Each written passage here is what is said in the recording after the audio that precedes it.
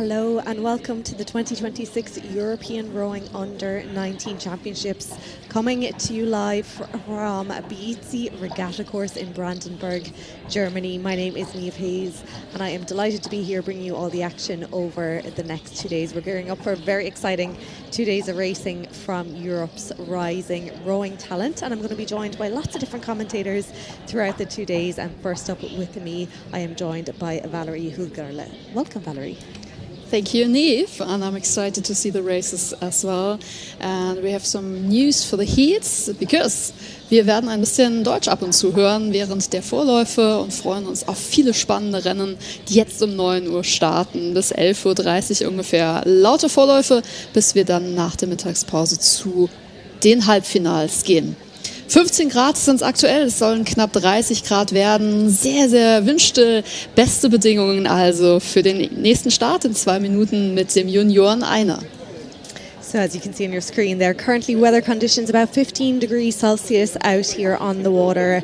Winds very light south-east direction, about 7 kilometres per hour. It is set to get up to about 29 or 30 degrees today, so there will be a big jump up over the next few hours. So as I said, a very exciting 2 days of racing ahead of us. We'll be getting off shortly in the next couple of minutes with the first of the heats. Now, these championships, we have a blend of returning medalists, so many rowers that we've seen over the last couple of years, as well as, of course, emerging talents, because these are Europe's youngest rowers who, you know, many of them are competing on an international stage for the very first time and representing their country, but lots of names that we've seen last year in particular at the European and World Championships. So we're going to be seeing 444 athletes from 32 nations competing across 14 boat classes. And first up, we are going to be going to the under-19 men's single sculls. 17 entries in this category, so they will be competing across 3 heats. And first up, we'll be getting going in the next minute or so. Also 3-mal deutsche Sprachen vertreten in diesem 6-Boote-Feld, im ersten von insgesamt 3 Vorläufen im Junioren-Einer und damit auch zur Progression. Die ersten beiden kommen sicher ins A-Finale und danach geht es um die 6 schnellsten Zeiten. Also Platz 1 und 2 und ansonsten die 6 schnellsten Zeiten.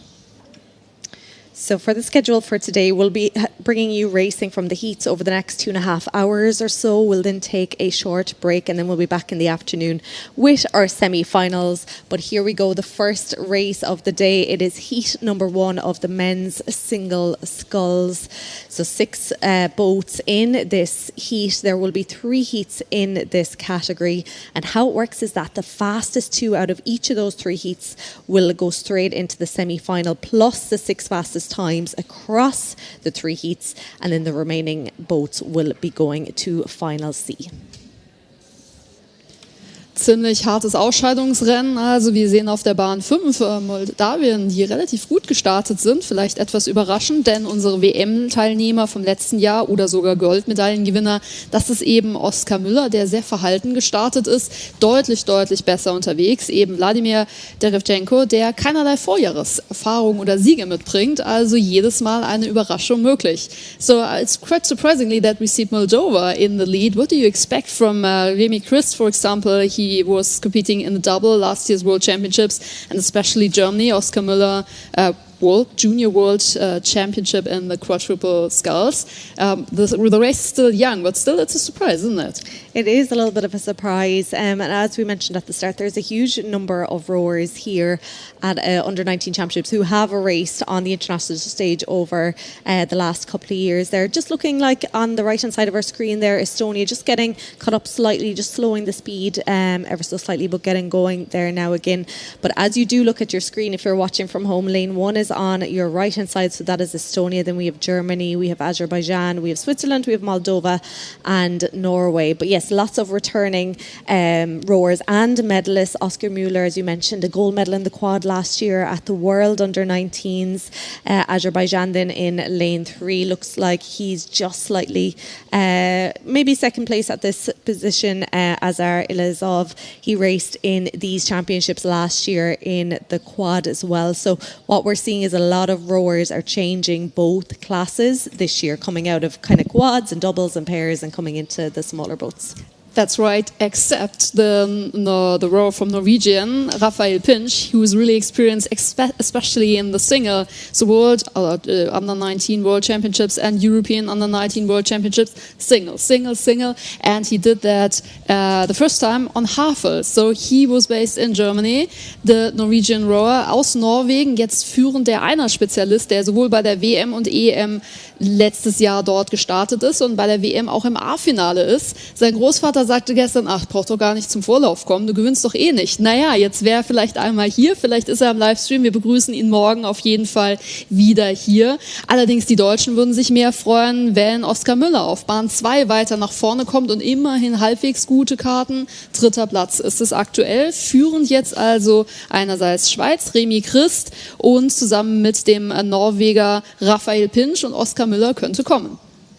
So as they went through the 500 metre there, they're about halfway now down to the 1,000 metre, but at 500 metres, it was Remy Christ of Switzerland who came out of the double last year, finishing 7th at the World Championships, the Under-19 Championships, or first in the final B. He went through that 500 metre just slightly ahead of Norway's Pinch, who Valerie had said has come out of the single from last year as well, returning this year, looking to do maybe a little bit better. He was 5th at these championships last year, 6th at the World Under-19s. Third then, very close, Azerbaijan, that is Isilov, who also raced last year in the quad, making his way into the single now this year, followed in by Moldova, Germany and Estonia. And as I go through those 500 metre times, we're just getting the halfway times here now, and it looks like it is still Remy Christ of Switzerland still leading it out ahead of Pinch of Norway.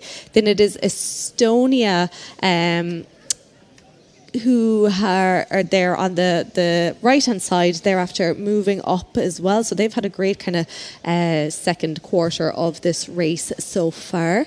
And that is Karl Varick, the 6'4" athlete, so quite tall. So he's currently in that third position, followed in by Azerbaijan, Germany and Moldova. Die Halbmetermarke ist durchquert. Das kann man immer ganz gut an der Insel erkennen, die hier den Brandenburgern auf jeden Fall bekannt ist. Wenn die Insel kommt, sind die 1000 Meter geschafft und jetzt sind wir sogar an den 1250 Metern vorbei und damit, ja, also haben wir zwei Führende. Die Führende kommen aus Norwegen, ganz links hier auf der Seite, die am nächsten dann auf der Tribüne die Schallwellen der Fans erhalten werden und eben der Schweizer Remy Christ, der so gerne am See wohnt. In München musste er sich gegen Oskar Müller geschlagen geben, aber jetzt, wo es drauf ankommt, bei der JEM, wird er sich hier nach vorne legen kommen. Oskar Müller aktuell auf einem 3. Platz, da muss er einfach mit der Zeit arbeiten, entweder jetzt noch nach vorne springen oder die Zeit passt und dann wäre es mit dem Halbfinale alles in Ordnung und dann Kräfte sparen.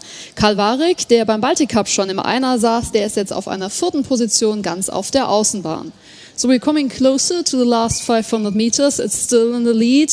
Swiss rower and Norwegian rower on lanes 4 and 6. What do you think about Germany and Estonia? So they're probably fighting for the time.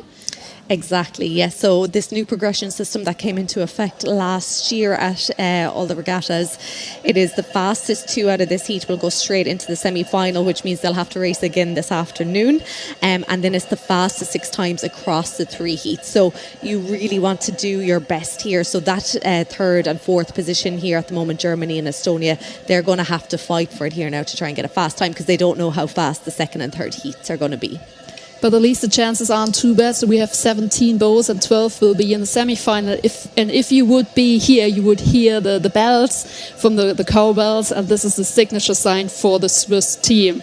Die Kuhglocken sind wieder dabei und unterstützen Remy Christ, den sympathischen, der ansonsten auch Angeln jetzt natürlich eher die Ziele hat, eine Medaille aus dem See zu angeln, aus dem BC. Er führt vorne und wird angefeuert von seinen lautstarken Fans, die auch gestern bei der Opening Ceremony so gut waren. Dann der Norweger, der ganz klasse hier nach vorne fährt. Das Halbfinale ist ihm sicher. Und dann unterstützen wir auf den letzten 200 Meter den Endspurt zwischen Deutschland. Oskar Müller, alle Daumen gedrückt aus deutscher Sicht, gegen und mit Karl Varick aus Estland.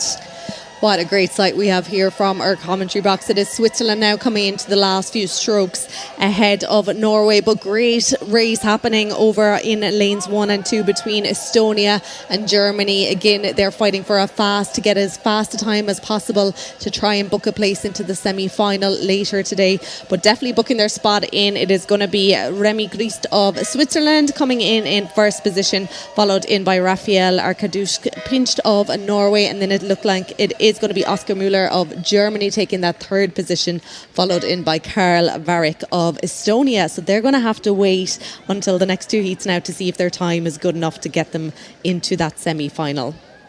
Yes, the first race and first kind of surprise. I think we expected a little bit more of Oscar Müller, but I mean Remy Grist and also Norwegian rower Rafael Pinch I experienced as well, and this shows the excellence of this field. So the first heat was exciting, and we're really looking forward to the next heats if the first one was already that good.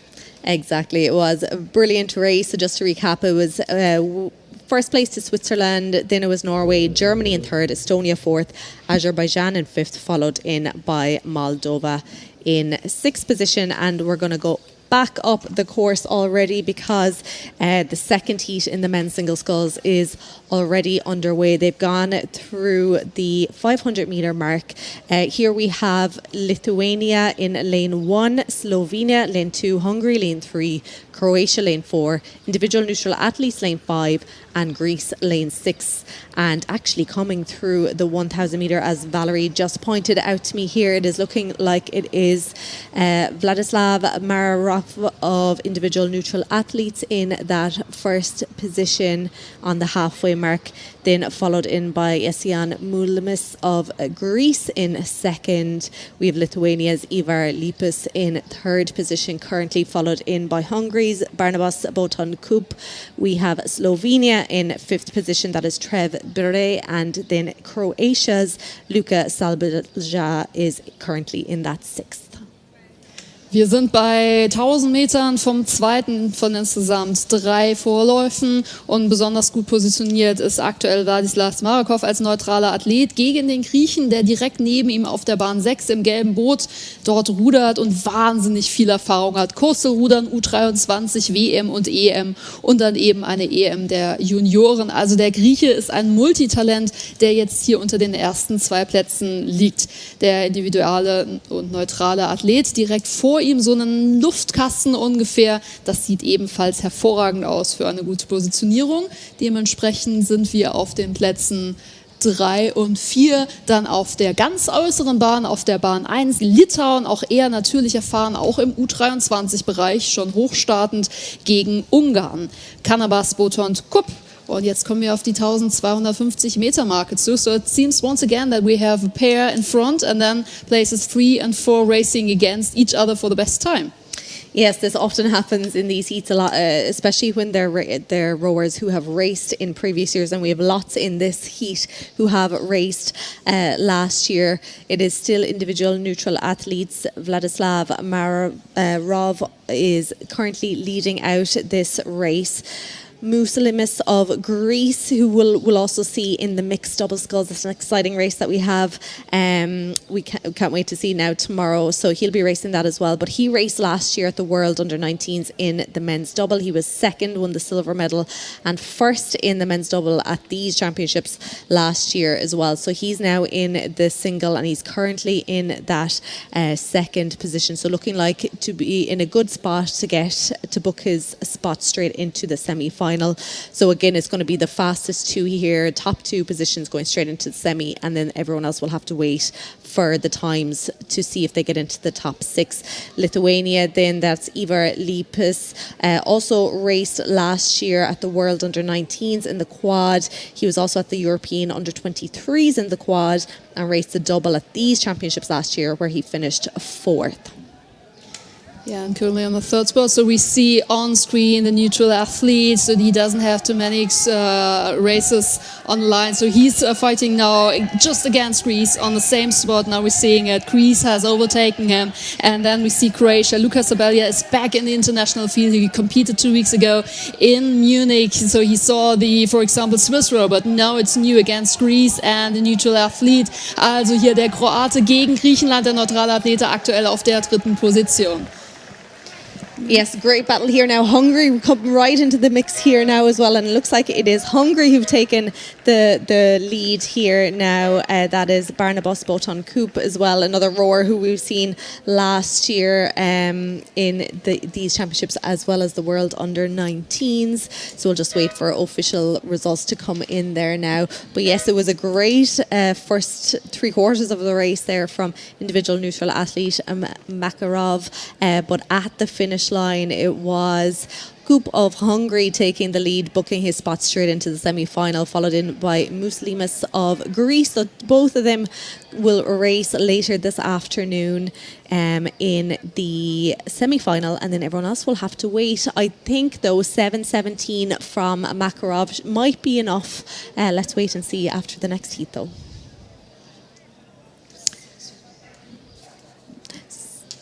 So we can just see this is our finish line here. So we can see the rowers just after finishing and then the rest making their way up to the start line. But here we go back up the course for heat number 3 in the men's single sculls. This time we have 5 boats competing. Lane 1, we have Tur Bashkigan of Armenia. Lane 2, we have Igonik of Italy. Lane 3, Michaelidis of Cyprus.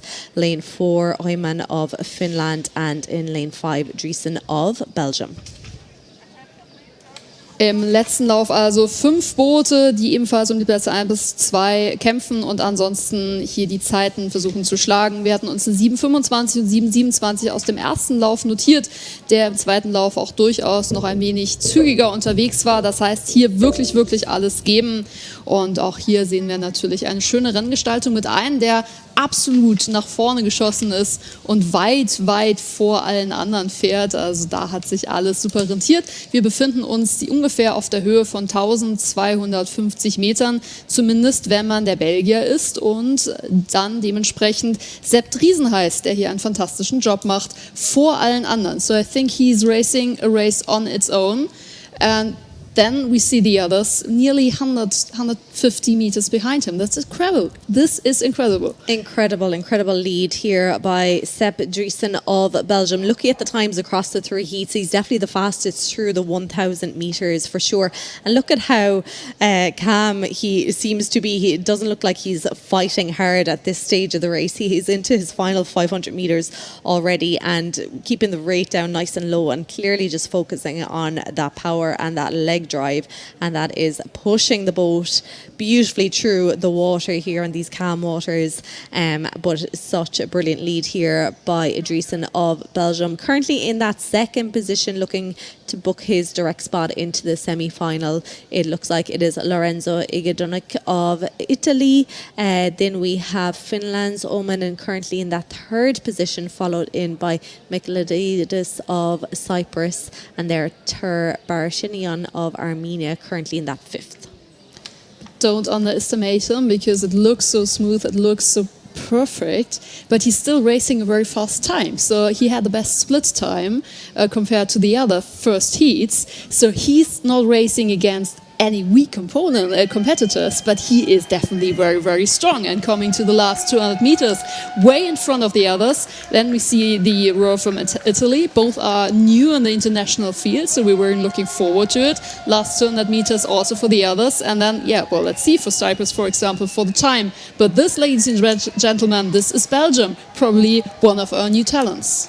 Absolutely. Sepp Driesen is going to be one to watch over the next 2 days. As you can see, he's really upped it here just to put on, I think, a bit of a show here for everyone in the grandstand and to see what he can do. But he is absolutely booking his spot into today's semi-final. What a great race from him. He made it look easy, but there was a lot of work went behind that to make it look that easy over the last number of years for sure. Looking like it is going to be Italy over on the far side, also booking their spot straight into the semi-final. final, and then we'll have to check out the times to see who out of this will make it through, if anyone, into the semi-finals. But there we have Finland, who we saw last year at the World Under-19s, finishing in that third position, followed in by Cyprus. And then final few strokes for the 14-year-old Areg Terbrashanian of Armenia, one of our youngest competitors here over the next 2 days. So what an incredible opportunity for him to be out there on the water. Incredible opportunity for him to be out there on the water racing at 14 years old, up against some of them who are 4 years older than him. Du hast es gerade gesagt, der Belgier hat hervorragend gewonnen. Allerdings sind hier wirklich Welten dazwischen. Der Armenier jetzt als 5. im Ziel, als 14-Jähriger, erst 2012 geboren und würde in Deutschland noch beim Bundeswettbewerb starten. Er startet einfach mal bei den Junioren-Europameisterschaften. Wir haben 3 Heats insgesamt gesehen und vergleichen natürlich jetzt die Zeiten und können sagen, ja, also Oskar Müller hat es auf jeden Fall spannend gemacht. Die schnellsten Zeiten bezüglich der Dritt- und Viertplatzierten kamen aus dem zweiten Lauf.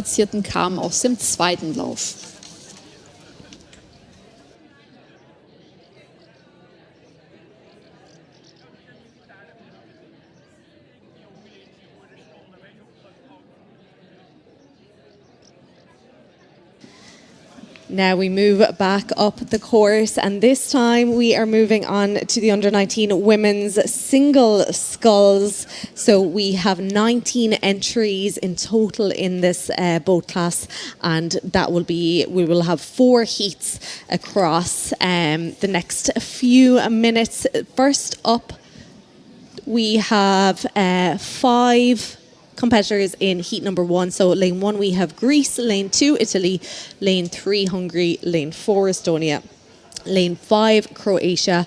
We're after going through 1,000 meters. In the lead it is Alice Ribolzi of Italy, with about a second lead, just over a second ahead of Moratio of Greece. Then in that third position, it is Janka Demko of Hungary. Fourth position, it is Patra Medresic of Croatia. And then currently in that 5th position, it is Estonia's Lisa Cindy. Now, because there is 4 heats, how the progression system is going to work this time, it is the fastest 2, or the top 2 positions from each of the 4 heats will go into the semi-final later today. And then it is the 4 fastest times from the 4 heats, across the 4 heats. And then everyone else will, the times coming 5th to 10th fastest times, if that makes sense, will be going to final C, and then the remaining crews to final D.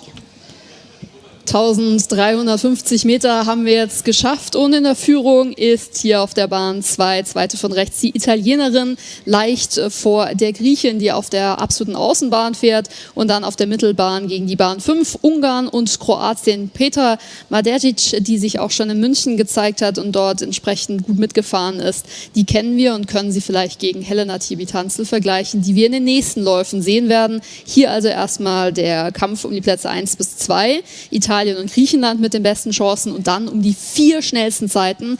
Denn ich möchte einmal hier hervorheben, wir haben mehr Frauenboote als Männerboote, 2 an der Zahl, aber das ist doch schon mal ein Zeichen für die letzten 500 Meter. Immer noch unverändert die Italienerin in Führung und die Kontrahentin direkt neben ihr. So it's still between Italy and Greece on lanes 2 and 1. So on the left hand side you will see Italy against Greece fighting for the 2 fastest best positions. Yes, indeed. And these are 2 returning rowers from last year's regatta circuit. Italy's Alice Ribolzi, we saw her at the World Under-19s last year. She raced in the quad, finishing 8th overall.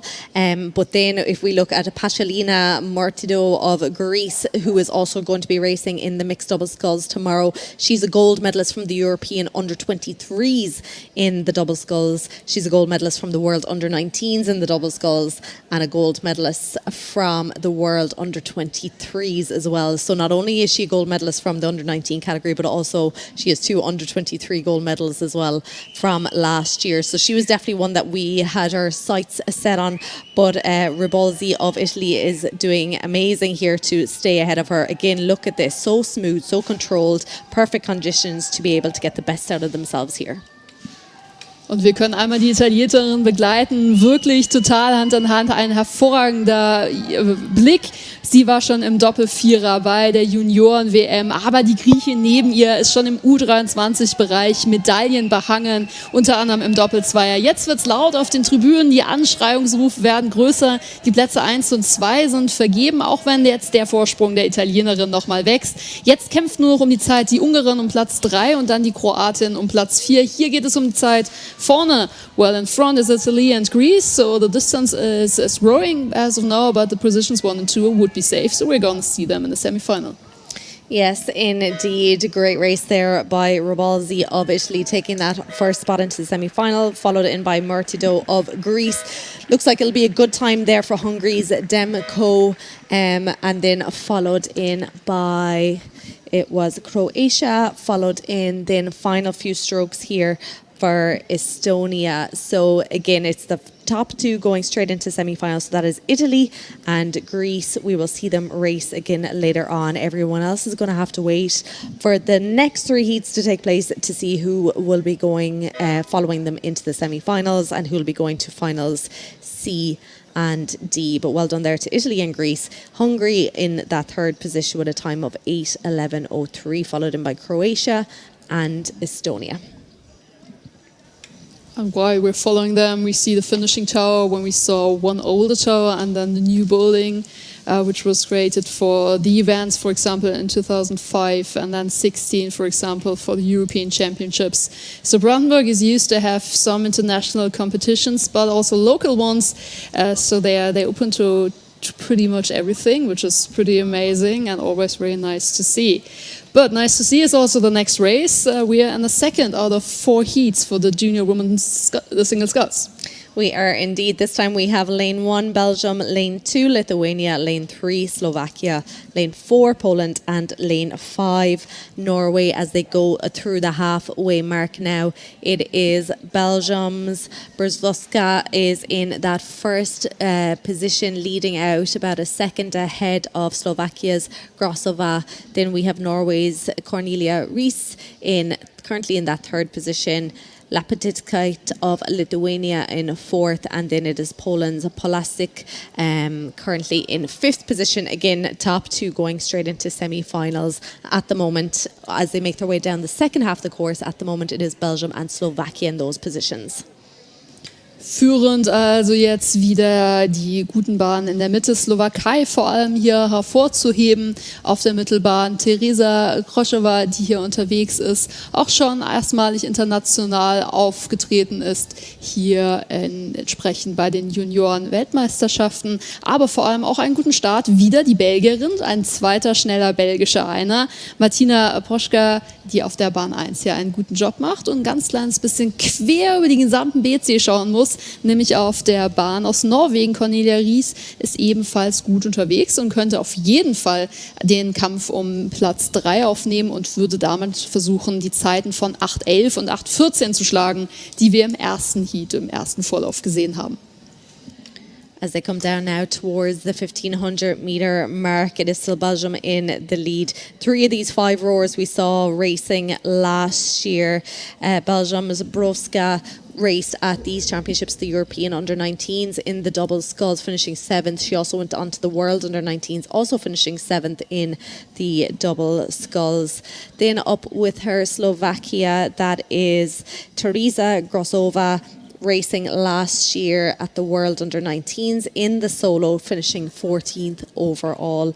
Norway is a new rower that we haven't seen on the international circuit, Cornelia Ries. We also have Poland's Zuzana Polasik, so racing for the first time representing their country. And then we also have Lithuania's Rasa Laptinskait, who raced last year in the double scull. So again, we're seeing transfer over from the double over to the single in a lot of these rowers. They're gone through 1,500, so less than 500 metres to go, and it is now actually Slovakia in the lead here, about 4 seconds of a lead now ahead of Belgium, followed in by Norway, and third Lithuania and Poland. Die Slowakin lässt hier nicht irgendwelche Fragen offen, sondern führt einfach mit ganz komfortablen 4 Sekunden auf den letzten 250 Metern schwer einzuholen. Dann auf der ganz äußeren Bahn, am weitesten weg von der Tribüne, bei der 1750 Meter Marke gerade vorbeigefahren. Nicht jetzt gerade wieder ins Bild gehüpft. Die Belgierin kämpft also gegen die Norwegerin, die aus Bærum kommt, aus der Region Oslo, ganz neu im internationalen Feld und jetzt hier auf den 2. Platz gerutscht ist. Die Slowakin also vorne, aber der 2. Platz wird an unseren Newbios von Cornelia Ries, Norwegen gehen. Wie gesagt, Oslo und dann Belgien auf der Position 3. Great race happening between lanes 1 and lane 5. Over the far side in lane 1, Broska of Belgium. Here nearest to us at the grandstand side, Rees of Norway. Both putting on a bit of a push. It looks like Cornelia Rees of Norway has potentially got herself into that 2nd position, booking a direct spot into the semi-final, but coming up to the finish line now. It is Slovakia's Grosova taking that first spot, and what a finish here. What a final 500 metres from Cornelia Rees of Norway, taking that 2nd spot. Ganz toller Endspurt hier von Norwegen. Mit einem großen Vorsprung hat Slowakien gewonnen vor Norwegen. Und dann haben sie es richtig, richtig spannend gemacht um den 3. und den 4. Platz. Es musste ganz knapp gereicht haben für Belgien, lange auf dem 2. Platz. Und jetzt musste um die Zeit bittern vor Litauen. What a great finish there as well between Lithuania and Poland. So we'll just wait for official results. But Slovakia there, Grosova, taking the lead, booking her spot into later today's semi-final. Cornelia Rees of Norway in that 2nd position. Broska of Belgium in that 3rd. So that is a time now. She'll have to wait and see if it's good enough to make it into the semi-final, followed in by Lithuania in 4th and Poland in 5th. And we're going straight back up the course now. We're going to be going to heat number 3 of the women's single sculls, 3 of 4, 5 boats again. Lane 1 we have Germany, lane 2 individual neutral athletes, lane 3 Bulgaria, lane 4 Moldova, lane 5 Romania. At 500 metres it was Germany's Tibil Tanzel in the lead, just about ahead of Haskelhoff of individual neutral athletes. Then we have Romania's Ursu in 3rd position, followed in by Moldova, Plotin, and then Bulgaria, that is Rumia Stroyanova in that 5th position. Und es ist endlich soweit. Wir haben darauf gewartet. Helena Tibil-Tanzel ist unterwegs und darf sich dem internationalen Feld stellen. Direkt neben ihr die Konkurrenz kommt von den neutralen Athleten und ist hier unterwegs, war letztes Jahr im U23 Doppelzweier im A-Finale. Ja, und dann kommt Helena Tibil-Tanzel, die 23 und 24 den Bundeswettbewerb gewonnen hat. Und wer jetzt schnell genug ist beim Nachrechnen, wird merken, die ist verdammt jung. Ja, ist sie. Sie ist noch im Unter-17-Bereich, ist eigentlich B-Juniorin. Letztes Jahr Jahrgangsmeisterin bei den B-Junioren und im Baltic-Cup gestartet. Und jetzt darf sie endlich im Nationalteam antreten und gewinnt eigentlich auch alles, was man so gewinnen kann. Das wäre eigentlich das Boot, auf das wir gucken wollen würden aus deutscher Sicht. Aber wir müssen feststellen, dass hier auf der Bahn 5 entsprechend gute Konkurrenz ist aus Rumänien, die ja auch immer wieder ein starkes Team schicken. So for Germany, it's Helena Tibil-Tanzel, and she's pretty young and pretty successful, but she hasn't really competed against the older age categories because she is so young. What do you know about Romania? Why is she so good? Romania is so good. Well, we don't have too much information about Romania. They have this will be their first time representing their country on the international circuit, but she is also racing the mixed double, so perhaps that goes to show how good she is. But yes, 15-year-old Tibil-Tanzel of Germany leading this one out, currently over in the far side in lane 1, then followed in, we'll get the times shortly as they went through that halfway mark, as they actually start to come up towards us here. They're coming into our view into the final kind of 600-700 meters of the race. But we do have a lot of returning rowers from last year's championships. Bulgaria's Stroyanova raced in the solo last year at the World Under-19s, European Under-19s, but also raced the Europeans in 2024. So this is her 3rd season racing at this level. Moldova as well. That is Diana Plotin. She also raced last year at under 23 and under 19 level, as well as individual neutral athletes. Haselikov, she's someone we've seen as well at the under 23 circuit as well. So, a lot of these rowers, not only are they racing the under 19 categories, but they're also in the last year up with the under 23s, which just goes to show the talent amongst all of these Europe's rising stars here. Wir sind auf den letzten 200 Metern angekommen. Helena Tibi-Tanzel in ihrem Signature-Boot, dem blauen Boot oben für die Frankfurter AG Germania. Neben ihr die neutrale Athletin im blauen Boot. Und dann müsste man ganz rüberschauen. Die Rumänin ist jetzt auf einen 3. Platz gefallen. Also die ersten Europameisterschaften der Junioren auf den letzten 100 Metern. Eine Bootslänge Führung. Das ist Helena Tibi-Tanzel. Sie ist in ihrem Einer richtig, richtig gut und nicht zu stoppen. Und sie kann es auch auf internationalem Feld zeigen, obwohl, und das ist nochmal herauszuheben, die neutrale Athletin hier gut und erfahren ist, eine Bootslänge vorher. Sie ist fast schon wie zu erwarten, aber sie kann diesem Druck auch recht werden. Sie ist im Halbfinale. So it's Tibi-Tanzel ahead of the neutral athlete.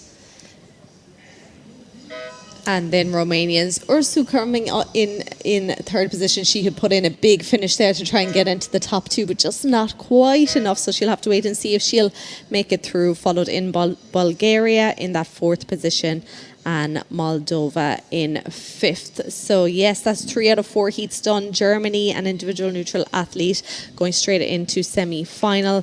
Then everyone has to wait to see how their times compare to everyone else's. So this is the thing with the new progression system. You really have to race every race as if it's your final, because you are trying to clock up a really fast time. And there we have the times. Germany, Tibi-Tanzel.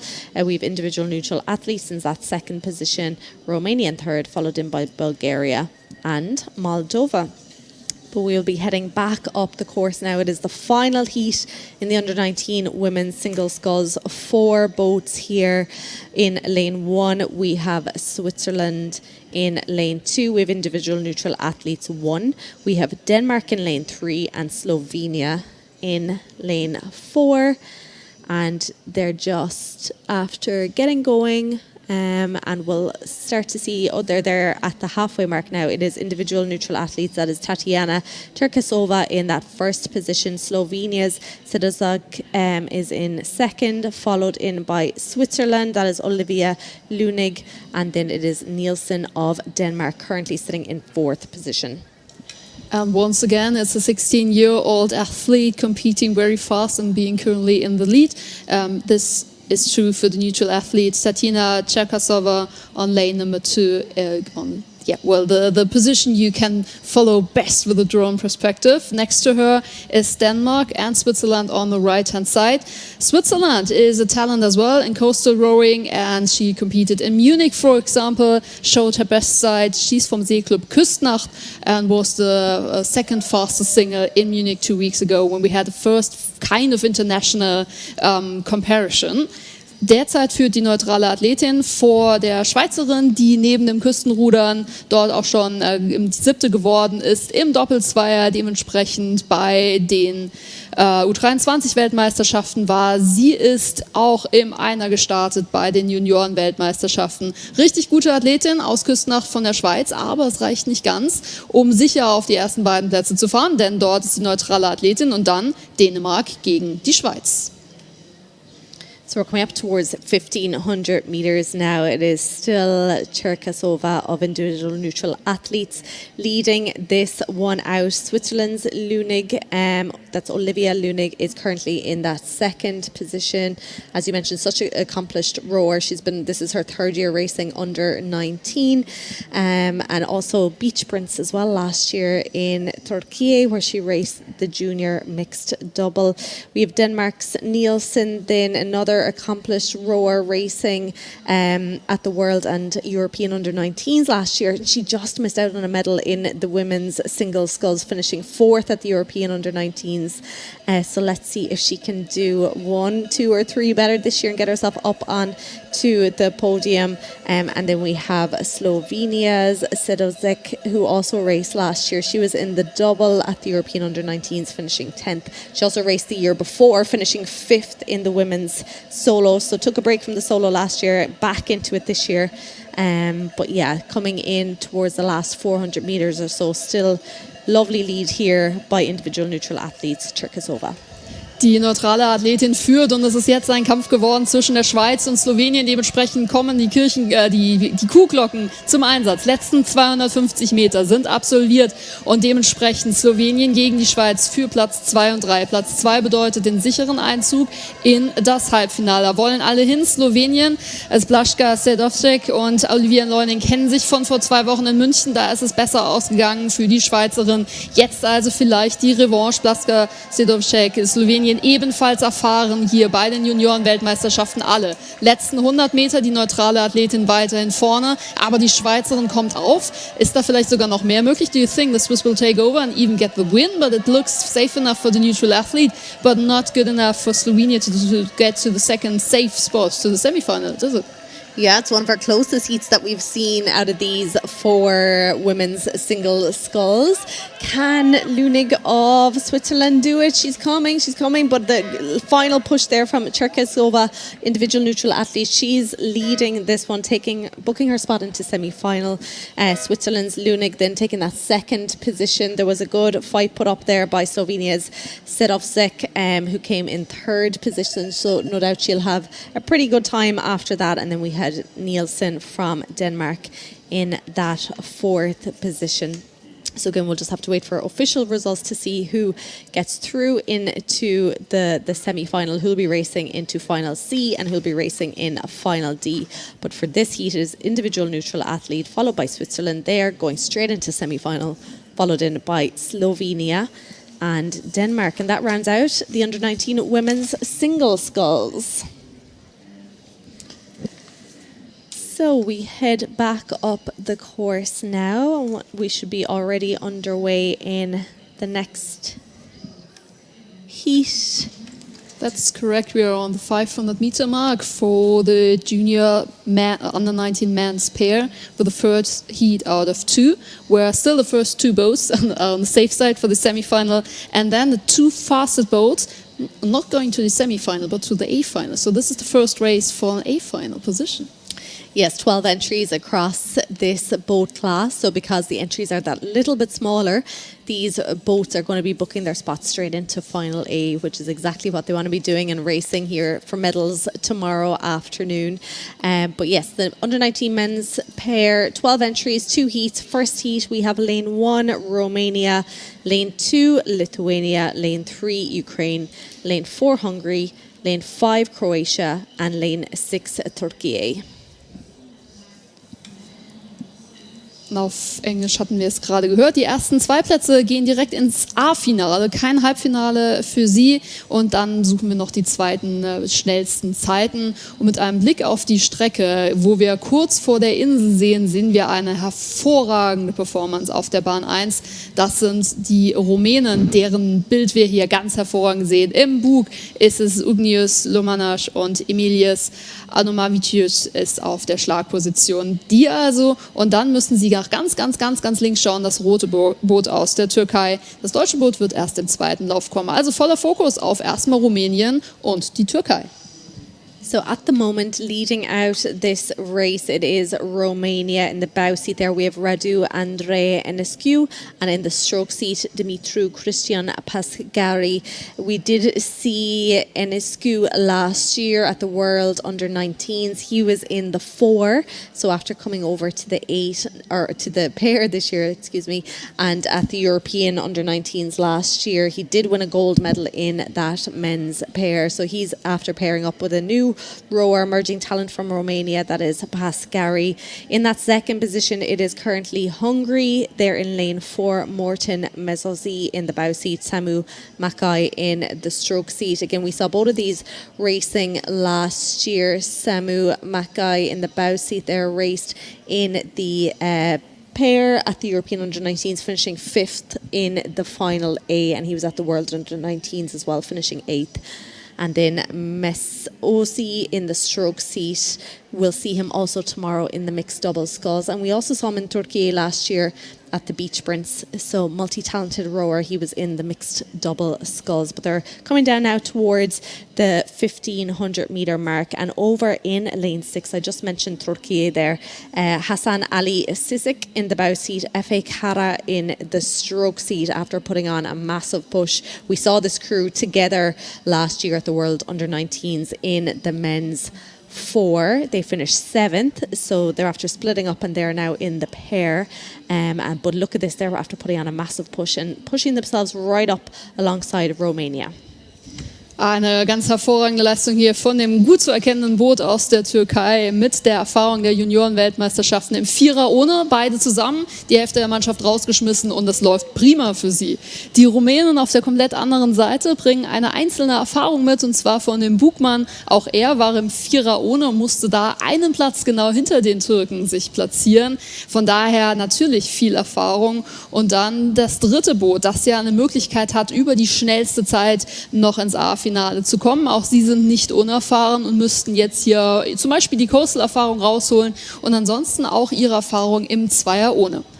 Rumänien, Türkei und Ungarn. 2 davon sicher im A-Finale. So it's Romania against Turkey. It's lane 1 against lane 6. So this might be hard for the competitors to get an overview. But Hungary will just probably race as fast as they can because they know, hopefully they know it's about the time. Exactly, yes, it is. The top 2 going to be going into final A and then the 2 fastest times. So if Hungary can stay pretty close to Romania or Turkey here, they will be sure to have a really good time. Romania over on the far side, they're lane 1, putting on a big push here now just to guarantee themselves that spot into final A. Turkey closest to us here, they're lane 6. But here come Hungary. Hungary are going for it. They are putting on a massive burst here now. I'm not sure they're going to have enough water to do it, but it is Romania going to take the win here in the first heat of the men's pair, followed in by, look like to me, Turkey. Hungary in that 3rd position. What a great race. Hungary with a race like that will be sure to be looking for a spot into final A.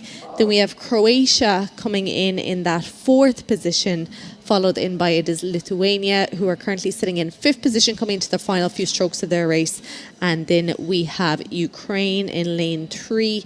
They are, who raced last year in the men's pair as well. They are currently sitting in that 6th position. Big celebrations here on screen from the Romanians. So they're going straight into final A. That will be on tomorrow. All our medal finals will be on tomorrow.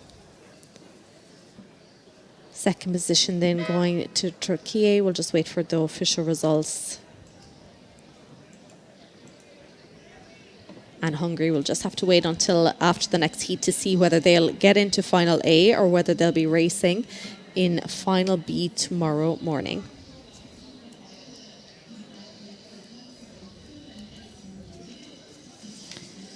So we'll be moving back up the course now shortly for the 2nd heat of the men's pair. And again, we're going to have this time 5 entries. So they're already gone through the 1,000 metre. As we look out the window here, with lane 1, we have Greece. Lane 2, individual neutral athletes. Lane 3, Ireland. Lane 4, Germany. Lane 5, Italy. We'll just wait to get some pictures and information as to what is happening out there on the water. But again, lots of returning rowers here in these crews. So it's going to be a hot one. From what it looks like, Greece in lane 1 look to be having a good race. Ireland in the middle there, lane 3. And we also have Italy in lane 5. From where we're sitting, that kind of looks like where it might be. Yes, that's correct. Aus deutscher Sicht natürlich jetzt hier ganz, ganz schade, dass die Deutschen auch von Hansa Dortmund und der RC Germania Düsseldorf jetzt hier nur auf dem 4., 5. Platz sind. Auf den letzten 500 Metern müsste man jetzt noch alles einmal umwerfen, denn Griechenland ist vorne. Natürlich sind auch die schon erfahren von der U23 bis zum Doppelvierer sind sie jetzt hier unterwegs. Und die Italiener auf der Innenbahn, die am nächsten an der Tribüne dann dran sind, auch sie bringen die ein oder andere Erfahrung mit, sogar aus dem Zweier ohne und dem Achter und sind jetzt dementsprechend hier richtig gut im Riemenbereich wieder unterwegs. Letzten 300 Meter und es werden immer mehr die Mittelbahn, das heißt die Iren sind gut unterwegs, Griechenland, Irland und Italien. Ich habe leider keine anderen Nachrichten für das deutsche Boot. So final 500 meters here for these crews in the lead at the moment. We're seeing them on our screen. It is Greece over on the right hand side of your screen. Ireland in the middle there in lane 3. They're currently sitting in second position, a good position that they want to be in to get straight into final A. Third position, Italy in lane 5, starting to put on a push here. All 5 boats. This is one of the closest heats we've seen across the 5 boats here. It is anyone's game for that second and third position at the moment between Ireland. Individual neutral athletes starting to put on a big push here now.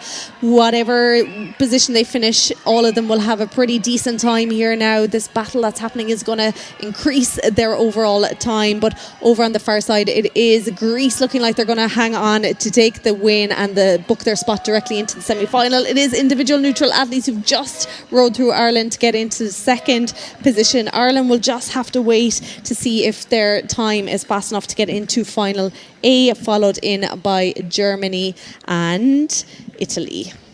I don't know what happened with the end finish sprint, but this was perfect. For us, it was very easy. So when you had line 1, they win, then second, third, fourth lane and place. So that made it easy. Greece ahead of the neutral athletes, Ireland, Germany and Italy. And so this was a pretty amazing fight. Für die Deutschen ist es also mit einem 4. Platz ausgegangen, weil sie letzten Endes am Anfang ganz anders orientiert und sortiert sind sie in Reihenfolge der Bahnen eingefahren. Das macht es für uns sehr hilfreich, für die Sportler allerdings natürlich ein nervenaufreibendes Geschehen, vor allem bis die Bestätigung kommt, ja, wir sind durchgekommen für die zweitschnellsten Zeiten. So that rounds out the men's pair, and it was Romania and Turkey from the first heat, Greece and individual neutral athletes booking their spot straight into final A. And we're just having a little bit of an issue with our timing system here, so we can't see who is after getting through with them into final A and who'll be racing into final B, but those results will be out shortly. But we move on now up the course to the women's pair. This time we have 11 entries in fact, across 2 heats. And in heat 1 we have lane 1 Poland, lane 2 France, lane 3 Turkey, lane 4 individual neutral athletes, lane 5 Germany and lane 6 Italy. They're already underway. You can see the start line there.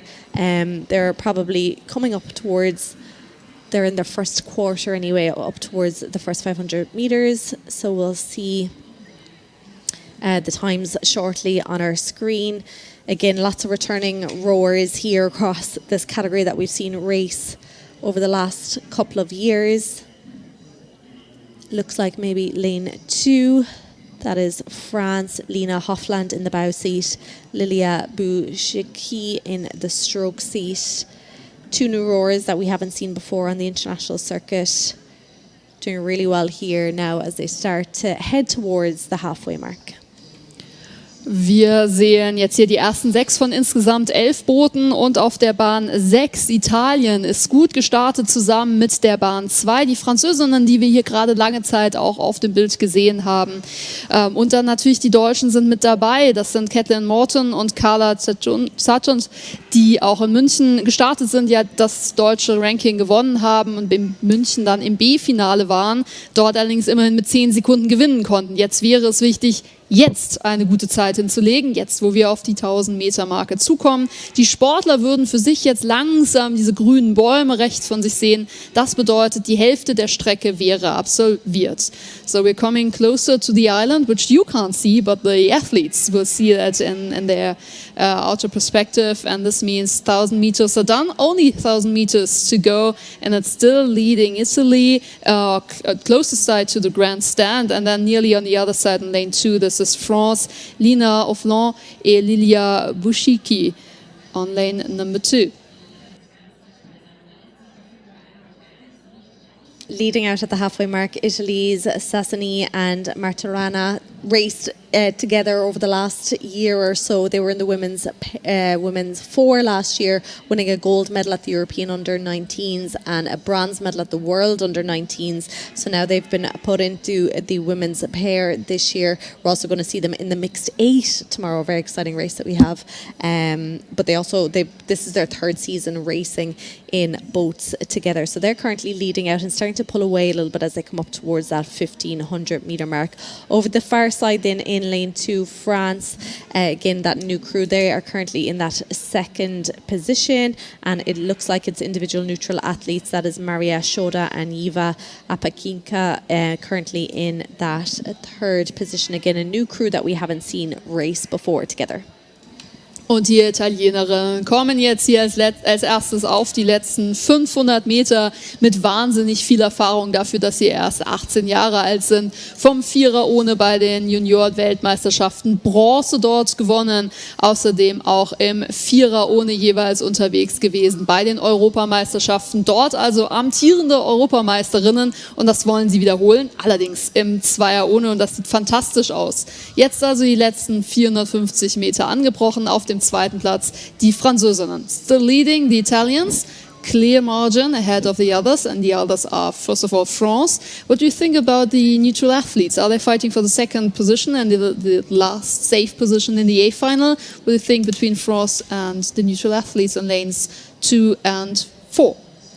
We certainly have seen individual neutral athletes putting on a push in earlier races, so perhaps they will do the same here today. But at the moment, it looks like the advantage certainly is to France still at the moment to take that direct 2nd spot into final A. Italy at the moment doesn't look like there's going to be any catching them. They are looking really solid here now as they come into the final 300, 250 metres or so. They're starting to put on a burst here now as well to ensure that they hang on to that guaranteed final A spot, which will be on tomorrow afternoon. France still holding on to that 2nd position, individual neutral athletes in 3rd, but next to them then Turkey in lane 4. They're really trying to still hang on here, trying to get a really fast time. And then Germany as well. Germany starting to put on that bit of a burst here now, but at the moment it is all about Italy looking to book that spot into semi-final, followed by France. Es wäre jetzt also hier noch die Möglichkeit für die Deutschen zumindest auf den 4. Platz runterzugehen, aber eines müssen wir anerkennen, Italien ganz, ganz deutlich vor Frankreich, den neutralen Athleten, und die Deutschen versuchen nochmal an die Türkei dran zu kommen. So Italy won this race. This was clear and is still clear because the 2nd boat is just now crossing the finishing line ahead of the neutral athletes, and Germany got at last the 4th place ahead of Turkey. So let's wait for the times to be confirmed, and I'm excited to see the 2nd heat when the 1st heat was pretty close between the first 5 leading boats. Yes, Germany put on a great burst there towards the end, finishing in 4th, but that little burst will help to increase their time and help to get them a good time to see if they can get into final A, remaining crews to final B. But as we move on to the 2nd heat of the under-19 women's pair, they're already at the halfway mark. We have 5 boats here. Lane 1, Lithuania. Lane 2, Romania. Lane 3, Austria. Lane 4, Croatia. Lane 5, Spain. On our screen here, we're just seeing the official results there of the first heat. The win to Italy, so Italy and France going straight into final A, and then individual neutral athletes, Germany, Turkey and Poland will have to wait until after the next heat to see who gets straight into final A and who will be going to final B. But back up the course here now at the halfway mark, it was Lithuania, no, I have that wrong. Romania leading out this second heat, followed in by Austria in second, Spain in third, followed in by Lithuania in fourth, Croatia in fifth. Nochmal deutschsprachige Beteiligung, und zwar die Österreicherinnen, die hier unterwegs sind auf der Bahn 3. Wien und Linz die Besten vereint. Das ist auf der Mittelbahn aktuell auf der zweiten Position fahrend, noch weiter vorne mit einer besseren Zeit hier durchgekommen, sind dementsprechend auf der Bahn 2 die Rumäninnen, was nicht ganz verwundert, denn die sind immer wieder stark unterwegs. Auch hier bei den Junioren-Weltmeisterschaften im Vierer ohne knapp an der Medaille vorbeigefahren, aber ansonsten auch Europameisterschaften mit Medaillen behangen. Also von daher, aus Polen kommen letztes Jahr in Brandenburg doch gleich die Mission nochmal erfüllen. Letzten 500 Meter jetzt Rumänien führt und dahinter, nun ja, Österreich müsste sich dafür noch ein kleines bisschen strecken, denn die Litauerinnen auf der Bahn 1, in Anführungszeichen neben ihnen, weiter rechts von ihnen, sind hier unterwegs, sogar mit Erfahrung im U23-Bereich. So the Lithuanians are a well-known combination. They're used to row in the pair, so they know each other, they know their strengths and probably weaknesses, but this might be an advantage against the Austrians for the fight for the second place. It certainly will, yes. The Austrian crew as well, they have experience, maybe not together, but in separate boats they do have experience from last year's international regattas. The Romanian crew here that we see on our screen in lane 2 leading out, Marina Ariana Balint in the bow seat, Jessica Popescu in the stroke seat. They raced at the World Under-19s last year. They were in the women's 4, finishing 4th at the Worlds. They raced the 4 at the European Under-19 Championships, finishing 3rd. They won that bronze medal, and then they were also in the 8th that finished 2nd. So lots of experience in that Romanian boat. Lithuania still in that second position. No, they've moved down to 3rd now into the final 400 metres. It is Austria who have moved into that 2nd position, looking to book their direct spot in to final A. Austria also racing last year at the Worlds and Europeans in 4s and pairs, but they're after coming together this year, and that it looks like it's a good combination because they're after putting themselves into a great position ahead of Lithuania. And then on the closest side to us, Spain are currently sitting in 4th, followed in by Croatia. Für die letzten 100 Meter Rumänien ist vorne, das haben wir gesehen, aber die Österreicher ganz laut angefeuert hier mit Austria, weil ihr Trainer aus Linz englisch sprechend ist, kann sich hier den 2. Platz sichern und damit die direkte Qualifikation fürs A-Finale, konnten sich distanzieren gegenüber den Litauern. So at the finish line of the second heat of the women's pair, Romania coming in that first position, Austria in 2nd. They go straight into final A. Lithuania coming in 3rd.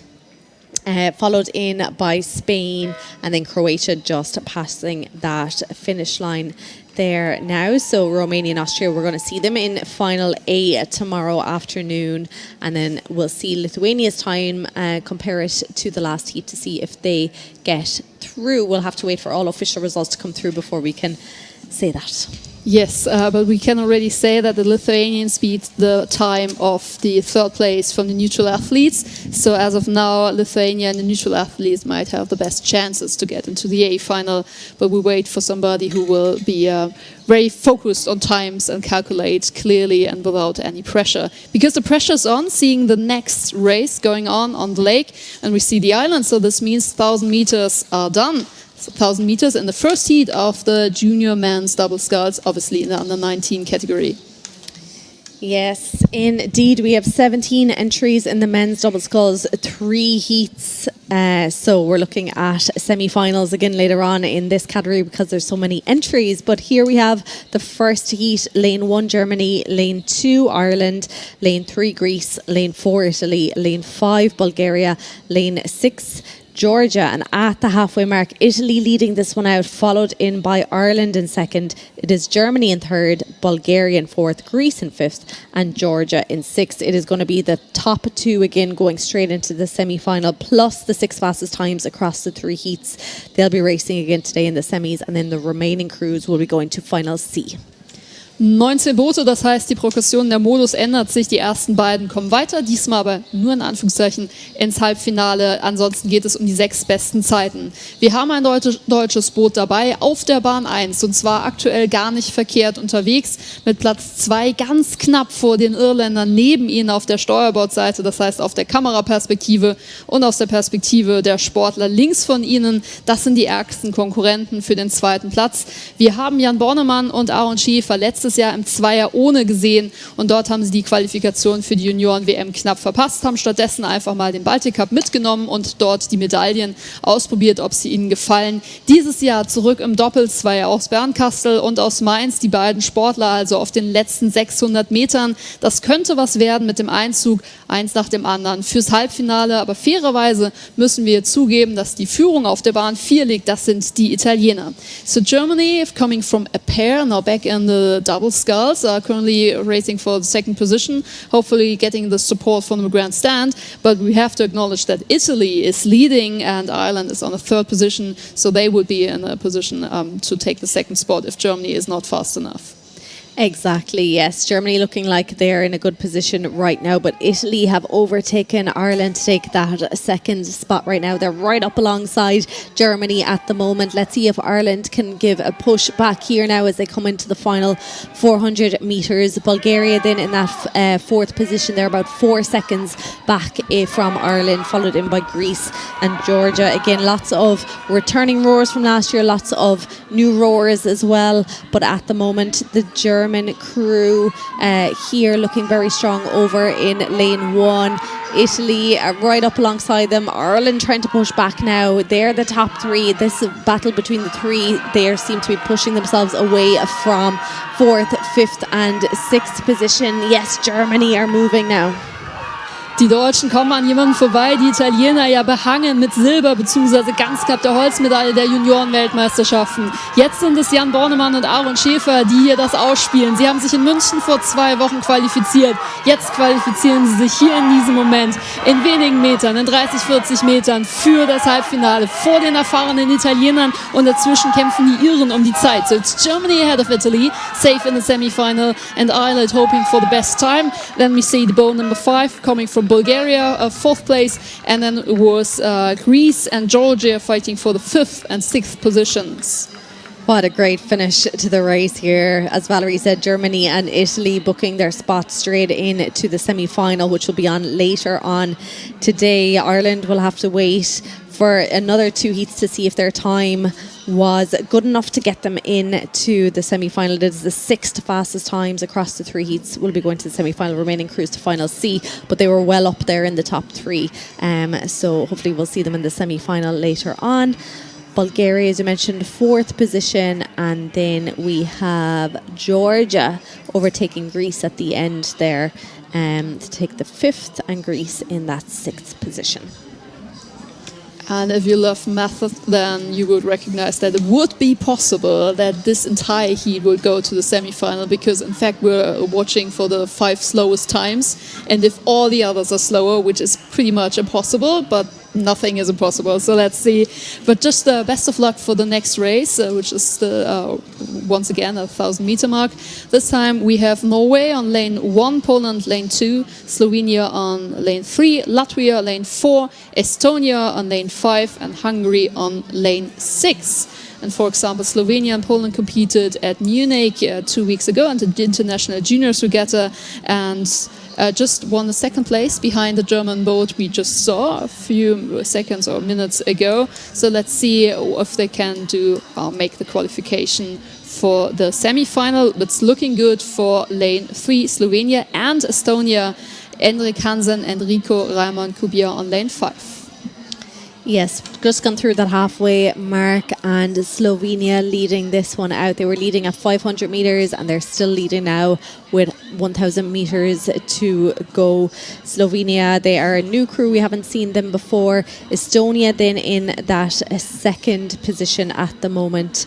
We saw Hendrik Hansen in the stroke seat in the quad last year. So after heading over to the doubles this year, Hungary then in that third position again, a new crew that we haven't seen, but lots of new crews actually in this category.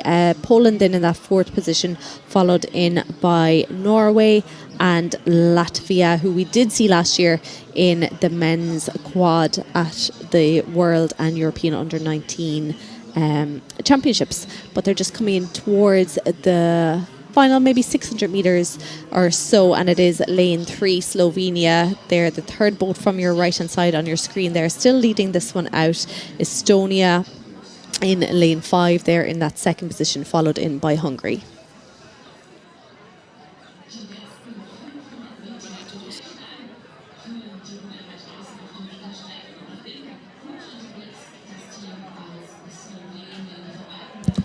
Und wir sehen hier die Boote, die international noch nicht viel Erfahrung bringen, aber sich in München schon mal gezeigt haben. Slowenien dort zweitplatziert in einem recht starken Feld, die sich hier zumindest auf Platz 2 setzen können und dementsprechend direkt ins Halbfinale einziehen würden. Noch weiter vorne sind allerdings die Esten auf der Bahn 5. Wir kommen zu den letzten 300 Metern. Estland und Slowenien in diesem Feld, dann der dritte Platz und dementsprechend der Kampf um die besten Zeiten zwischen Ungarn ganz nah bei uns. Dann sehen wir die Slowenen auf dem Bild und da hinten in weiß gerade noch zu erkennen, dementsprechend Polen und Norwegen. Last 250 meters, still in the lead, Slovenians racing in the blue all-in-ones and Estonia on lane number 5, and then this will be probably a race for the times once again. Yes, it's looking like that at the moment. Everyone putting on a bit of a burst. Not sure there's going to be any catching Slovenia or Estonia at this point. Norway over on the far side in lane 1, definitely putting on a big burst here now. Poland alongside them, trying to go with them, as are Hungary here in lane 6. Who is going to get it at the moment? It's definitely still Slovenia going to take that lead, but everyone putting on a big burst. They know they have to clock up a really fast time to get themselves into the semi-final, but here we go. First place going to Slovenia. It is Estonia then in second. They're going to be in the semi-finals later on. Looking like that would be a good time there for Hungary, who came in that third position, followed in by Norway in fourth, Poland in fifth, and then final few strokes from Latvia now coming up to that finish line. So I wonder how quick that race was now compared to the last one. We will have to have a look and see. But definitely it takes the pressure off when you're in those top two positions, because you don't have to wait. You don't have to wait till you get to land and for your coach to tell you how you did. Yes, so the first heat was definitely strong. The Irish boat ended with a 6:37 for the third place, and we saw the same time for the winning team. So currently Hungary and Norway are in the worst positions, if I can say that. Currently not in the best two times, but still could be possible. But Bulgaria and Ireland were faster than Hungary and Norway. We just saw finishing on third and fourth place. But now going to the third heat, and this will be the last heat. So this is the reason why we only see 5 boats, but 5 are enough to compete. Yes, and it'll be after this heat now that we'll see who will be going straight into the semi-finals and who will be going to Final C tomorrow morning. So here we have lane 1 France, lane 2 Turkey, lane 3 Cyprus, lane 4 Lithuania, lane 5 Ukraine. They pass the halfway mark, and it is Turkey leading this one out. Nice lead, over 2.5 seconds ahead of France. Then we have Ukraine currently in third position, followed in by Lithuania and Cyprus. And maybe we can point out that the Ukraine has a very interesting combination. So we have the still 15-year-old. Well, he's not 15 any longer. It was his birthday yesterday, but it still means he's 16 years old and competing quite young. And he's competing together with Maxim Sivko. He's then 2 years older than his competitor and his teammate. So a very young combination from Ukraine on lane number 5, and performing not too bad. So currently on the third spot. This could mean everything, but more in front is Turkey.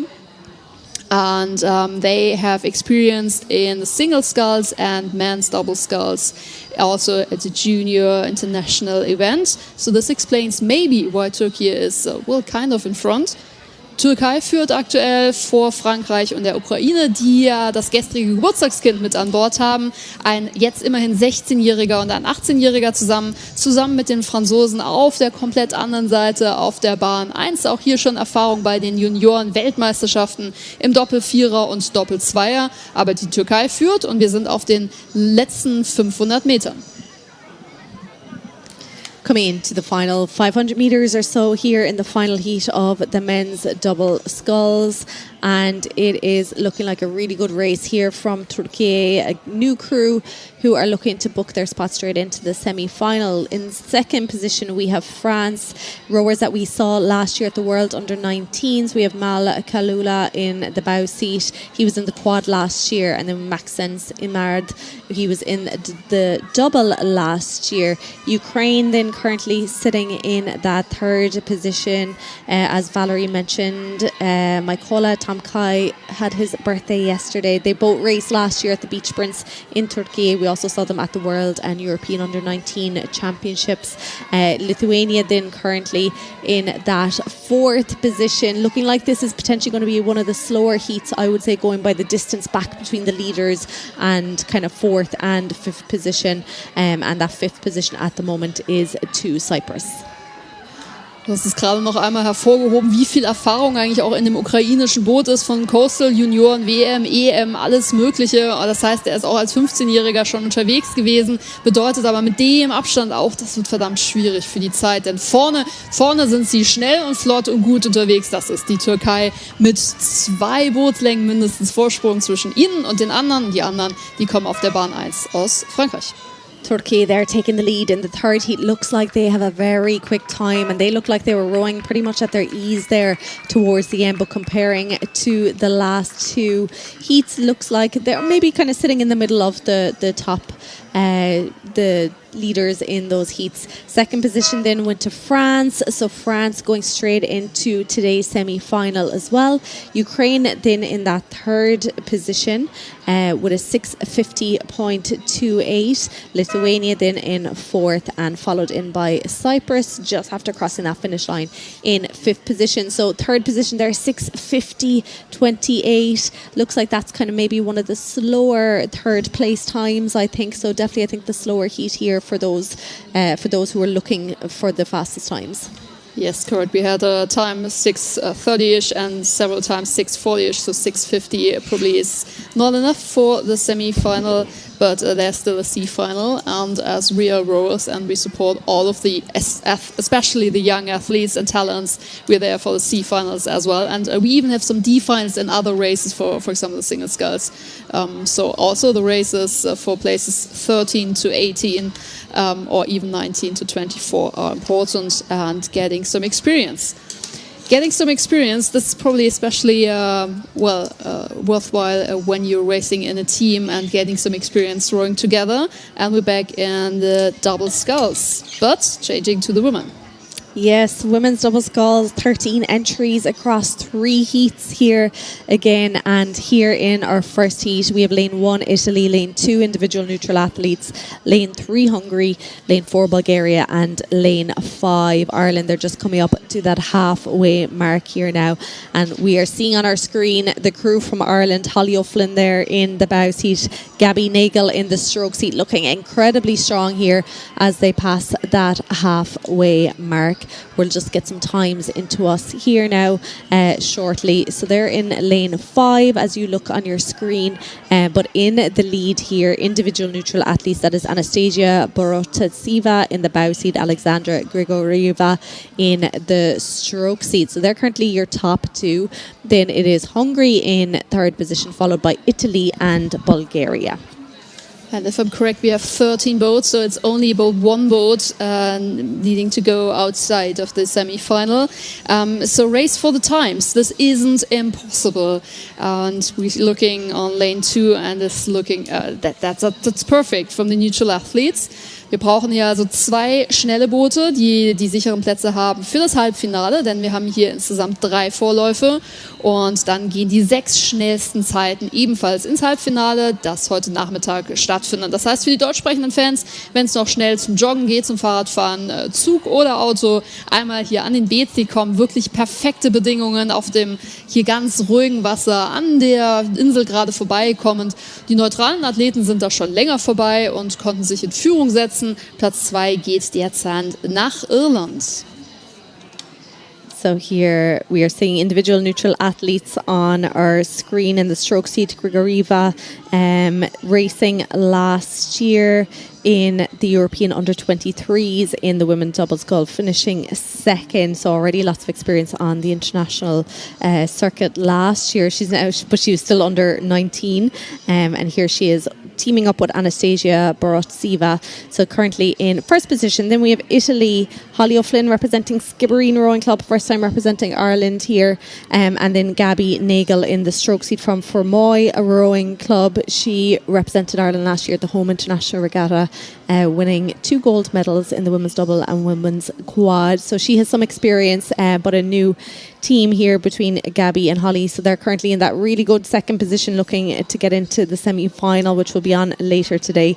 Italy then in that third position, a new crew, Francesca Sasso in the stroke seat, Maria Lucas-Ruziva de Mano in the bow seat. She will be turning 16 tomorrow, so I'm sure she'll be hoping to be spending her birthday in a final, particularly maybe an A final.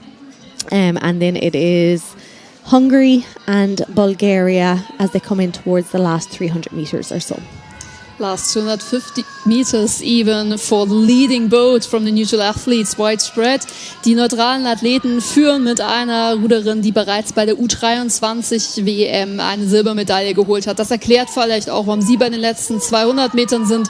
Und dann kommen irgendwann die anderen. Die Irinnen, die hier den ersten internationalen Auftritt mit ihren markanten grünen Blättern machen können. Sie haben schon mal bei der Regatta teilgenommen, wo dann England, Schottland, Irland und so weiter gegeneinander antreten. Das heißt, natürlich kann sie rudern, aber in ihren Farben für das internationale Feld das erste Mal. Und die Italienerinnen, verdammt jung, alle sind sie eigentlich noch B-Juniorinnen und kämpfen hier für die beste Zeit. Vorsicht, allerdings auch Ungarn kommt jetzt immer näher. So there's one boat crossing the finishing line well ahead of all the others, and these are the neutral athletes, leading with a clear time margin ahead of the others, and the others are first of all Ireland.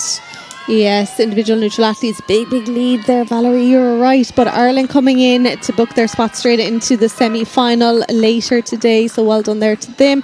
Italy put on a massive push there in the last 250 metres, coming in third position, so they'll have to wait and see what the times from the next 2 heats are like. Then we had Hungary and Bulgaria coming in those fourth and fifth positions. So individual neutral athletes and Ireland straight into the semi-final later on today. Everyone else will have to wait to see if they have a fast time. It will be the 6 fastest times across the 3 heats going to the semi-finals, and then the remaining crew to final C. And we'll be moving up the course again for that second heat of the women's double sculls, and this time we'll have 4 boats competing. Lane 1 we have Norway, lane 2 we have Greece, lane 3 Germany, lane 4 Lithuania. At 500 metres it was Greece in the lead, followed in by Germany, then Lithuania in third, followed by Norway, but they are just coming up by the 1000 metres, so we'll get those times shortly. Wir sind im zweiten von 3 Läufen und neben Norwegen, Griechenland und Litauen ist eben auch das deutsche Boot dabei. Noch gar nicht so lange zusammen, aber sie waren eben der schnellste Doppelzweier vor 2 Wochen in München und konnten sich damit qualifizieren für diese EM. Junioren-EM. Die Polen waren in München besser, aber die sind in einem anderen Lauf und außerdem im Doppel-Vierer. Das heißt, Kaja Wölk und Greta Amort sind hier unterwegs.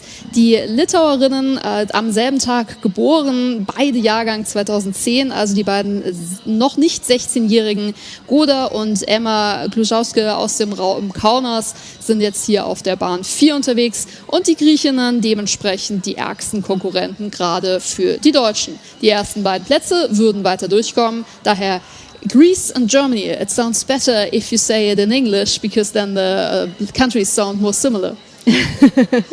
Yes, Greece and Germany are top two boats here at the moment. In the Greek boat, we have Marina Adam in the bow seat, Federiki Amalia Natani in the stroke seat. We saw her last year at the European under-23s in the women's singles. She was 5th, and we saw her at the World under-19s where she was 6th in the quad. And then that German boat, Greta Morton, the stroke seat, she raced at the World under-19s as well last year, winning a bronze medal in the women's doubles. So there's a great race happening here between the two of these as they come into towards the 500 metre to go mark. Then the Lithuanian crew, their crew that the twins, the Glusakite twins from Lithuania, we saw them last year at European and World under-19 level. They were in the quad last year at the Worlds. And then Goda in the bow seat, she was in the quad, and Emma in the stroke seat was in the double. So teaming up again for the second season, but a new boat here together. So they're currently in that third position, hoping to clock a really fast time. And then Norway, we have the new crew, Alain Hanek in the bow seat and Vilja Haug in the stroke seat. Griechenland also jetzt wirklich direkt Bug an Bug. Wir sehen es perfekt gegeneinander. Die Griechen deutlich mehr erfahren international. U23, einer Junioren-Doppelvierer, da bereits im A-Finale bei der WM. Die Deutschen sind da ein kleines bisschen anders aufgestellt. Wir haben Grete Amott zum einen in München ja schnell gesehen, zusammen mit Kaja Wölk, die letztes Jahr beim Baltic Cup aufgetreten ist. Übrigens genauso wie die Norwegerinnen, die hier auf der Bahn 1 dann immer noch unterwegs sind. Sie waren im Doppelvierer beim Baltic Cup mit Bronze behangen worden. Jetzt allerdings, ein 4. Platz wird nicht reichen, um hier entsprechend gut zu positionieren. Letzten 250 Meter, es ist immer noch zwischen Deutschland und Griechenland, aber eigentlich fairerweise ist es egal, denn beide sind sicher im Halbfinale. Es ist jetzt vor allem um die Zeit der Litauerinnen. So, in fact, it doesn't really matter if it's Germany or Greece. If you're a supporter of the Greece team, obviously you want to see Greece winning, but they can't really distinguish between each other. If the German boat will be faster, maybe the support from the grandstand will make a little difference here, but in fact both would be safe in the semi-final. Yes, I think psychologically you do want to get ahead of your competitors, though. Germany put on a massive push there into the final 500 metres. Greece are trying to come back here now. Greece really up in the rate here now. As Valerie said, it really doesn't matter. They're in the top two. They're going to be going into the semi-final, but I think just being able to see your competitors next to you and being able to see, okay, do I have it in me to overtake them if I need to when it gets to later, like the semi-final and the final. But it did look like it was Germany held off Greece there at the end to take the lead and book their spot into the semi-final. Greece in that second position. I'm sure they'll still be very happy with that. Then we had Lithuania in third with a 7:28.63 and Norway in fourth position. With a 7:37. So going by the last heats, I think third position was about a 7:30. So this heat was slightly faster. We had a 7:28 here. That's correct. So we've seen the second out of 3 heats. We compare the times and now, okay, for one of them it would be nice and the other times are set. So 4 boats left to see. This is Slovenia on lane 1, Turkey on lane 2, Poland on lane 3 and France on lane 4. We've seen Poland competing in Munich and presenting themselves very good. So they're not only experienced, but also very good in shape in 2026. Let's have a look for Poland. But also, of course, the other crews are pretty fast. Turkey has sent a very good crew to Brandenburg, Germany, to the Under-19 European Championships, because once again, they're in one of the leading positions. And Slovenia currently is racing for the 3rd position. We're around the 1,000-meter mark, not yet, so this is explaining why we don't have the times, because they're crossing the field right now. Yeah, at the first 500 it was Poland ahead of Turkey, but now at the 1,000 metres it is a swapped position. So Turkey now in the lead ahead of Poland. That Turkish crew, we have Derin Kumuk in the bow seat. We saw her at the beach sprints last year. The two of them raced last year at the World Under-19s. In the double they finished 12th, and they raced at the European Under-19s as well in separate boats. But they're back together here again. The Polish crew then, a lot of experience. They were just missed the podium last year in this category. They were 4th at the Europeans and 6th at the World Under-19s. So they'll be hoping to get some silverware this year. Then it is France in that 3rd position at the halfway mark, followed in by Slovenia. Both of those new crews this year. Und die Polinnen sind ganz, ganz erfahren in diesem Doppelzweier. Letztes Jahr bei der Junioren-Weltmeisterschaft im A-Finale 6. Platz, bei den Europameisterschaften so ganz verdammt knapp am Podest vorbeigefahren, haben dann nochmal Erfahrung im Baltic Cup sammeln können und dort zumindest ihre Goldmedaille holen können. Also der polnische Doppelzweier richtig, richtig erfahren und eingespielt, und das werden sie jetzt auf den letzten 600 Metern auch sicherlich ins Wasser zaubern. Das sind die Polinnen, und weiter vorne allerdings die Türkei, die ebenfalls keine Unbekannten hier reinschickt.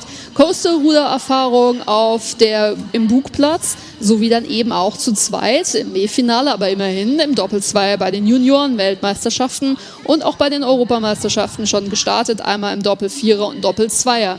So it's a kind of a, well, let's say newer combination. They decided after the European Championships under-19 last year to race together in double sculls, competed, like you said, at the World Champs and racing in the B final, and they're back again, and even faster than a well experienced Polish boat. So this might be the first surprise here, based on the pay, form and shape. They are better racing here in the last 300 meters. Turkey ahead of Poland in the middle lanes, and then currently racing for the 3rd spot. This will be France for the first international appearance. Yes, indeed. Turkey having a great race here. Looking at their times at the 1,500 metre mark, they're very similar to the last heat, to Germany in the last heat, and to Greece as well. So looking like they'll have a good time overall, but their time doesn't necessarily matter. It's just their position. So if they can hold on to the lead, that'll be them into the semi-final. And then that Polish crew, as you mentioned, experienced crew. And it's great to see, two experienced crews here side by side and doing really well. Then in that 3rd position of France, they're closest to us here. They're lane 4. You can really see them starting to put on that burst at the end as they come in to the final 100 metres, trying to clock up a fast time. They'll be hoping to make it into the semi-final. Their time is pretty decent compared to the last heat, looking at their 1,500 metre time, but we'll have to see what their final time is now. But they are certainly going for it here. But coming in to take their final few strokes to book their place into today's semi-final, it is the crew from Turkey, followed in closely by Poland. We have France then in that 3rd position, and final few strokes then from the crew for Slovenia for 4th. Auf Englisch haben wir es gerade gehört, das war eine richtig krasse Zeit, wenn die jetzt ja auch noch so bestätigt wird. Das wäre fast schon schneller als manche Gewinner. Also was die Französinnen hier hingelegt haben, es war nur ein 3. Platz und damit auch ein blöder Schleudersitz, aber richtig, richtig gut. Führung, das hatten wir gesehen, Türkei und Polen und dann die Französinnen, und selbst die Sloweninnen sind mit einer 7,28 schneller als das drittplatzierte Boot der Italienerinnen aus dem ersten Heat. So this was pretty an amazing time. You were completely correct. So even the last boat competed faster than the 3rd boat of the first heat. So that was pretty decent. Exactly. This was the fastest heat, and we're probably going to see all 4 of these into the semi-final later on today. Official results will be posted online. But yes, we'll be coming to you with the semi-finals at 2 p.m. Central Time. We do have a short break now before the next lot of heats get going. So they'll be getting going in about 7 minutes or so. We'll have the under-19 men's 4, we'll have the women's 4, we'll have the men's quad, the women's quad, and then we have some preliminary races as well. So do stay tuned. We'll be back with you in a few moments. Die Tribüne ist noch soweit leer. Das heißt, da wären Plätze frei für euch, für die Großboote, wenn ihr kommen wollt. Ihr hättet ein kleines bisschen Zeit bis 10:35 Uhr. Das sollte sich ausgehen, um schnell hierher zu hüpfen. Und dann sehen wir die Großboote, Vierer ohne, Doppelvierer und später sogar auch die Vorläufe im Achter. 10:35 Uhr also der nächste Start. Bis dahin viel Spaß und wir sehen und hören uns in Kürze wieder.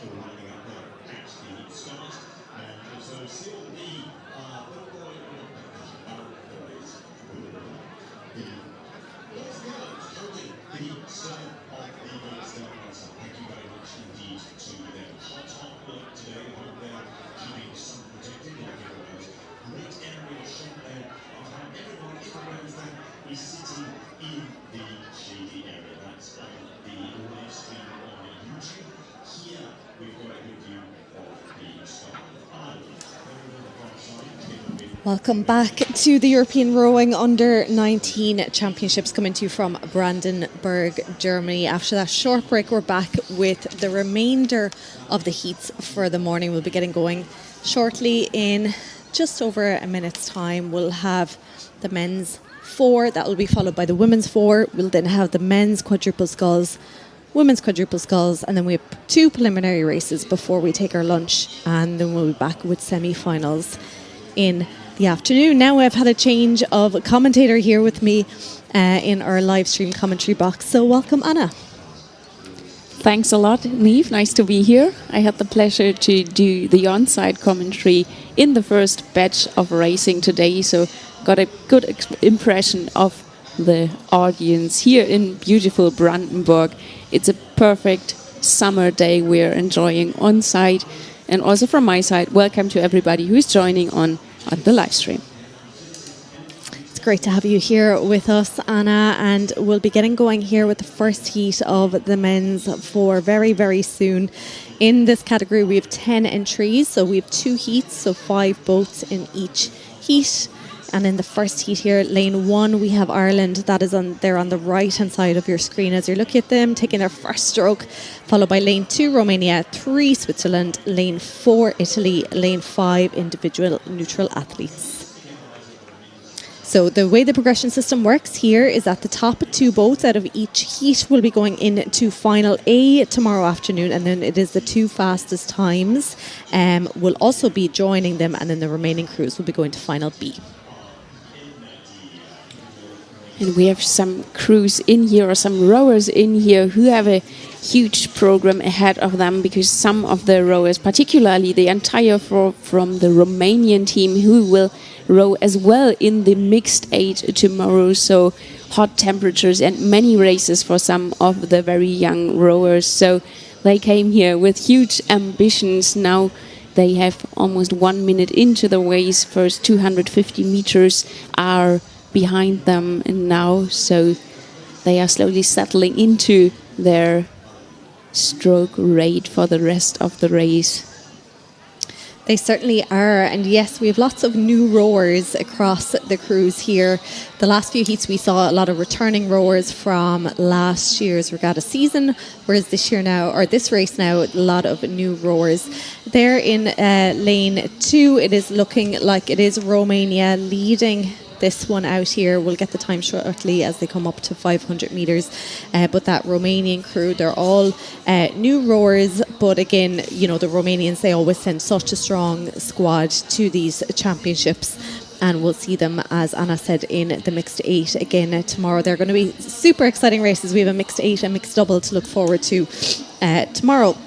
Then alongside them in lane 3, we have Switzerland in the bow seat there. Tino Herman raced last year in the men's 4 at the European Rowing Under-19 Championships, finishing 9th. Ireland also on our screen there. They're currently sitting in 4th position, but it is the Italians who are currently in 3rd.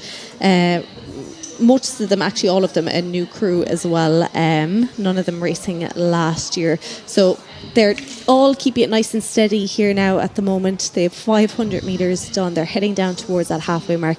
Romania in the lead, Switzerland currently in 2nd, but right up alongside them, Italy and Ireland in that 3rd and 4th position. And then we have individual neutral athletes. So quite a close heat so far. The Romanians doing a very good job, 750 meters into the race roundabout. By now they have 1 length. They are leading in front of the rest of the field, and the rest of the field is mainly Italy in position 2. Behind them then the Swiss team and the individual neutral athletes, most of them we have never seen on international stage so far. So very exciting to see which crews were brought here to Brandenburg from the nations. Yeah, Italy still look like they're holding into 2nd position, but Switzerland certainly putting on a little bit of a push here now, getting themselves right up alongside them. Then Ireland in that 4th position in that For Ireland, in the bow seat, we have Emmett Veeling, who represents Neptune Rowing Club. We have Henrik Cassianionis, Lee Rowing Club. We have Conal Gillard, also of Lee Rowing Club. And then they're stroked by Dara Collins of Athlone Boat Club. I know they've big supporters tuning in at home, watching, and lots of them here as well on the grandstand. But look at this, Romania just trying to pull away here now. That second position at the moment, still to Italy, but could be really anyone's game at the moment. Between Italy, Ireland and Switzerland. Yeah, Romania looks very strong. They certainly want to qualify for the A final tomorrow, so let's look out for them tomorrow when it's all about the medals. But behind them, there's one spot left for the direct qualification for the A final and the last cruise. They have to wait for the times and hope for a very good time. At the moment, it's still the Italian crew that is doing a fantastic job at the Junior World Championships last year. Italy sent a very strong crew. They took home silver. Now, obviously, as so often in the juniors age, the crew has completely changed, but still the tradition in different boat classes in different nations might stay the same, and Italy is known for strong crews. They certainly are. But yes, we're coming into the final kind of 500 metres, and certainly Romania still leading this one out here now, looking to book a direct spot into final A. The conditions, the wind hasn't really changed, you know, it's still very flat and beautiful conditions here, but temperatures certainly rising. It was 15 degrees by the time racing started this morning, but it's well up into the 20s now and set to get hotter as well. But these crews have been out here on the water the last couple of days training and preparing. It hasn't been as hot as it will be today, but I'm sure they're all used to these high temperatures. Romania, they're fastest going through the 1500 metre mark. They have about 4 seconds of a lead ahead of Italy in that second. Switzerland doing all they can, and our individual neutral athletes after overtaking Ireland here now as well. So Ireland currently in that 5th position, but positions don't matter. It's all about your time here now. So as long as everyone can give it that bit of a burst now into the final 250 metres, we could potentially see all of them into, or 4 of them anyway, into the final. Dominantes Rennen von der Crew aus Rumänien, klar unterwegs in Richtung A-Finale. Dahinter lösen die Italiener das hervorragend mit einem 2. Rang, aber Schweiz und die individuellen neutralen Athleten auf Rang 3 und 4, die geben jetzt alles, denn es sind noch 2 A-Finalplätze offen für die Qualifikation über die schnellste Zeit. Schweiz und die neutralen Athleten bewerben sich darum. Mit Leibeskräften geht es auf die letzten Schläge. Yes, the first place there, Romania. Huge screams here from the grandstand. Italy taking second position, so both of them going straight into a final A. It'll be a nervous wait for Switzerland, individual neutral athletes, and Ireland, who have to wait until after the next heat to see whether they will get into final A or final B tomorrow.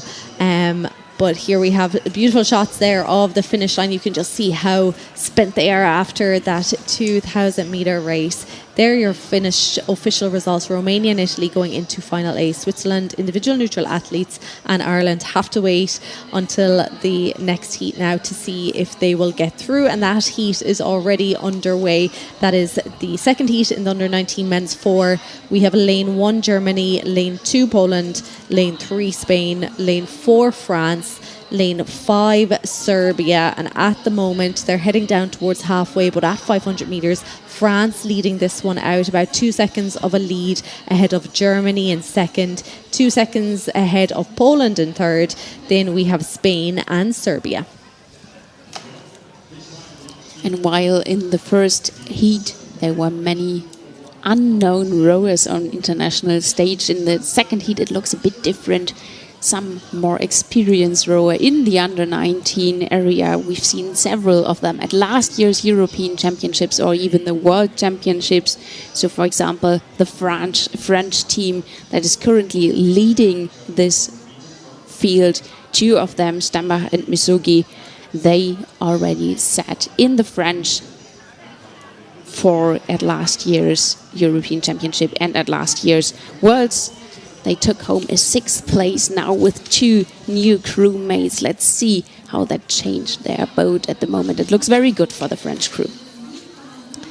It certainly does. They are looking very strong here. And we'll give a shout out to Gavin Fantino Bert in the 2-seat. He turned 18 yesterday. So it's a lovely way to spend your 18th birthday weekend, to be rowing here in Brandenburg, Germany, and to be leading your heat. So they're coming through the halfway mark here now. And we're getting our times through to us.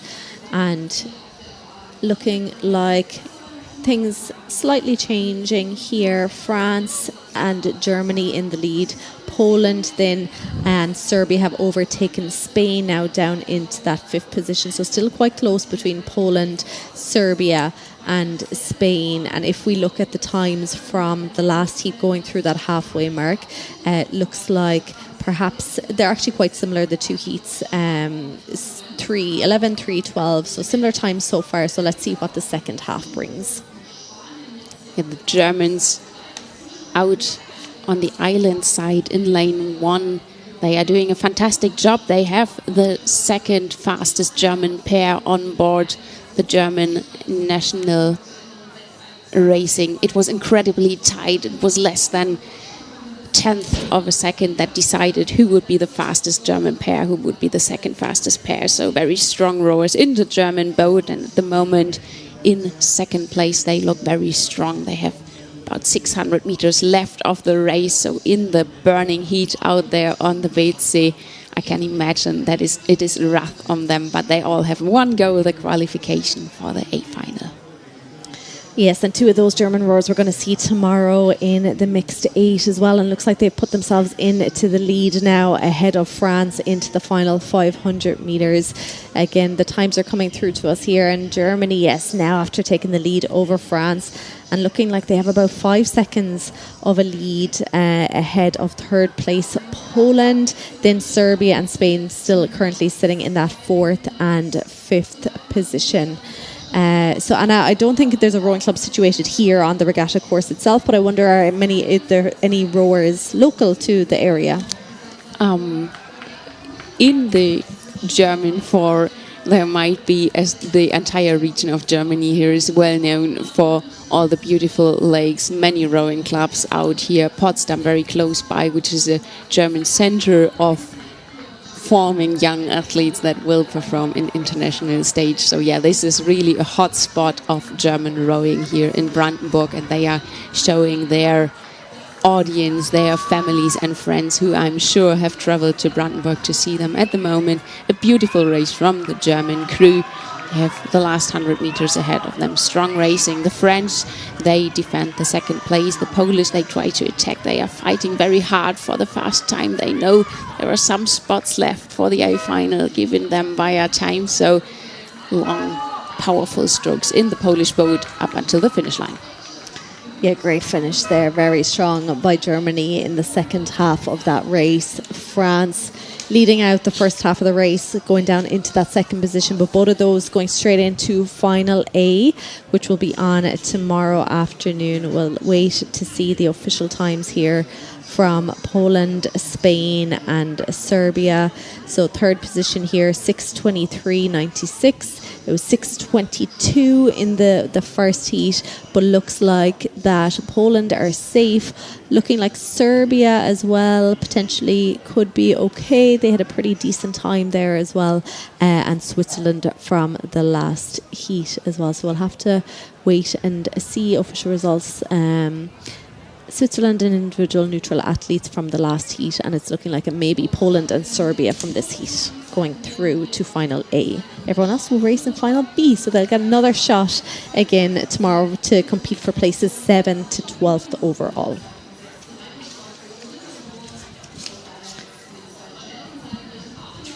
So that is the men's pair done and dusted. We're seeing finished results there on the screen, and we'll be moving up the course shortly as we move on to the women's for this time. 9 entries here across 2 heats. So we'll have 5 in this heat, 4 in the next. And here in heat 1, lane 1, individual neutral athletes 2. We have Greece in lane 2, Poland lane 3, Croatia lane 4, Italy, lane 5. And at 500 metres, which they're already after passing, is the Italian crew in lane 5. They're in the lead, ahead of Greece in second, up alongside them Poland in third, up alongside them individual neutral athletes in fourth, and Croatia in fifth. Yeah, if we look at the times from the 500 meter marks, we can see that there are still 4 crews within a bit more than 1 second, so very close together still. The field of the 5 crews. Croatia is a bit lost touch already to the rest of the fields, but Italy, Greece, Poland and the individual neutral athletes quite close together. In the Greek boat, there's one crew that has once again a huge weekend in front of them. They also race in the pair, so I'm not sure how they are able to do that within one weekend, so it will be a long time out in the sun for Arateka and Varilopoulos. Let's see what they have left in their tanks for this 4 race. Yeah, and we also, the Greek boat has 2 15-year-olds in it as well. In the bow seat, Desponia Armedidou and Elpida Taki in the 2 seat. They're both just 15 years old. So again, like a lot of these are racing up against, 18-year-olds. And the other 2 rowers in their boat are going to be, Elpida Artaki is also going to be one of those in the women's pair as well. But here we go at the halfway mark and things slightly changing. So Italy still in the lead, but Poland, after moving themselves up into second position, individual neutral athletes in third, followed in by Greece and Croatia. And we are seeing a few rowers returning from last year. Not too many, a lot of new rowers in the 3 seat of the Polish crew, who are currently sitting in that second position. Paula Rotkowska raced at the World Under-19s last year in the women's 4. So in this boat class, finishing 6th. Croatia have a brand new crew, as do Italy.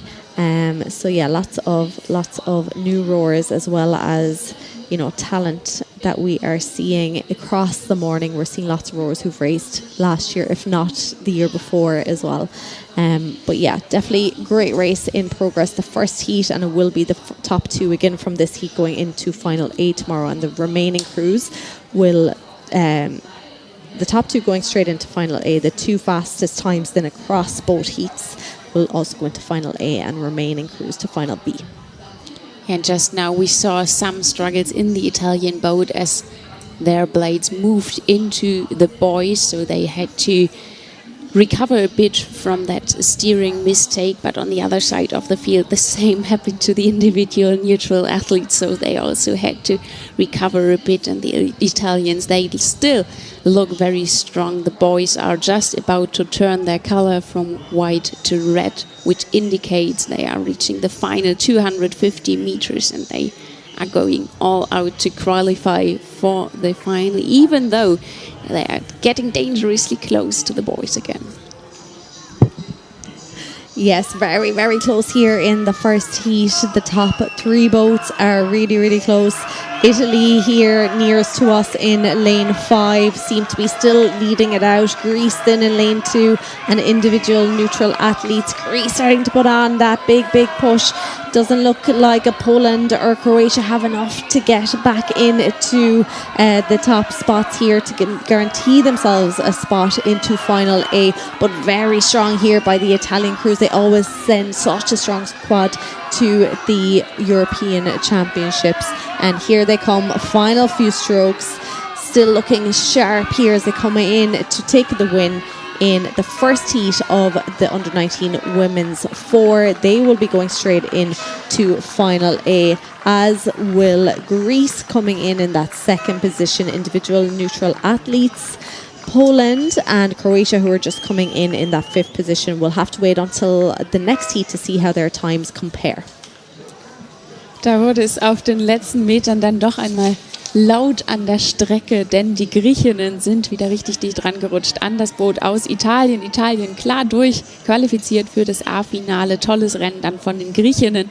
Und an Rang 3, da müssen jetzt die individuell neutralen Athletinnen bangen, bis der zweite Vorlauf durch ist. Und da bleibt noch die Option einer Qualifikation über die Zeit.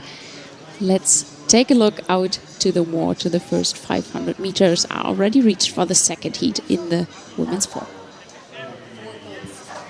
4 boats competing here in the second heat. Lane 1 we have Germany, lane 2 individual neutral athletes, lane 3 Serbia, lane 4 Romania, and at 500 meters Romania leading this one out. Again, they're so strong here at these championships already this morning. It was Serbia in that second position, followed by Germany and individual neutral athletes. Let's see if things have changed as they come through 1,000 meters now, but looking like it's the exact same. So yes, Romania leading this one out, followed in by Serbia, Germany and individual neutral athletes.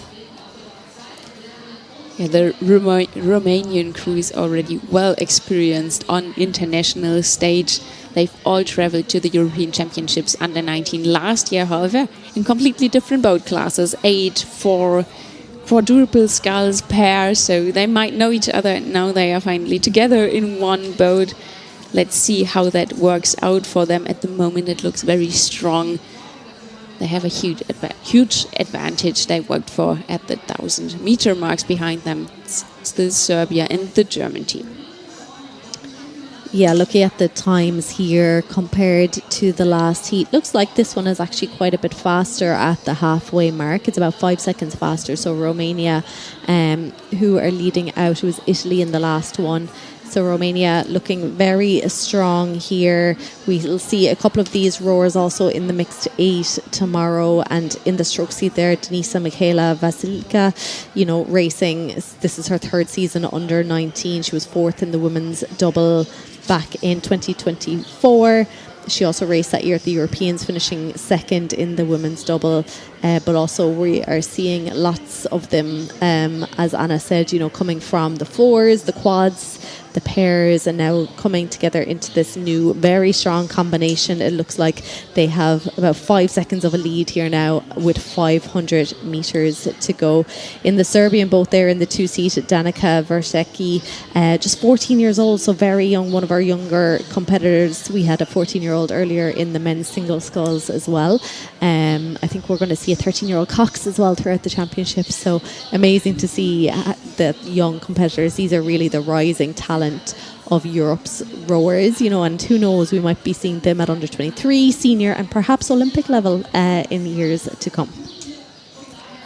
Yeah, I just returned from the tower commentary with Paul Castle together. He knows so many of the parents of the rowers that we see out on the course today, so there we see it's a real family sport out there on the water.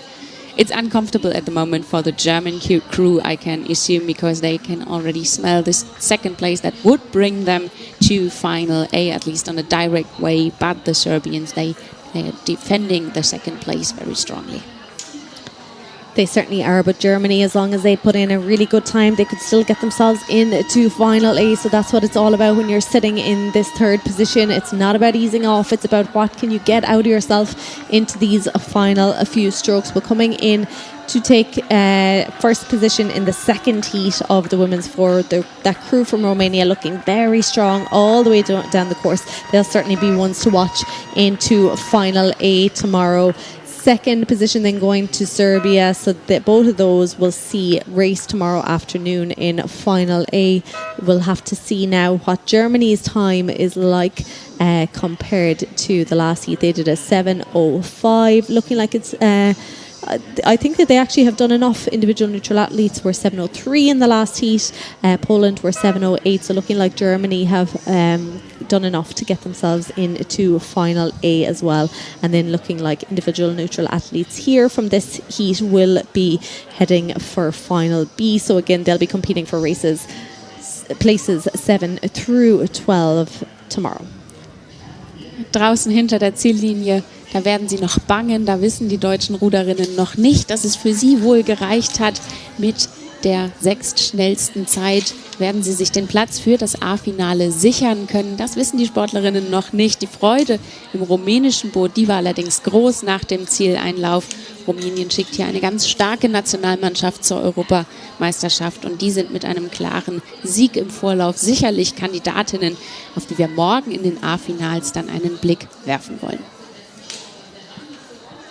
And we head back up the course now as we move on to the under-19 men's quadruple sculls. This time we have 15 entries across 3 heats. It is going to be the top 2 out of each heat and the 6 fastest times going into a semi-final. So they'll have to race again later this afternoon and the remaining crews will go to Final C. So here in this first heat we have 5 crews. Bulgaria lane 1, Romania lane 2, Croatia lane 3, Germany lane 4, Denmark lane 5 at 1,000 metres. Of course, these quadruple sculls are super fast, so they're already well over halfway. It is Croatia in the lead, followed in by Germany, who have a second and a half ahead of Romania.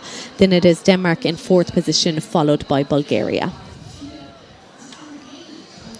Very close racing, though they have about 650 metres left. Croatia about 1 second in front of the Germans. We are eagerly waiting for the times from the 1,500 meter mark. As we look down the course, it looks like the field is still very closely together. Romania also doing a fantastic job in lane 2. Obviously, the Germans on their home turf, they are waiting to come closer to the grandstands to hear the screaming from their friends, from their family. And the Germans, at least it looks like that on the beautiful drone shots we are seeing, they are doing a good job.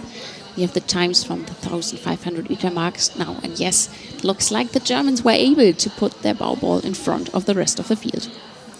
Yeah, on home water here for the German crew. They're looking to book that direct spot into the semi-final. Lots of new rowers here. Not too many returning rowers, just a few. The Romanians are probably the most experienced. They all raced last year at the World and European under-19s in different boats. And again, coming together here today to make a very strong crew. That German crew, new to the international regatta. The 3-seat there, Benz, will also see him race in the men's double tomorrow. But this is beautiful racing. 3 boats, so close here. Croatia, Germany, Romania. We also have Denmark and Bulgaria in the mix here as well. Look at the effort from the Croatian crew. They are really putting in everything they have to defend their second place from the Romanians just on their right side, and it's such a close finish. It will be decided on the last few strokes. The Germans, though, they are through to the semi-final AV with half of a lane.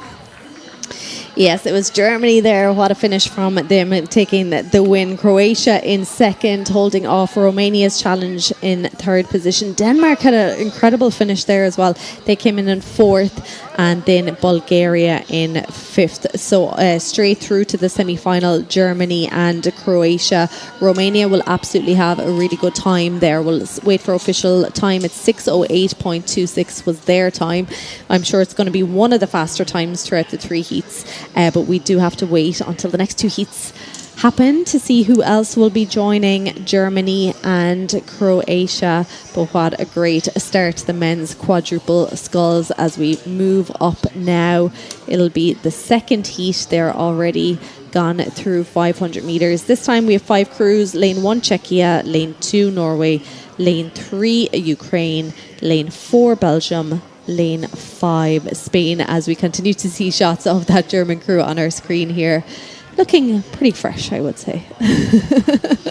It helps to have the support, because there's big support in the grandstand, and I'm sure there's a lot of Germans here supporting them. Yes, I'm sure. And also the German juniors in the sculling, they are known for rather good results on international stage. So there's also a bit of pressure on them, I assume. In the last years, the German scullers were successful. Obviously, they want to step into those shoes. But let's look out to the water.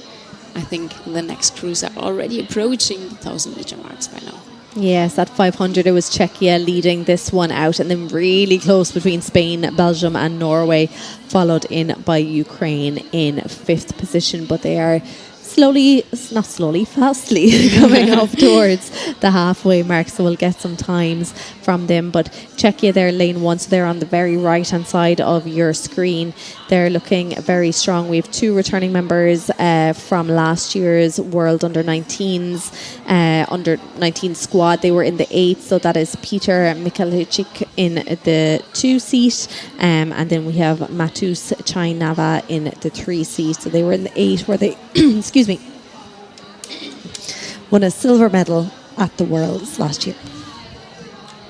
And we also see some returning rowers in the Belgium quadruple sculls. Connelbert and Xander Lamon, they were members of the quadruple scull that came home from last Europeans with a 4th place, came home from the World Championships Under-19 with an 8th place. So let's look out what they bring with them this year. It's all for them. It's the last year in their juniors age. They will turn into the under-23 age class next year. And then in that 2nd position now, as they come up towards 1,500 metres to go, Spain, and again 2 of those crew members returning from last year's World Rowing Quad crew. They finished 16th overall, so Anton Balsaval in the bow seat, Manuel Cruz Alcantara in the 3 seat. They have joined up with 2 new members, Guitepres Dopazo and Pivistusu in the stroke seat. Belgium then in 3rd will get their times as they pass through 1,500 metres now, but looking good for Czechia and Spain at the moment. And I'm always very impressed by the rowers that were in 3 rowing. They were in the 8th last year and now they are sculling. So the young rowers, still very adaptable, are able to change their boat classes frequently. Impressive what the Czech rowers are doing. We're getting the times from the 1,500 meter mark now. It's still Czech in the lead, behind them Spain, in front of Belgium. Yeah, looking like the top 3 now starting to pull away from Norway, currently in that 4th position, followed in by Ukraine. If we look at Belgium's time there compared to the other heats, just a little bit slower than the 3rd and 4th position from the last heat. So they're going to have to put on a big burst now as they come into 250 metres to go to try and clock up a fast time and get themselves into the semi-final. But looking really strong here in lane 1 for Czechia, leading it out from the very start of the race, from the very first 500 metres. But Spain here now on the closest lane to us. They're here on our screen. They're looking sharp here now. They're really trying to go for it, because right up alongside them, Belgium starting to push, but I'm not sure there's enough course left for Belgium to make it into the top 2. Fantastic effort from the Spanish crew. They cannot quite reach the Czech quadruple scull. Out on lane 1. They successfully finished 1st in this heat, are safe through to the semi-final, but the Spanish rowers as well, while the Belgium crew has to wait for the times slightly slower than the 1st heat. Let's see what the 3rd heat might bring for them. There are still 6 spots left for the semi-final qualification. There we are seeing our winners of that heat on screen. So Czechia going straight into the semi-final. So they have quick recovery time, a few hours before they go again later on this afternoon. Joining them will be Spain. 2 of them are secure, and then we'll have to wait. So Belgium's time is 6:14.56. That is currently there was 2 faster than them in the last heat, so they're currently 3rd fastest. It is the 6th fastest going in to the semi-final. So let's see if the 3rd heat here is going to be faster or slower. And of course then every other crew will be racing in final C, so there's no eliminations here. Everyone else will get another chance. But we move back up the course. Heat number 3, the final heat of the men's quadruple sculls. Lane 1 Lithuania, lane 2 individual neutral athletes, lane 3 Italy, lane 4 Poland, lane 5 Switzerland, at 500 metres. Poland leading this one out ahead of individual neutral athletes, closely followed by Lithuania in third, Switzerland and Italy. We've seen the Polish crew 2 weeks ago at the International Junior Regatta in Munich. They secured themselves the third place in the A final, so they already presented themselves very strong there. And also today it looks good what they are doing out on the water. We just had the beautiful drone shots from the individual neutral athletes. None of them we have seen on international stage so far, but they're also looking very strong. Yes, lots of new rowers on the water here today, new to the international team, but that's the joy of the European Rowing Championships. It's often a stepping stone for all these emerging talents and rising stars within rowing. So again, we're seeing lots of returning medalists and rowers from last year, but it's the new ones that are super exciting, and they're doing really, really well already this morning. So they're past that halfway mark, and there has been a slight change. So individual neutral athletes now in the lead ahead of Poland in second position. Lithuania is still quite close. They're within 1.5 seconds or so of Poland. Then it is Italy who are up right alongside Lithuania in fourth position, and not too far behind them is Switzerland. So it's actually one of the closer heats here in the men's quadruple sculls. Looking at the times, this one looks also like a rather fast race. Lithuania and Italy in position 3 and 4 battling it out together, which they both might benefit from. If you have another boat next to you, you are desperately trying to get ahead of. This will make your overall time most likely a bit faster, and they, for sure, if they cannot finish first or second, they all want to aim for the fastest time they can get. Yes, indeed, we're looking for fast times, but look at that. What a beautiful drone shot that was. All 5 boats there up alongside each other, fitting into one shot. But it is individual neutral athletes who are looking really good here now. We have Ivan Tizdik in the bow seat, Daniel Talika in the 2 seat, Jaroslaw Petroshokiewicz in the 3 seat, and Likisi Ivak-Kavets in the stroke seat there. We're also seeing Lithuania on our screen there. They're in lane 1. They're currently in that 5th position, and it is Poland still in that 2nd position. Adam Stansky in the bow seat. We saw him last year racing in the doubles at the European and World Under-19s. He's now in this really strong quad, currently in that 2nd position. But you can get easily confused with the Lithuanian crew in 5th place, because they are still in such great contact to the rest of the field. Even though they are in 5th position, they are doing a fantastic job, and Switzerland has to fight now very hard to make sure they keep their bow ball in front of the Lithuanian crew. Yeah, as you said, Anna, this race, this battle that's happening between all 5 of them is going to make their times pretty fast. This is going to be a super fast heat because there's huge competition in this one. Look at this. The surge from Poland are coming. They have it very close to individual neutral athletes. Who's going to get to the finish line? It is, I think, individual neutral athletes. Oh, or is it? Oh, Poland, did they pull the stroke right at the right time? But either way, whether they finish first or second, it is the top 2 crews going straight into the semi-final. But what a race here. The Italians were super strong, as were Switzerland, as were Lithuania. Official times coming through to us here now. And it was looking like individual, let's see, official results. Poland taking the lead, just ahead of individual neutral athletes there at the end. So they pulled that stroke right at the right time. That may have been the closest finish we have seen at this regatta so far. Yeah, and it's still a heat, which is great. Let's wait to see what the finals are like. So Poland's individual neutral athletes, there we have it. They're going straight into the semi-finals. Let's see what Italy's 6:08 has done for them, if they'll get through. Switzerland then in that 4th position, and Lithuania in 5th. Yeah, I think their times look very promising. They were at least way faster than the 2nd heat. The 1st heat, though, was quite fast as well. They're still looking good, I think. Looks like they'll be safe. It is the sixth fastest time. So Italy looking like they'll be making it through into the semi-final. So, of course, it's a quick turnaround. The semi-finals happen after lunch. So they only have a few hours to recover, which can be hard in this heat. But that's what they're used to. That's what they train for. They know that this was coming down the line. So quick turnaround, and then we'll see some of those crews back into the semi-finals. But we move on now to the under-19 women's quadruple sculls. This time we have 11 entries across 2 heats.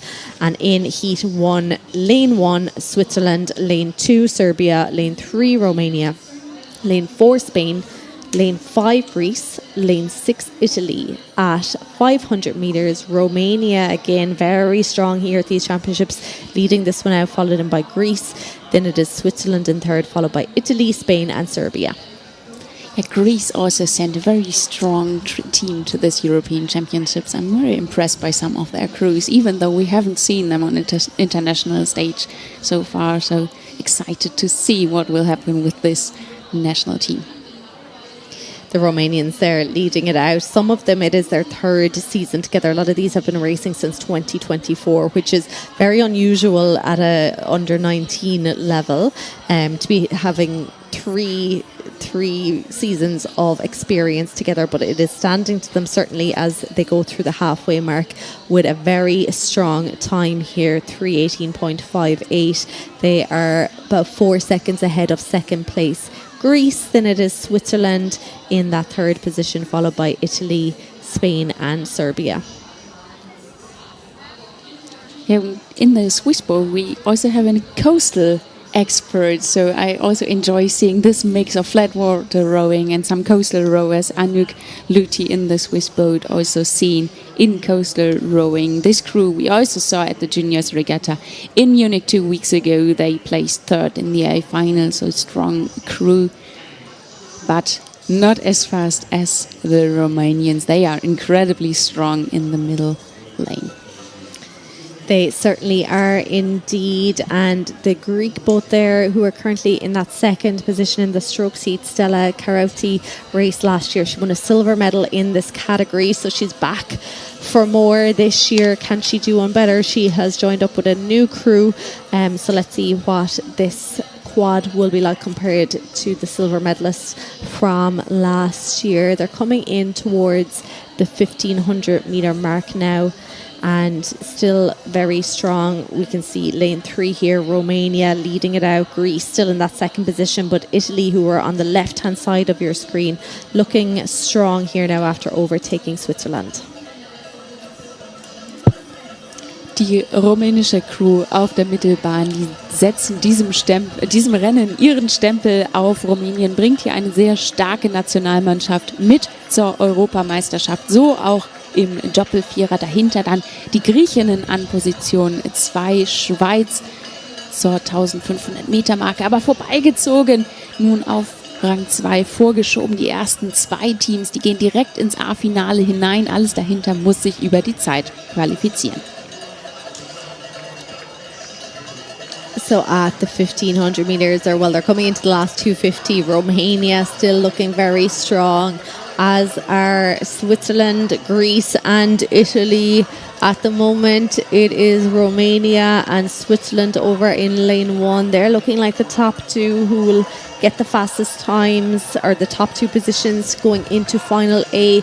Greece looking very strong here, looking very sharp and snappy as they go through the water, really upping the rate here now, trying to clock a really fast time. I'm not sure they'll make it into the top 2, but they'll certainly do a really fast time here, as will Italy. Italy looking strong, trying to come back at Greece, but Greece really starting to pull away here now, but coming into the final few strokes to take the win here in the first heat of the women's quadruple sculls, booking their spot straight into final A. It is that strong crew from Romania leading from start to finish.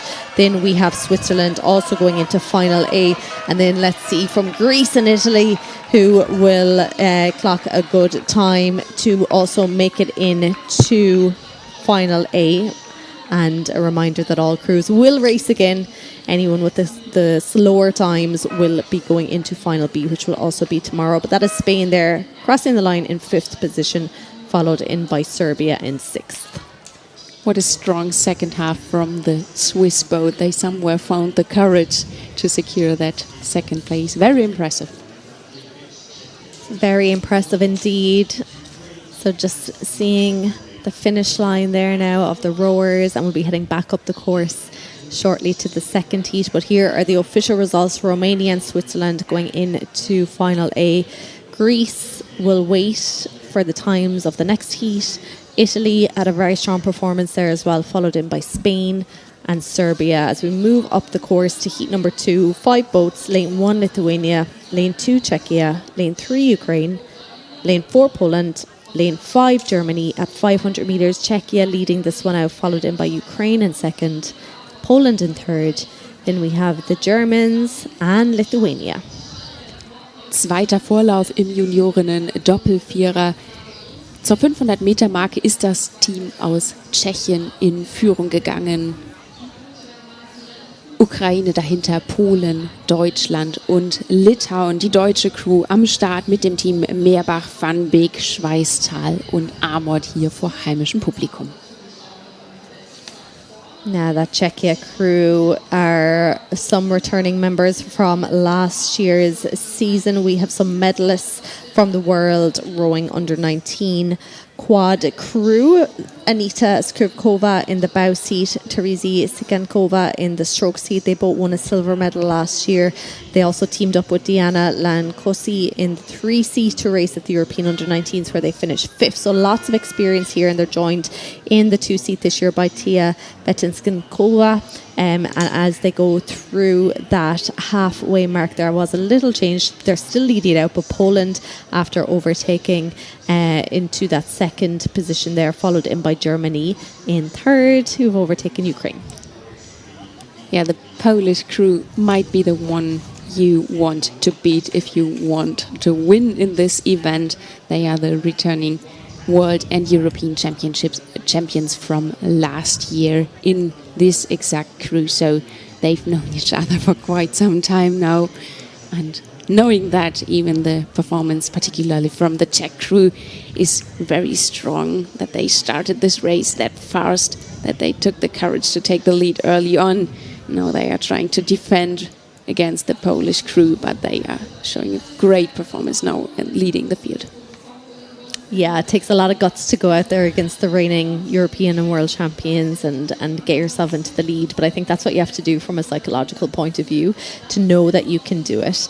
So yeah, lane 1 here, we are saying, well, they're just off our screen, Lithuania. We have Czechia still leading. No, it looks like Poland have overtaken at the 500 metre mark to go. Poland followed by Czechia in second. This is so close here. Germany and Ukraine fighting it out for that 3rd and 4th position as well. Really close between them. Ja, die deutsche Mannschaft, die braucht jetzt die Anfeuerungsrufe von ihrem heimischen Publikum, denn das ist ein ganz hochkarätiges Feld. Polen hat die Führung jetzt übernommen, Tschechien an Position 2 und das deutsche Team, das versucht sich da festzubeißen, aber können das hohe Tempo an der Spitze des Feldes nicht mitgehen. Jetzt wird ihnen eher die Ukraine noch gefährlich. The drone shot here is just showing exactly how close it is here into the final 200 meters between Czechia in lane 2, Poland in lane 4. Again, it doesn't matter if you finish first or second. It is the top 2 going straight into final A, but it is really important for Germany and Ukraine here to get really fast times. But at the moment, it is looking like Czechia trying to come back at Germany, but can Germany at Poland? Can Poland hold them off though? Final few strokes here. It is Czechia, Poland going through to take that first spot into final A, followed in by Czechia. Great race here now. Germany and Ukraine will have to check the times now, see how they did. Yeah, impressive finish from the Ukrainian crew, but it was the German boat. We see that at least with the unofficial times, that was slightly faster, took home the 3rd place, and Ukraine in 4th. And looking like they had a really good time compared to the last heat as well. 3rd place in the last heat was a 6:49. whereas Germany and Ukraine did a 6:44 here, so looking like they have some really fast times and, you know, putting themselves into contention for some medals as well into Final A. So there we have the crew from Ukraine. Look how exhausted they look like. The temperatures are just rising and rising. It's unusually hot today for May Day in the middle of Germany. We're not used to this weather here. Yeah, very unusual conditions. It hasn't been like this all week. Today is the first hot day. I think tomorrow is the same, and then it cools down again next week. So they brought the temperatures up for these championships. But here we have results: Poland and Czechia straight into Final A, and then Germany and Ukraine looking like they have some really good times as well, and then Lithuania in that 5th position. So that technically ends our heats for today, but we have 2 races to go before the break. And the first is a preliminary race. So preliminary race basically means that there's less than 6 entries. There's 6 or less entries. So there's no need for a heat. But they do have to race. So it is actually, it's mandatory that they race these preliminary heats. Number 1, so that they can get a lane for their final. And number 2, if weather conditions, which isn't going to happen this weekend, but if adverse weather conditions came in, results from these heats would count towards who wins some medals. So it is an important race. And to see where you are compared to crews in your field. So first up, the under-19 men's 8, 6 entries. Lane 1 Austria, lane 2 Croatia, lane 3 sorry, I'm wrong with my lanes. Lane 1 Austria, lane 2 Germany, lane 3 Croatia, lane 4 Czechia, lane 5 Ukraine, and lane 6 Italy. At halfway, it is Austria leading out this preliminary race, followed in by Czechia in 2nd, Croatia in 3rd, Italy, Germany and Ukraine. Bahnverteilungsrennen im Junioren. 8. 6 Meldungen haben uns erreicht. Das bedeutet, alle Mannschaften werden wir morgen im A-Finale sehen. Nichtsdestotrotz müssen sie heute einmal über die Strecke gehen, damit wir eben die Bahnen für das Finale morgen fair und gerecht verteilen können. Österreich, Deutschland, Kroatien, Tschechien, Ukraine und Italien sind mit dabei. Zur Streckenhälfte ist Österreich in Führung gegangen vor Tschechien und Kroatien. It's a strong performance here from Austria that we're seeing on our screens here in lane 1. Lots of returning members from the 8 last year at the European Under-19 Championships. They won a bronze medal. There was also many of them in the crew at the World Under-19s as well. So the Austrian crew have a lot of experience on the water together in racing format, and so that is standing to them here now as they come into the final 500 meters of this preliminary race. Czechia then still in that 2nd position. Again, a couple of returning members from last year. The Cox and the 7 seat were 5th at the Europeans in the 8th last year. Croatia then currently in 3rd position. Again, lots of returning members. It's probably the one boat category where we're seeing people coming back year after year, staying in this boat. A lot of them change, but there's actually quite a few that have stayed in the 8 from last year. Yeah, let's see which crew does which tactic. Do they really go all out, or will they prefer to save some energy for tomorrow's final and don't care too much for the lanes as the weather is perfect? Conditions are great. The Austrians looking very good. Behind them then it's the Czech boat in front of Croatia. The Italians looking well as well. Yes, indeed. So coming up to the finish line, Austria taking the lead in the preliminary race of the men's 8. Then it is Czechia taking that 2nd position. Croatia in 3rd. The Italians in 4th, followed in by Germany, who look like they're rowing kind of at their ease, I would say. And then we have Ukraine, who maybe took that line that you just mentioned, Anna, that, you know, weather conditions aren't going to really impact lanes tomorrow. So actually, let's just get out there, row a race and conserve a bit of energy for tomorrow. Yeah, we also see some of the crews just keep on rowing after the finish line. They don't look as exhausted as most of the other crews in their heats did. Still nice to see the 8s out on the water. It's always a beautiful picture to see them. It certainly is. And we have one more preliminary race to go, but here are the official results there of that preliminary race: Austria, Czechia, Croatia, Italy, Germany and Ukraine. But that means nothing for tomorrow. It could completely change tomorrow. But we move up the course to the second preliminary race of the day, or preliminary heat. This time it is the under-19 women's 8, where we have 4 entries.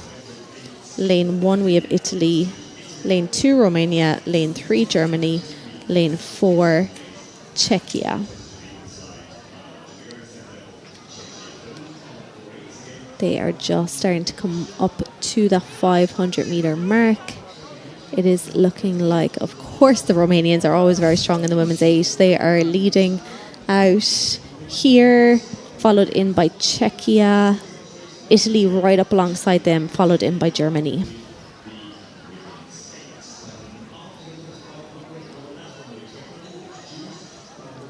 Excited to see what the Italian crew is going to do, as we do not have much international experience in this crew, but they look like they are doing also quite good job, even though the entire field is still rather close together. Yeah, lots of new rowers here in this category, but the Romanians are probably definitely the most experienced. We have 13-year-old Sara Maria Vasca in the cox's seat for Romania. She's also be coxing the mixed 8 tomorrow, definitely our youngest athlete. We had a couple of 14-year-olds, but 13 is the youngest athlete here this weekend. But lots of them returning from the 3rd place women's 8 at the World Under-19s last year. They were 2nd at the Europeans as well, so lots of returning members. But in a way, it's a new combination at the same time, but they have a lovely... having a lovely race here now, with a lovely lead, as we could see on the drone shots. Czechia then, 2 members there in the 5 seat. Aliska Nemkova, and in the 6 seat, Anna Chekova, finishing 6th in the women's 4 last year at the European Under-19s. And here we have the 1,000 meter mark. So Romania leading it out, followed by Italy, Czechia and Germany. Yeah, good job by the Italian crew.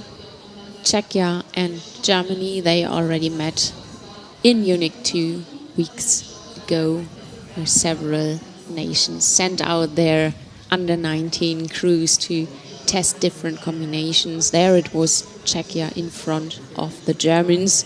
Excited to see what will happen tomorrow. I think we can already assume by looking at them that they are not rowing at their full speed, not 100%. Not at all, no. They look like they're taking it quite easy here now as they come up towards the 1,500 meter mark. They have still about 600 metres to go. And yes, Romania from Italy, everyone rowing at their ease here now. It looks like Czechia then in that 3rd position, followed in by Germany. So no change really from the start. In the German crew then, Maria Peschke in the 5 seat race last year in the women's 8, finishing 5th at the World Under-19s. And we'll give a shout out to Elena Dezina Baciu in the Romania boat 5 seat. She turned 18 yesterday, so lots of birthdays this weekend. 4 Boote im Bahnverteilungsrennen des Frauenachters. Italien, Rumänien, Deutschland und Tschechien. Rumänien vor allem im Frauenriemenbereich traditionell ganz stark unterwegs. Und auch die Jüngsten, die U19er, zeigen hier schon, was sie drauf haben. Dahinter dann das italienische Boot hat sich gut positioniert, aber wir wollen die Ergebnisse von heute gar nicht überbewerten, denn wir sehen es schon an den Monitoren. Das ist nicht die maximale Geschwindigkeit dieser Boote. Da werden sie morgen alle noch eine Schippe drauflegen, aber sie müssen eben einmal am Bahnverteilungsrennen heute antreten, damit sie morgen im A-Finale zugelassen sind. They're into the final 300 meters or so here. Still no change. Romania leading this one out. Italy holding a solid 2nd position. Germany and Czechia. These boats, these crews racing for lanes.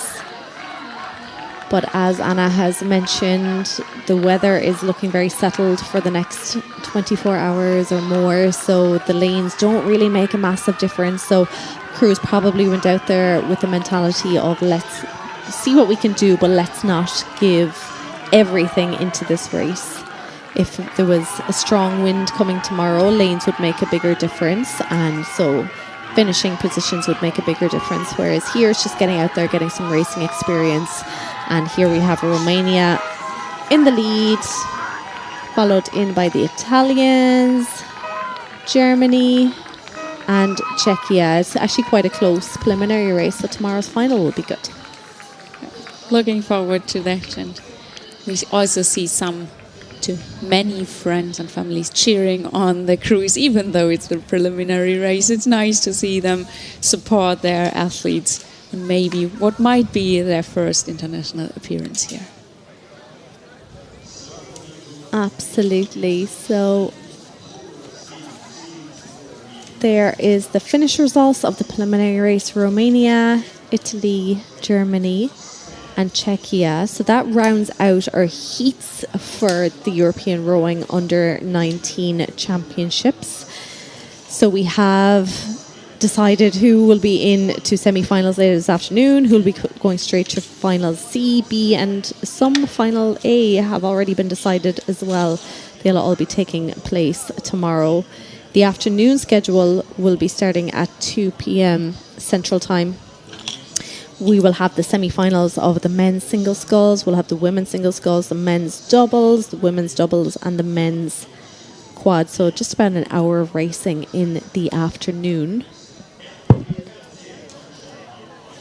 But what beautiful shots here of Lake Petitsi.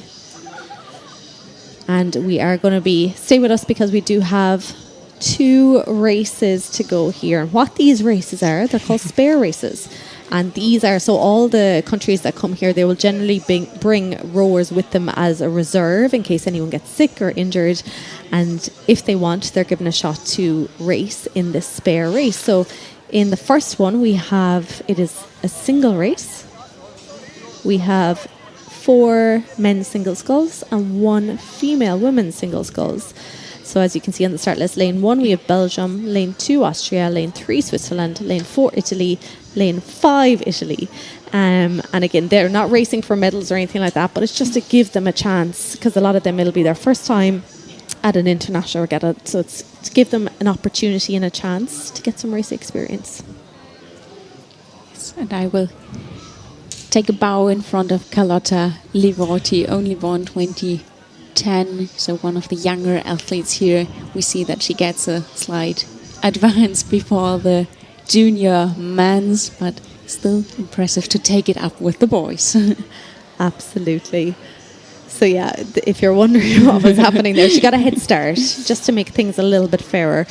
So off she goes in lane 5, Carlotta Livorti. And we can see the junior men's single sculls waiting with bated breath to get going. Do you know how long of a lead she has?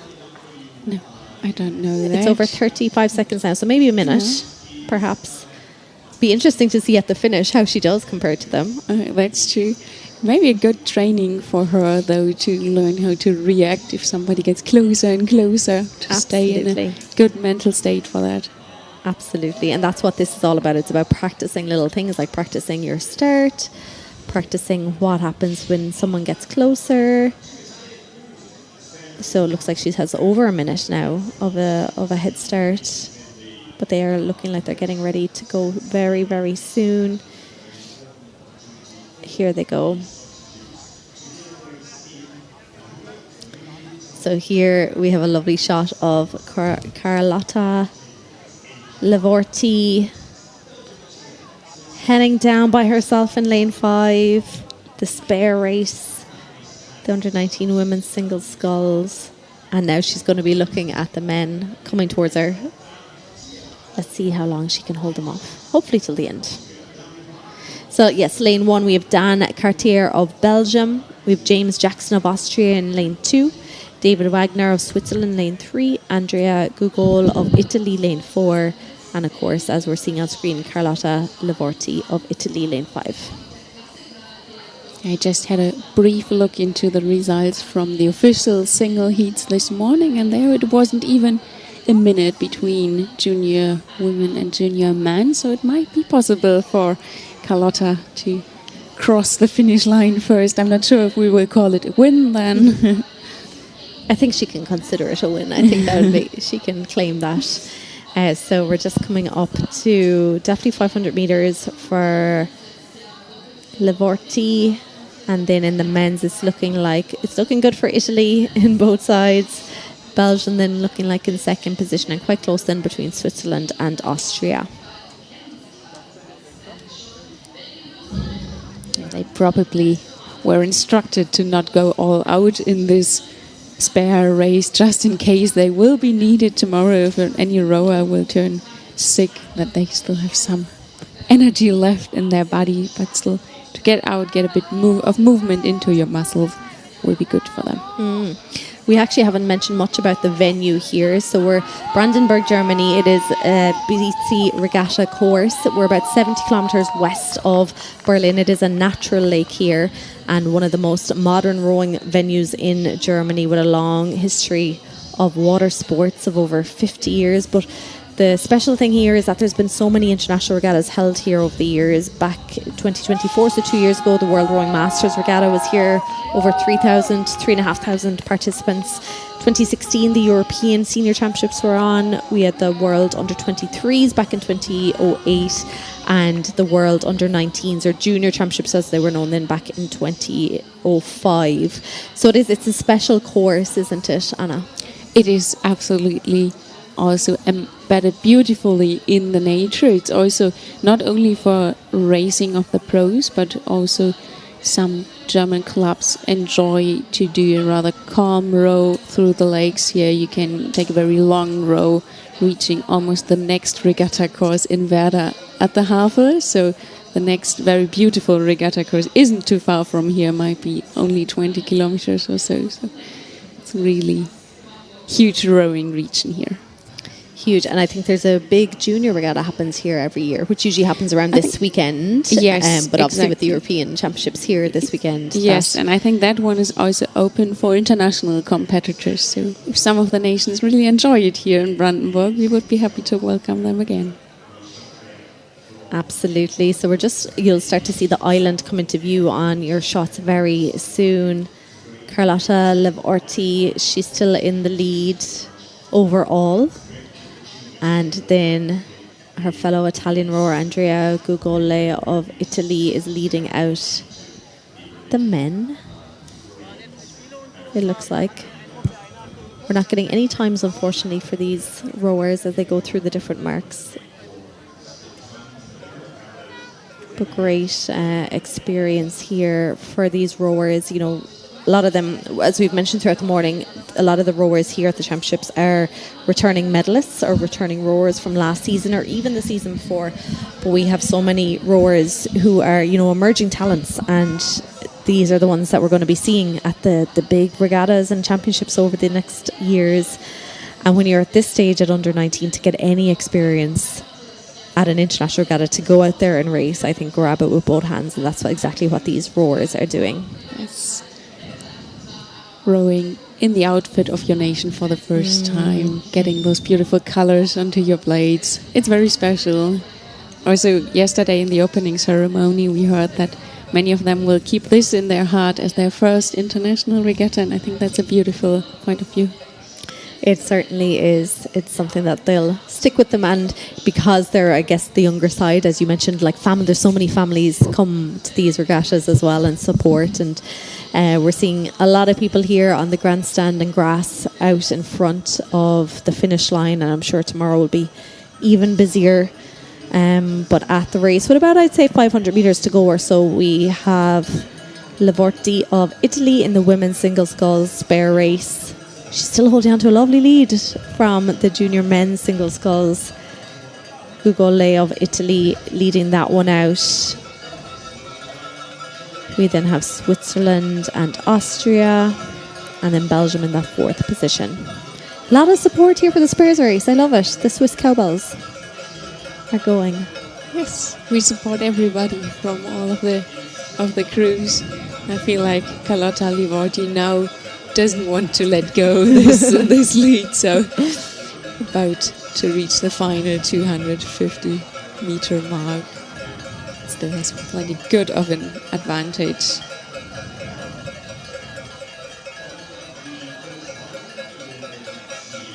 She certainly does, and looking like Switzerland and Belgium really putting on that bit of a push here, trying to get close to the Italian in the men's single sculls.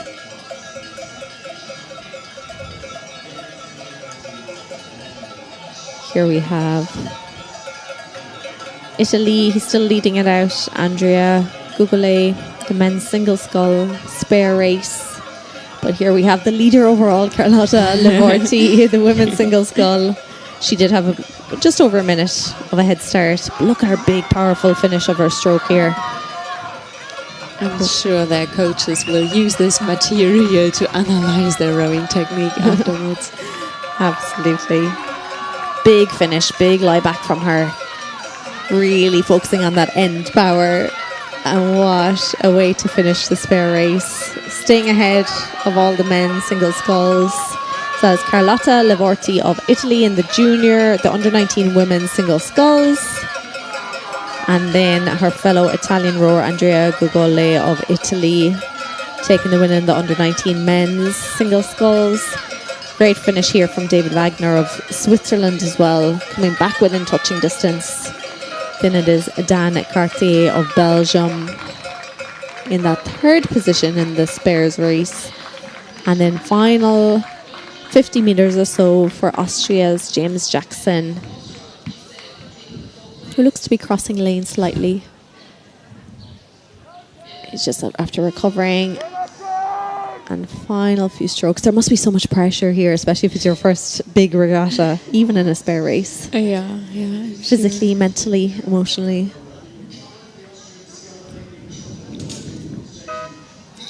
There we have James Jackson of Austria finishing out the first of two spare races. That was the single sculls. So well done there to all crews. Yeah, we see them chatting a bit after the finish line. It's also nice to see the international spirit already in the under-19 age. Certainly is. And we'll be going up the course now to one more, the final spare race of the day before we take our break and into semi-finals. And it's Italy against Italy. But let's look at the official results there first. This is the men's single and women's single. That's a lovely shot of our finish line. But here we have the second spare race. It is two Italian crews. We have a junior under-19 women's pair. And we have an under-19 men's double. Looks like two pairs out I on think the it's water. down. I think it's down wrong on the list.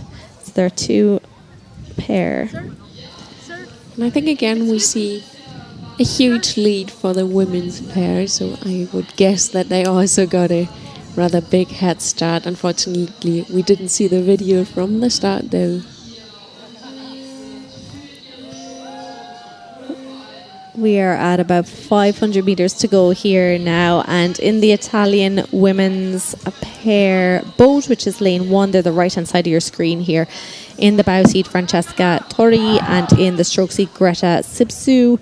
And for the men then, they're the left-hand side of the screen when we'll get the shot there. In the bow seat, Francesco Zangrillo and Mattia Rostagno in the stroke seat. Again, the Italians obviously are using the opportunity to, they brought quite a few reserves, both for sculling and sweeping, and they're using the opportunity now to give them that racing experience, which is absolutely going to stand to them. Yeah, I'm sure. We see out on the water a similar picture to what we just saw in the singles. So the women are still able to hold on the lead they probably got at the start already.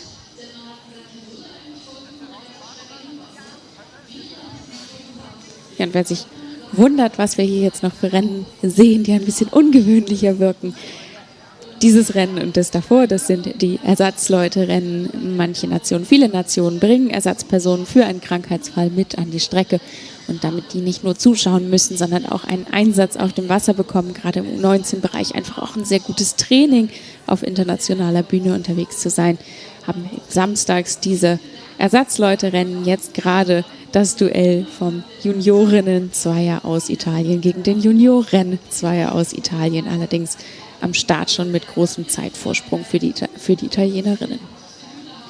The final few meters here for both of these crews, the final spare race of the day, the women's pair here in the far lane from us, the right hand side lane, going to hold off that lead that they got at the start with their head start. So well done there to Francesca Torri and Greta Spisu.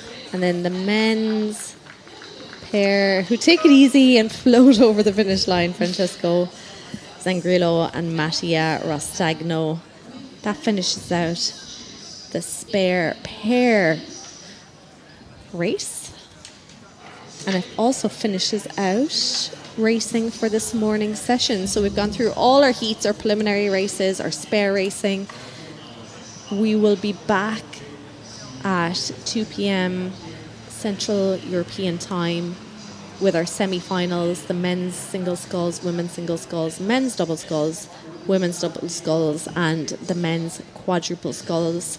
There are your finished results there for the final spare race. It's been a great morning of racing, hasn't it, Anna? Absolutely. Thank you for having me with you in the live stream. I will move back into the tower for the rest of the regatta weekend, but you will get another beautiful, nice colleague to work together with you.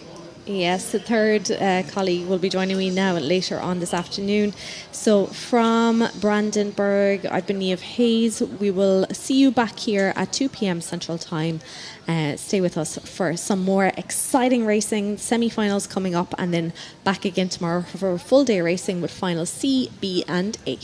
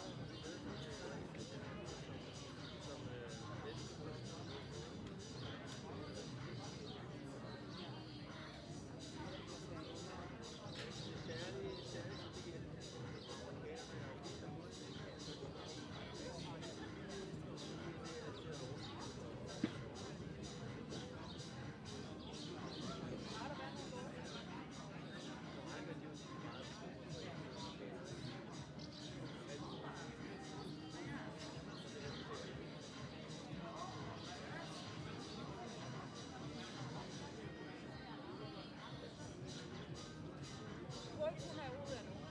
Jeg tror, hun lige giver kampen.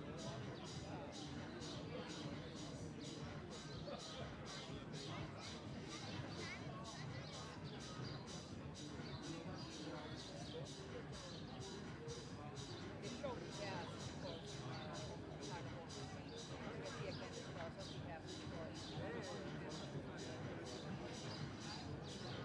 det er umiddelbart ham der, vi kører ham med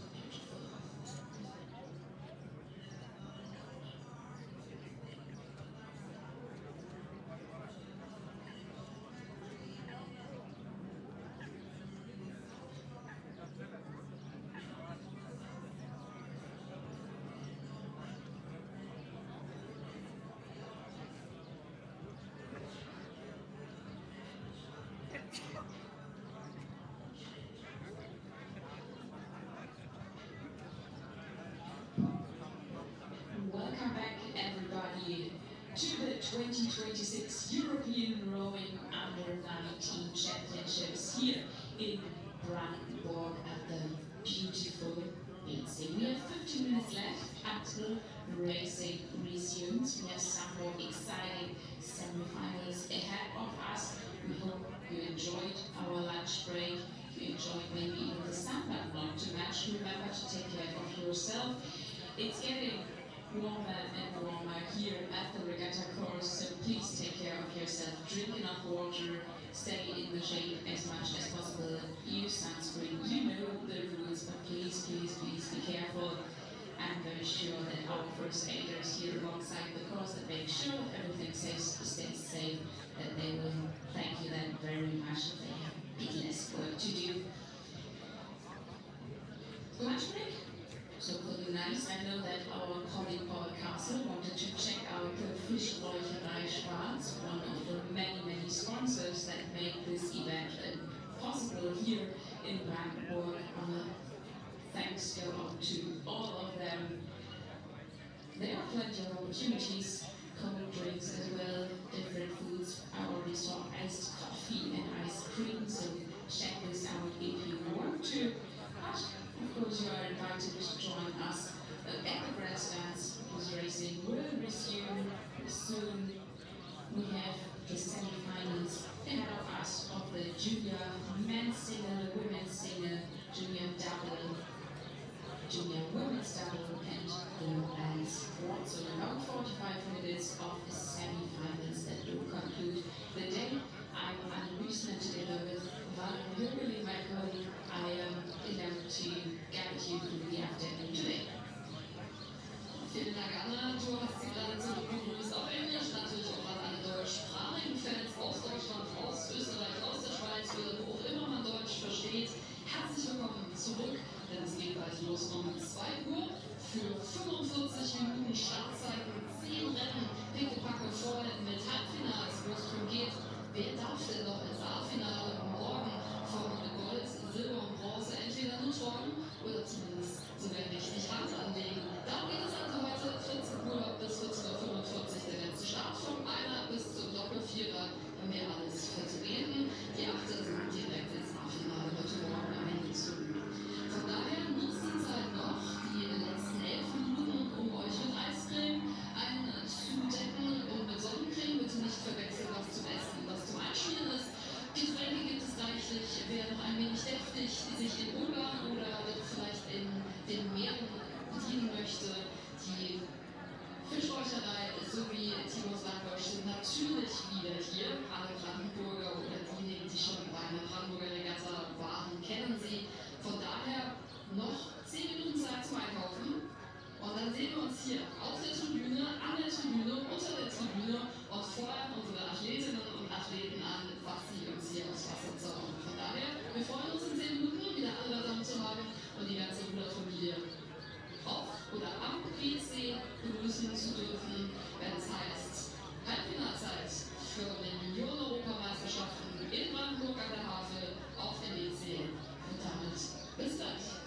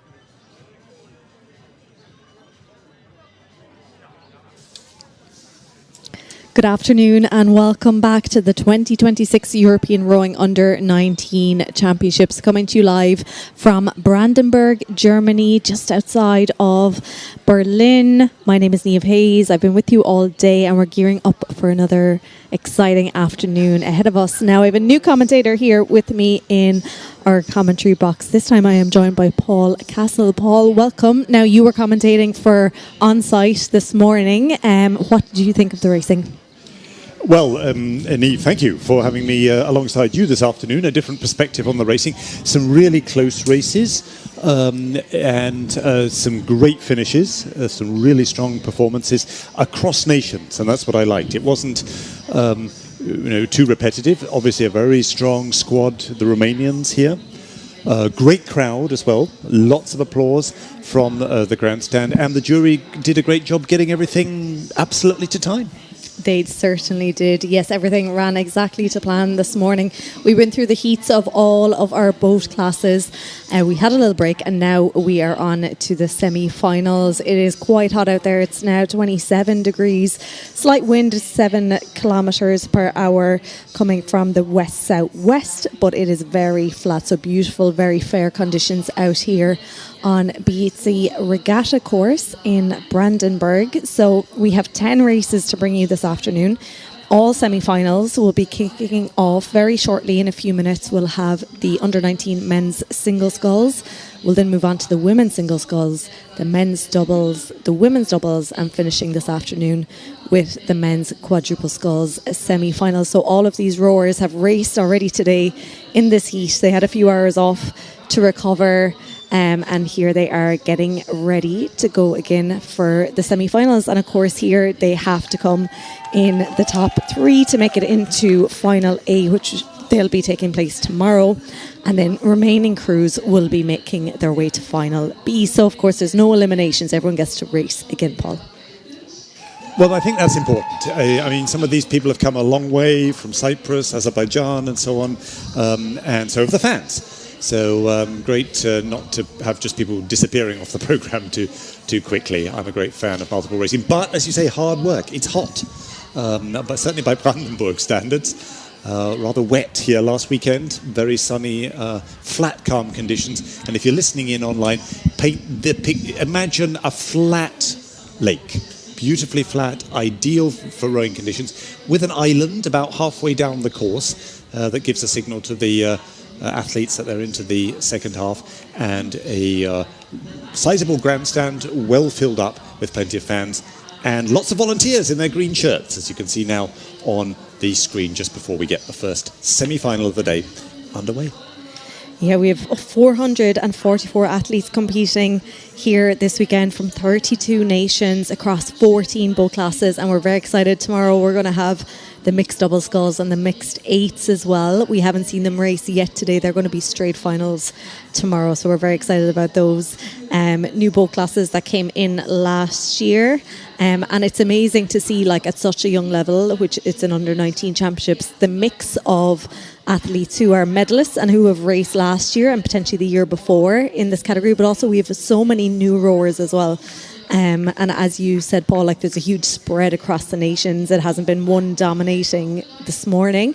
And we've had medalists from last year doing really well, but also new and emerging talent, which is great to see because they're the future of the sport. Yes, I mean, there was a lot of worry a few years ago about how youth sport would suffer from COVID and so on. And I know certainly at club level that is an issue. But here internationally we can see this sport is thriving. And it's great to see that. Vielleicht auch ein Wort im Deutschen, auch für die Fans, die jetzt zugeschaltet sind, die Omas, Opas und so weiter, all diejenigen, die nicht dabei sein können, die vielleicht auch heute mal was anderes vorhaben, aber trotzdem mal reinhören möchten. Herzlich willkommen nach Brandenburg. Wir fangen gleich an mit dem ersten Halbfinale im Männer Einer. Da geht's dann los. Viele deutsche Fans sind hier an der Strecke, dito Österreicher und Schweizer. Viele sicherlich auch daheim. Herzlich willkommen. Von Zeit zu Zeit werde ich etwas Deutsch dann, mein englisches Deutsch mal einstreuen. Aber ansonsten versuchen wir Sie auch bestens auch auf Englisch über den Stand der Dinge zu informieren.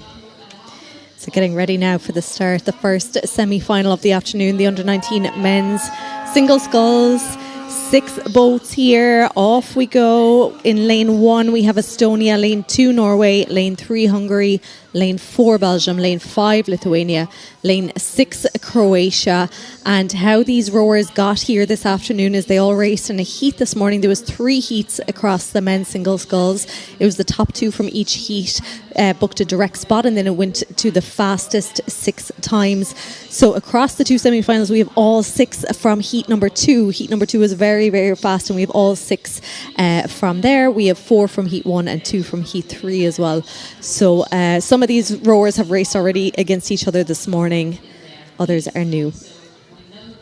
Yeah, and a lot will come down to how well did they use the break in between racing. Who's really looked after themselves, rehydrated, kept in the shade, come down properly, but then also come back up again and done their warm-up. And getting that adrenaline at the right level twice a day, quite apart from body fluid levels and all the rest of it, a challenge for the combination of coach and athlete. And we're enjoying some great drone shots now that show this first section of the race with Belgium surging into an early lead, but early days yet. Don't want to read too much into that. Very early days, yes. If we read too much into this, we'd be seeing lane 3 Hungary, currently potentially I would say 5th, maybe 6th position. They were the fastest by far out of all these boats earlier today. So I think maybe a little bit reserve going on here at the moment in these early stages, and I'm sure we're going to see a big surge there. So for Hungary, that's Barnabas Boton de Koop. He did a 7:15.46 earlier, winning his heat, and about 5 seconds faster across any of these boats from earlier. We saw him last year at the World Under-19s, finishing 4th in this category, and in the European, so at these championships, the European Under-19s, he was 2nd. So he's definitely one to watch. But right now it is all about looking like Belgium here on our screen, and here we go through the 500 metres. Well, Sepp Driessen of Belgium has certainly thrown down a challenge to the rest of the field. First to 500 by a fairly handsome margin for just a quarter of the way through the race. Good head-on view there, and a lot of the film material, I hope coaches and co, if you're listening in or watching here, can reuse some of this great photography here that we're getting for coaching purposes as well. There's a now rather lonely Estonian over on the far side, furthest from the grandstand when he gets here in about 1,400 metres time. Still Belgium, though, at the head of this first semi-final of the men's sculls. Yes, great start here by Belgium. Norway then in that 2nd position going through that 500 metres. That is Rafael Arkudush-Pinch. He raced last year as well in this category, finishing 5th at the Europeans and 6th at the Worlds. Lithuania then went through in 3rd position. Another returning rower from last year. He was racing in the doubles, so in the singles now this year. It was Estonia 4th, but they are slowly coming up towards that island that Paul mentioned a little while ago. That will tell them that they're at that halfway mark. Hungary then in that 5th position, and Croatian 6th. So obviously it's a little bit different to this morning's progression system. It's a semi-final, so it is the top 3 you have to come in this race if you want to make it into final A and race for a medal tomorrow, and then 4th, 5th and 6th will head to final B. Well, Sepp Driessen, a big athlete there, tall man, long levers, working it through. It's great to see Belgium reappearing on the international scene, a founding member of world rowing at the end of the 19th century, and then sort of around the 2000 mark they kind of disappeared from international competition, I felt at times, and have now enjoyed a resurgence, at least in the Flemish-speaking part of the country. Sepp Driessen on his way at the moment on current form towards one of those 3 A-final slots. And going through that halfway mark now, Lithuania, after overtaking Norway, pushing himself into 2nd position. That is Ivar Lipis of Lithuania, again coming from the double last year and the year before.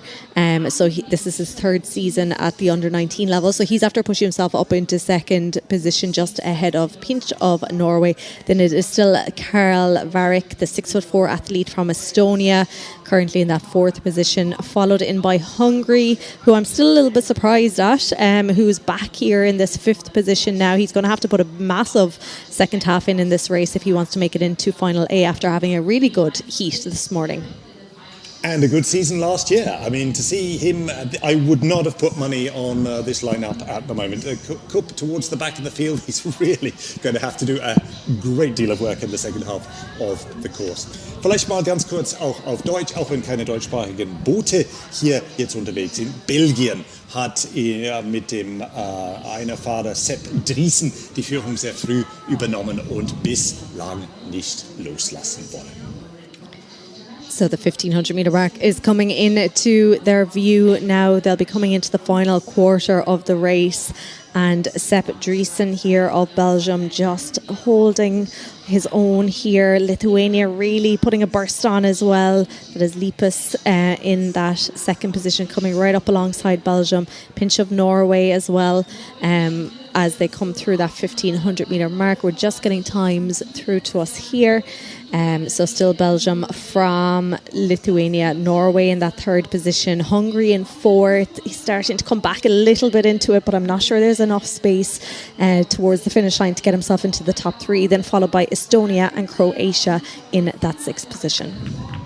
Well, at 1,000 metres, the Belgium had about 4-second advantage. That's been whittled down to just about 1.5. Great attack by Lippis of Lithuania, and he's now getting into shouting distance of a sizable group of Lithuanian fans in front of the grandstand. A very loyal flag-waving group they are too. So this looks like a cracker all the way to the line. We have a 1, 2 and 3, I think, fairly clearly sorted out. But what's the order going to be? That is the big question. It was looking sure to be Belgium all the way down, but Lithuania putting on a push, Norway putting on a push, Hungary, I just don't think they have enough in them here now. Then we have Estonia over on the far side in lane 1, the furthest lane away from the grandstand, and Croatia the nearest one to us. But a big push now because a spot in the medal final is up for grabs here at the moment. It is Norway now after taking the lead ahead of Belgium. What a great finish. Look at this between Lithuania and Hungary. My word, pinch for Norway at the line, just ahead of Driessen of Belgium, and then he's going to be desperately close. I think the Hungarians somehow just got there. What a magnificent last 500 from Kupp. Anyway, not for us to call when it's that close. The jury will decide that, but I think Kupp there got there just ahead of unlucky Lippis of Lithuania. What a great finish. I wasn't paying enough attention out my window here to see that surge from Hungary coming there in the last 500s. We thought he had left it too late. I certainly thought he had left it too late to get himself into Final A. We're just waiting for official times to come through now. That was a very, very close one. But here we go in the lead. Yes, winning that was Pinch of Norway ahead of Driessen of Belgium. And yes, it is Kupp of Hungary booking a spot into Final A. What a finish from him. Yeah, medal hope still intact for Hungary. A number of heart attacks, I suspect, in the Hungarian squad on the shore. My word, that was a magnificent finish by him.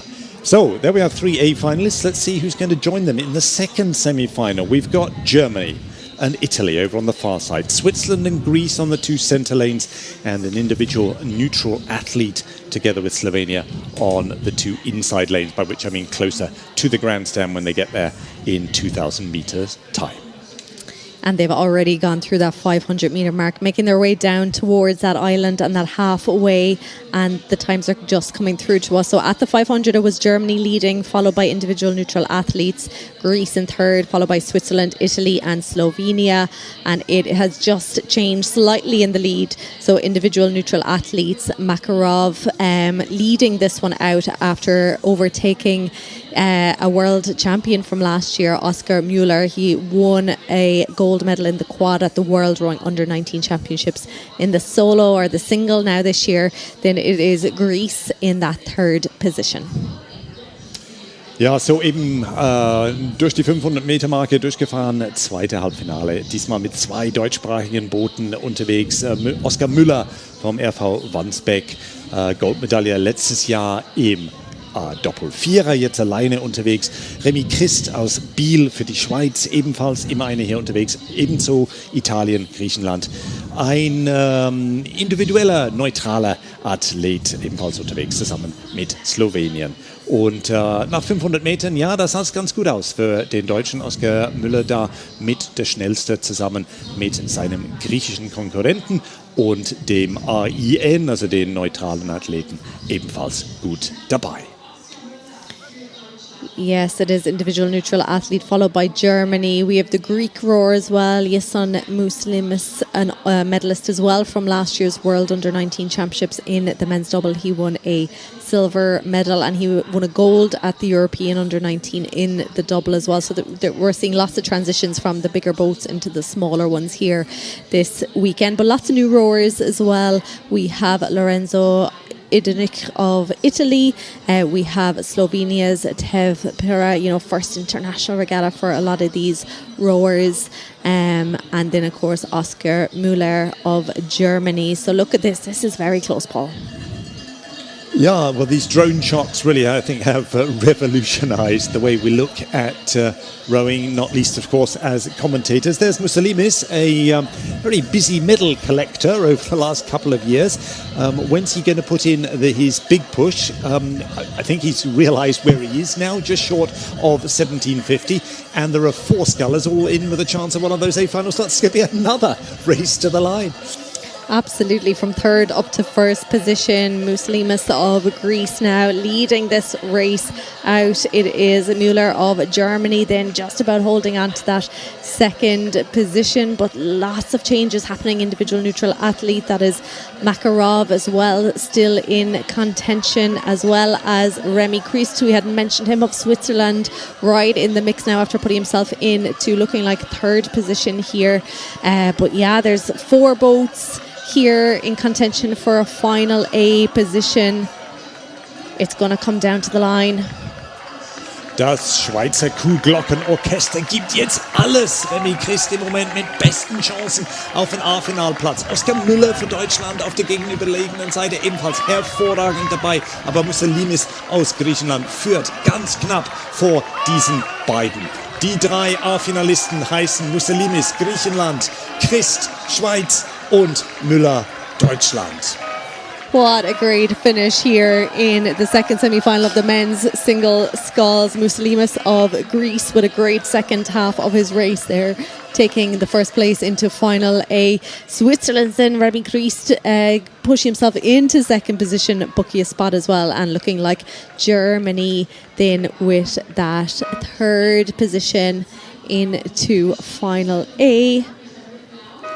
And then off to final B, so they'll be competing for places 7 through 12 tomorrow. We're just waiting for official times, looking like Slovenia, individual neutral athletes, and Italy.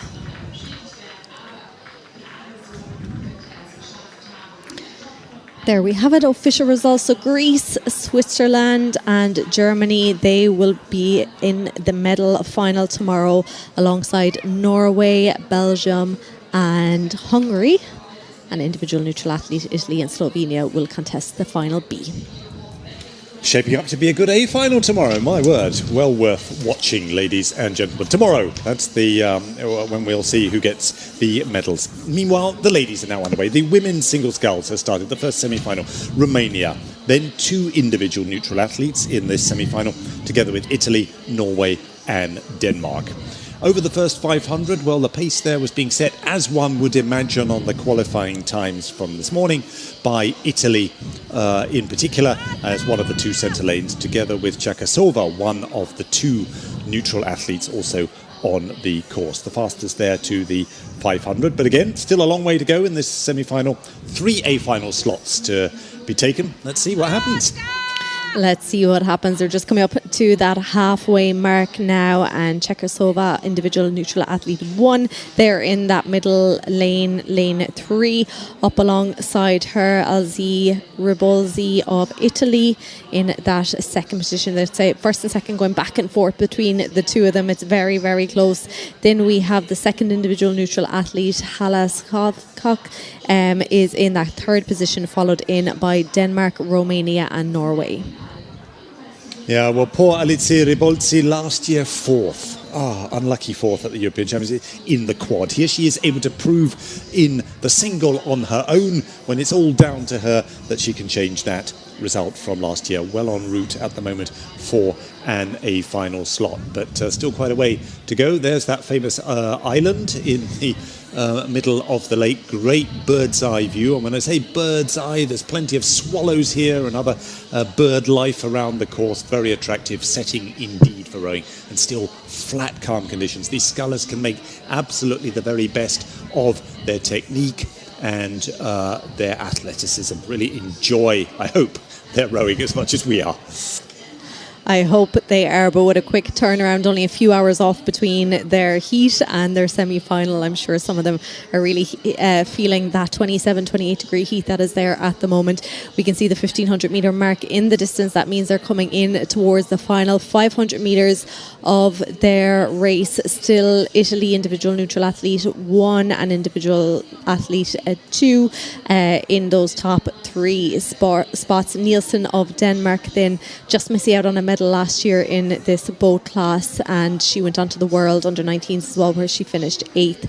She's also raced the year before, 2024, in the Under-19s in the women's double sculls, so this is her 3rd year back as an Under-19 athlete. Can it stand to her now? She was sitting at 4th position going through halfway, but they're just coming into that 1500 metre mark now, so there's going to be a good race here now for the final 500. Wir sind jetzt beim ersten Halbfinale Frauen. Keine deutschsprachige Beteiligung hier, sondern erst im zweiten Halbfinale, dann aber gleich doppelt. Italien hat ziemlich früh die Führung übernommen, und das sieht Alice Ribolzi wirklich nach wie vor sehr gut aus. Es ist aggressiv, aber kontrolliert aggressiv, und man hat das Gefühl, sie hat noch einiges im Tank für die zweite Hälfte. Das wird sie auch brauchen, denn sie wird vor allem von einen der neutralen Athletinnen, Tatjana Čerkasová, bedrängt auf dem ganzen Weg.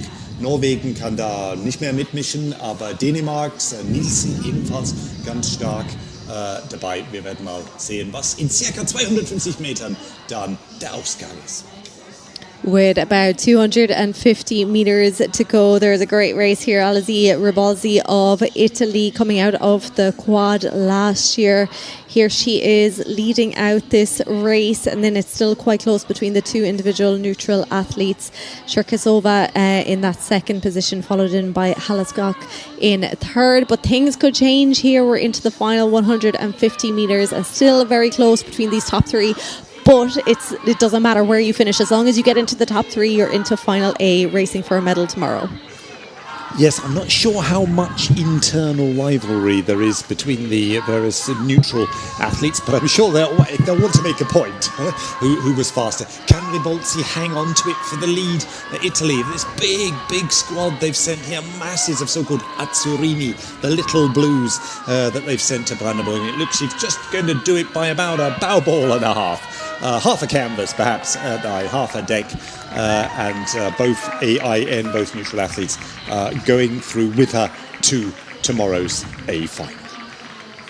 Great race there in the first semi-final of the women's single sculls. We are seeing Alice Ribolzi of Italy there looking pretty tired. She really had to work hard there to hold off the two individual neutral athletes to take the win, but she will be racing for a medal tomorrow afternoon in Final A of the women's single sculls. And big cheer here for Norway's Riis, who just finished across the finish line, rounding out the first semi-final of the women's single sculls. So waiting for official results, but Italy taking the lead, taking the win there in the first semi-final, followed in by individual neutral athlete 1, that is Tatjana Čerkasová, followed in by individual neutral athlete 2, Victoria Halaskok, and then it will be Denmark, Romania and Norway racing in final B tomorrow. And that brings us to the second semi-final. Slovenia, Switzerland, Germany, Slovakia, Greece and Hungary in that order from the far side of the course to the grandstand side are the countries competing for the 3 remaining A final slots to be had here.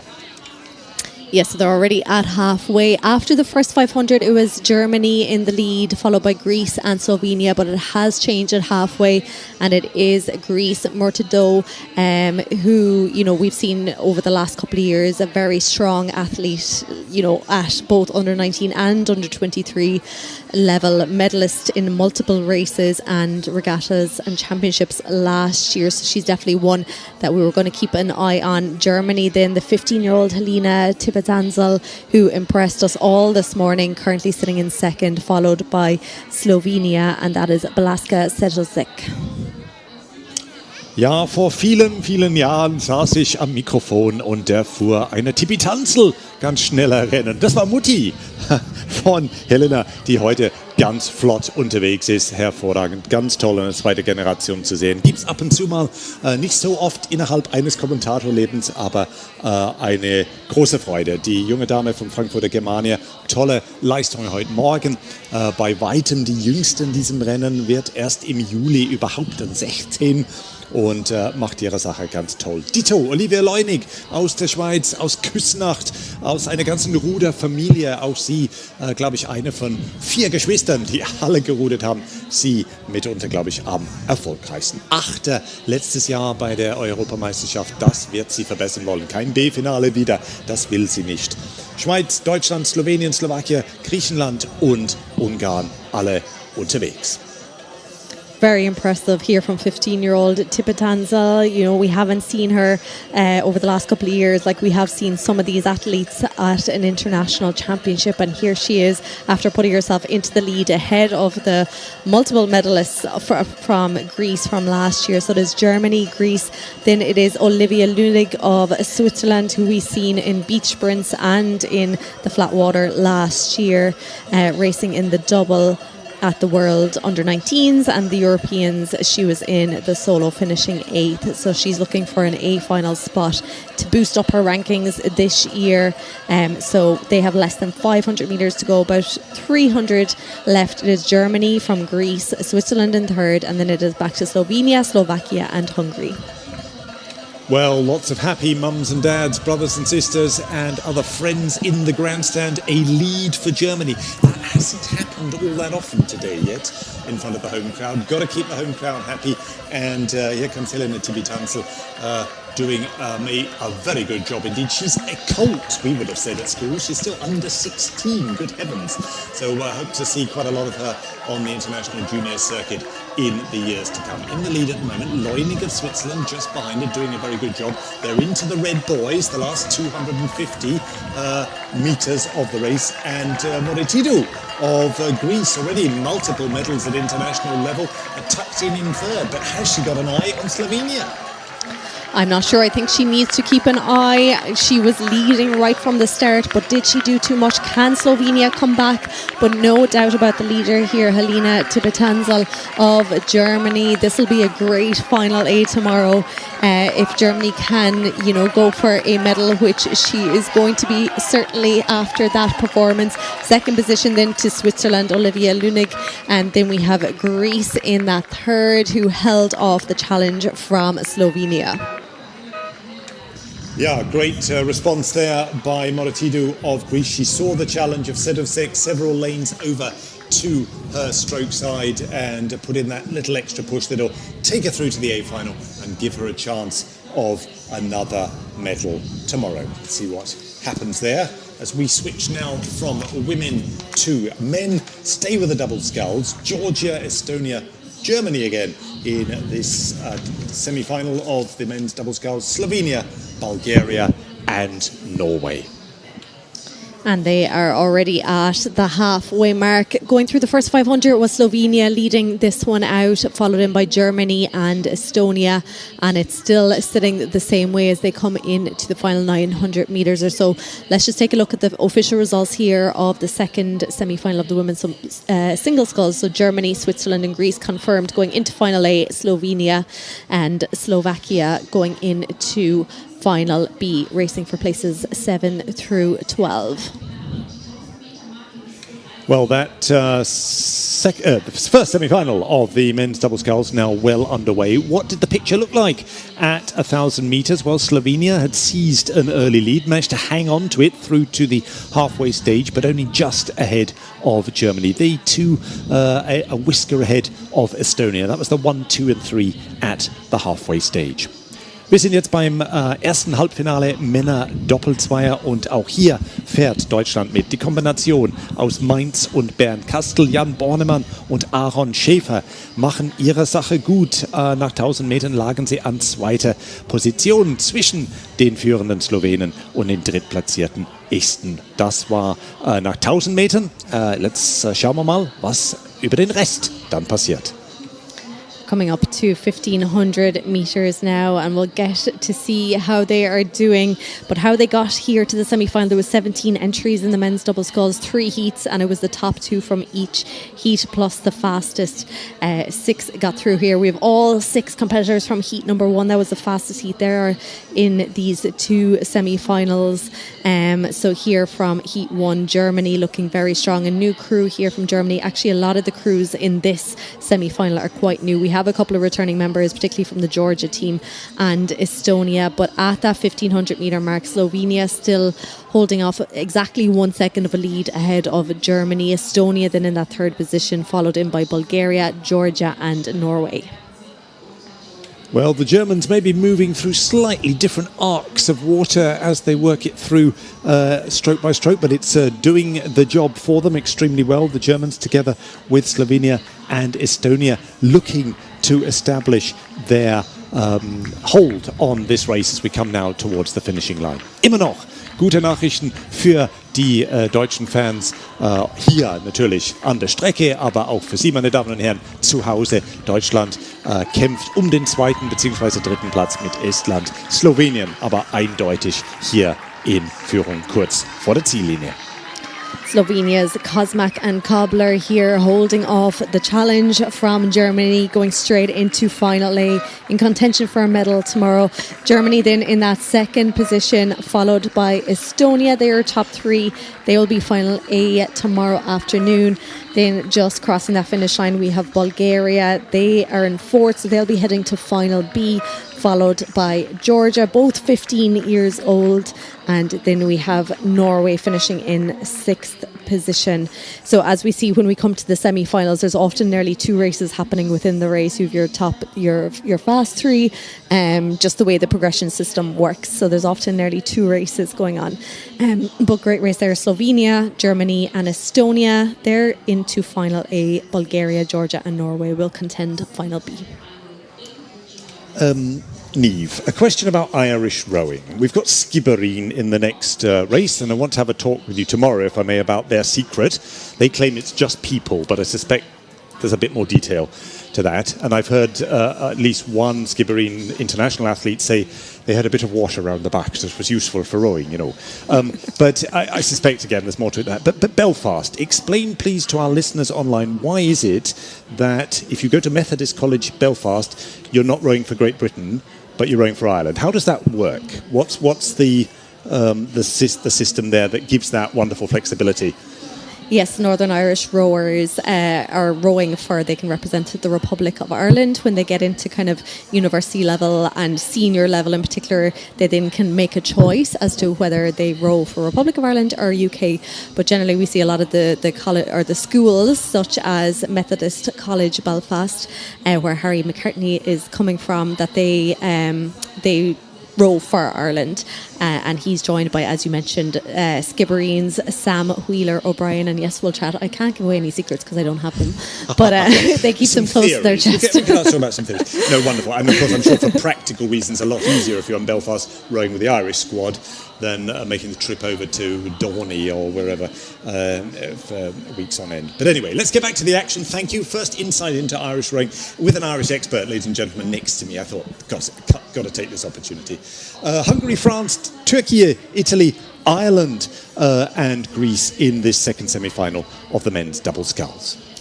Yeah, at the 500 metres, Turkey leading this one out ahead of Italy and France. Ireland were in fifth and have moved up into fourth position now as they go through the halfway.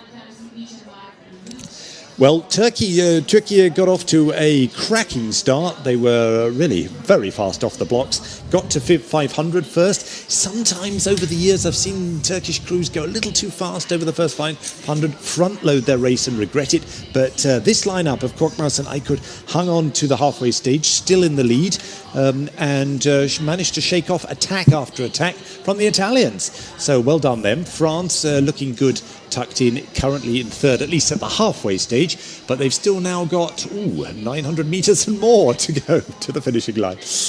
They certainly do. There's still a bit of a race here to go, enough water for things to change here, but a strong crew here from Turkey, who we haven't seen competing before.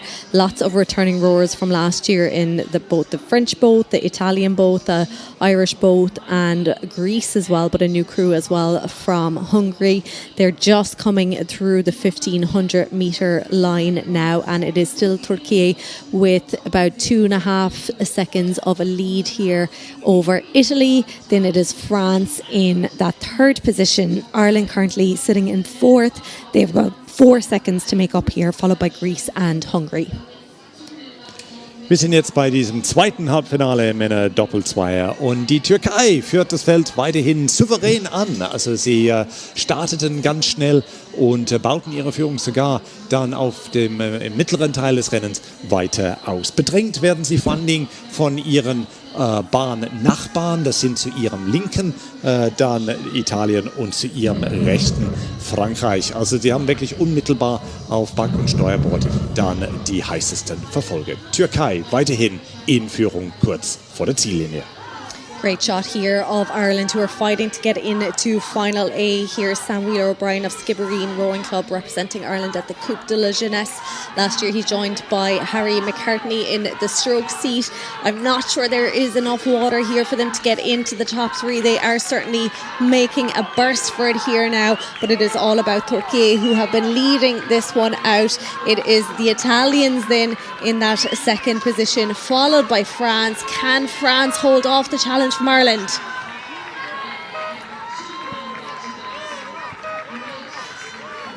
They certainly can, just about. It was Turkey taking the win there, followed by Italy and France just holding off Ireland with the heads down, devastated. Fourth position. They will contest Final B tomorrow for places 7 through 12, but just unlucky to miss out there on a place in Final A. Such a brave effort at the line, but it was just a little too late. Disappointing, but I'm sure they'll want to make amends tomorrow in the B final, the Irish double there. We come now to the women's double sculls and to the first semi-final. We've got Turkey again on the course, perhaps aiming to repeat that men's performance we saw just now. Italy, they're over on the far side in lane 1, next to Poland. The two centre lanes, well, they belong to the individual neutral athletes and to Turkey. And closest to the grandstand when they get here, Slovenia and Norway.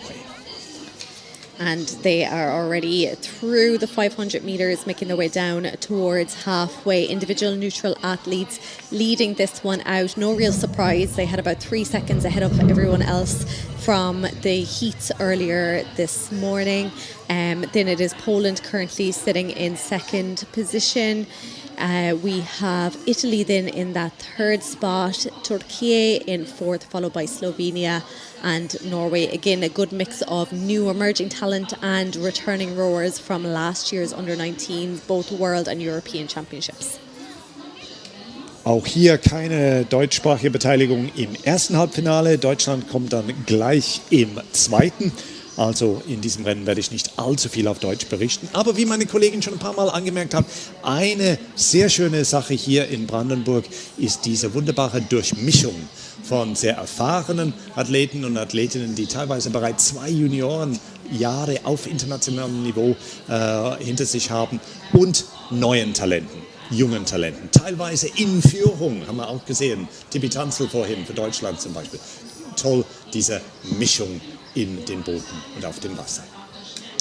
Things staying the same as they go through the 1,000 meters. Individual neutral athletes still leading that one out. Stroke there by Alexandra Grigorieva, who raced at the European Under-23 last year, winning a silver medal. It is Poland then in second position. They actually finished 4th in this boat class last year at the European Championships. So they'll definitely be looking for a spot into final A so that they can try and do a one better and try and get themselves up on the podium tomorrow. Italy then, it is a new crew from Italy, Maria Lucrezeva D'Amato, who will be turning 16 tomorrow. I'm sure she'll be hoping to get into final A. And then Turkey is still in that 4th position, about 2 seconds behind, so they do have a little bit of work to do to try and get into the top 3, followed by Slovenia and Norway. Well, that side-on view and that head-on view make it look ridiculously easy. I mean, they've taken the rating lower than most of their opponents on the course. They're working it through long and strong, but it just looks so calm and relaxed. And you know that if they did come under pressure, they've got so much left. They've got somewhere still to go. They can go up the ramp. That's just making it look far easier than it really is. This is the second time out today, in temperatures now in the high 20s. It can't be pure fun, but great rowing there. And I hope, as I say, that coaches will be using this kind of video footage to show what junior rowing can look like.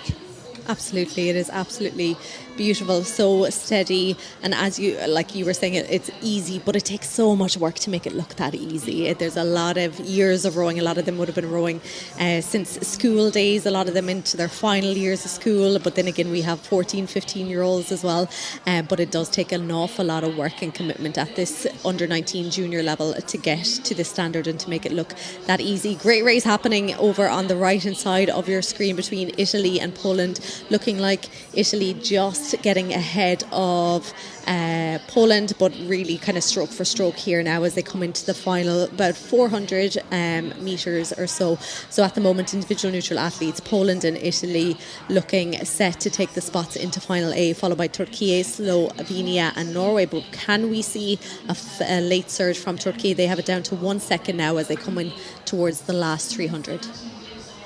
Well, I'm sure the Turkish women wanting to emanate their compatriots' performance just recently, they'll need to put in a big, strong push here. But we've seen that a couple of times today here already.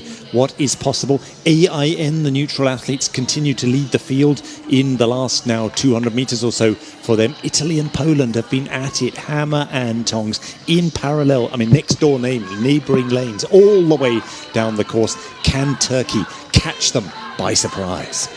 They are certainly trying their best here. Rate is up here compared to Poland, who are still keeping it quite steady and just focusing on that power. No catching individual neutral athletes at this point. They're into their final 10 strokes or so. But look at this surge from Turkey. It looks like they're after taking Italy. Can they take Poland? Poland, I would have said, had a little bit more to go from the stroke rate, but they are upping it here now. But it is individual neutral athletes booking their spot. It's going to be Poland holding off the challenge from Turkey, but heartbreak for Italy, who had been doing so well and had been up alongside Poland all the way down, just missing out on a spot into the medal final. Oh, that's disappointing when you get caught just short of the line. But all credit to Turkey. Great last 500 there, and particularly good last 250. We move on now to the second semi-final of the women's double sculls. Lithuania and Ireland over on the far side. Skippereen yet again. We're going to have to talk about them. Germany and Greece, they were the fastest qualifiers, therefore take the 2 centre lanes. France and Hungary on the grandstand side when they get here.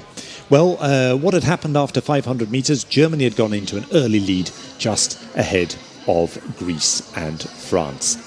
Wir sind jetzt bei dem, in Anführungszeichen, deutschsprachigen Halbfinale Frauen-Doppelzweier. Und hier haben wir vom Alster RV Hansiat und der Lübecker RG Kaya Wölk und Greta Amort in Führung, zumindest nach 500 Metern, knapp vor Griechenland und Frankreich.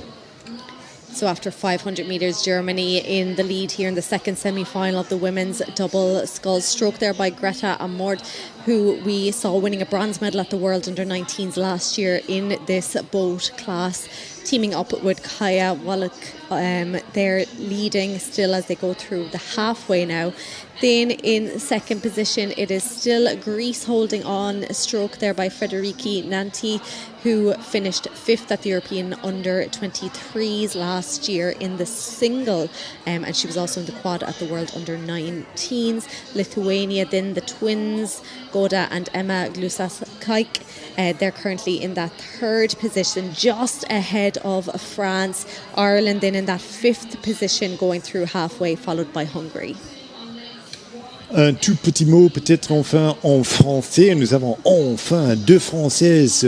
Nous avons Éloise Jantin du Cercle Nautique de Belbeuf ainsi que son collègue Camille Ivenek de Mélan qui sont en troisième place. Ça suffirait pour la finale A. Demain, on verra bien.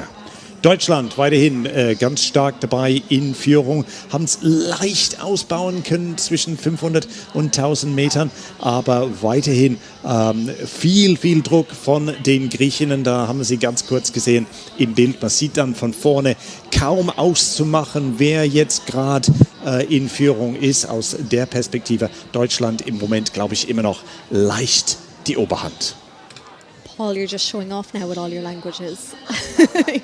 What else can you add in for the rest of the day and tomorrow? So coming into the final, almost 500 metres, Germany still in that lead. They are in lane 3, so the third boat in from the right-hand side if you're watching on our screen. Then we have Greece alongside them at the left-hand side. They're currently sitting in second, followed by France, who are on the left-hand side of them. So they're your top 3 at the moment. We have Lithuania, Ireland and Hungary then battling it out for the positions. Again, it's top 3 as with all these semi-finals going into final A for the medals tomorrow. And then 4th, 5th and 6th will be contesting the final B. So at the halfway mark, it is Germany still leading, at the 1500 metre mark, Germany still leading this one out, followed by Greece. France overtaking Lithuania in that third position, followed by Ireland and Hungary. Great aerial view there. You can see the attack that the Greeks have put in, thrown that at Germany, caught them a little bit off their guard. One sense the Greek bow woman Marina Adam gave the call and suddenly they went up a couple of gears all at once. Great stuff by them. They had so much left in reserve and you can see they've gone out now to about third of a boat's length advantage over Germany, really ramping up the rating there as they move towards the line. What a finish here from Greece. It's great that they're able to nearly practice this now to see if they have it in them for tomorrow. They certainly do. Did they go too early? Who knows? Can Germany come back? But they are looking like your top 2 at the moment. Lithuania over on the far side in lane 1, again trying to get back into the top 3 ahead of France, who had taken it from them. Ireland still very much in that mix as well. Who's going to come with that late surge? Looking like Germany now is starting to take off again. Ja, Deutschland ganz sicher mal mit von den vielen Fans hier dran angefeuert und auch von Ihnen online. Vielleicht mal hilft die Telepathie. Griechenland ganz knapp vor Deutschland, aber A-Finalplatz für die Heimnation. So viel ist sicher. Dahinter war es dann knapp zwischen Litauen und Frankreich. Wir warten die offiziellen Ergebnisse dann ab. What a great finish here to the second semi-final of the women's double sculls. Late surges by many crews here, looking like Greece taking that top spot. Official results just coming into us in a moment. Germany had been leading. Greece overtook them, but Germany definitely coming back. That will give them good confidence to know that they have that late sprint in them ahead of tomorrow's final. But yes, Greece taking the win there. Germany, France getting back into that third position. So they're your top 3. Greece, Germany and France going into the medal final. And then Lithuania, Ireland, who were unlucky. They were very much in the mix there. Lithuania, Ireland and Hungary will contest final B. So, wer ist jetzt unterwegs? Halbfinale, Männer Doppelvierer. Die Schweiz auf der Bahn 1, ganz weit weg vom den Kuhglocken auf der anderen Seite. Kroatien, Deutschland auf Bahn 3, Tschechien, die Tschechische Republik also auf Bahn 4, Italien und Belgien. Das Sechsbootfeld hier im ersten Halbfinale Männer Doppelvierer. And we move on to the final two semi-finals of the day, the last two races of this afternoon. It is the under-19 men's quadruple sculls. Of course, this is a very fast race, so they're already well into the second half of the race. Croatia leading this one out. They were in second going through the 500 metre, got themselves into the lead here. Croatia just ahead of Czechia. This is very, very close, just ahead of Germany, and then Belgium, Switzerland and Italy at the moment in those 4th, 5th and 6th positions. So, wir haben neulich die Schweizer nach ihren Hobbys gefragt und Alexander Bodmer vom Grasshopper Club in Zürich sagte, mein Hobby sei Siesta.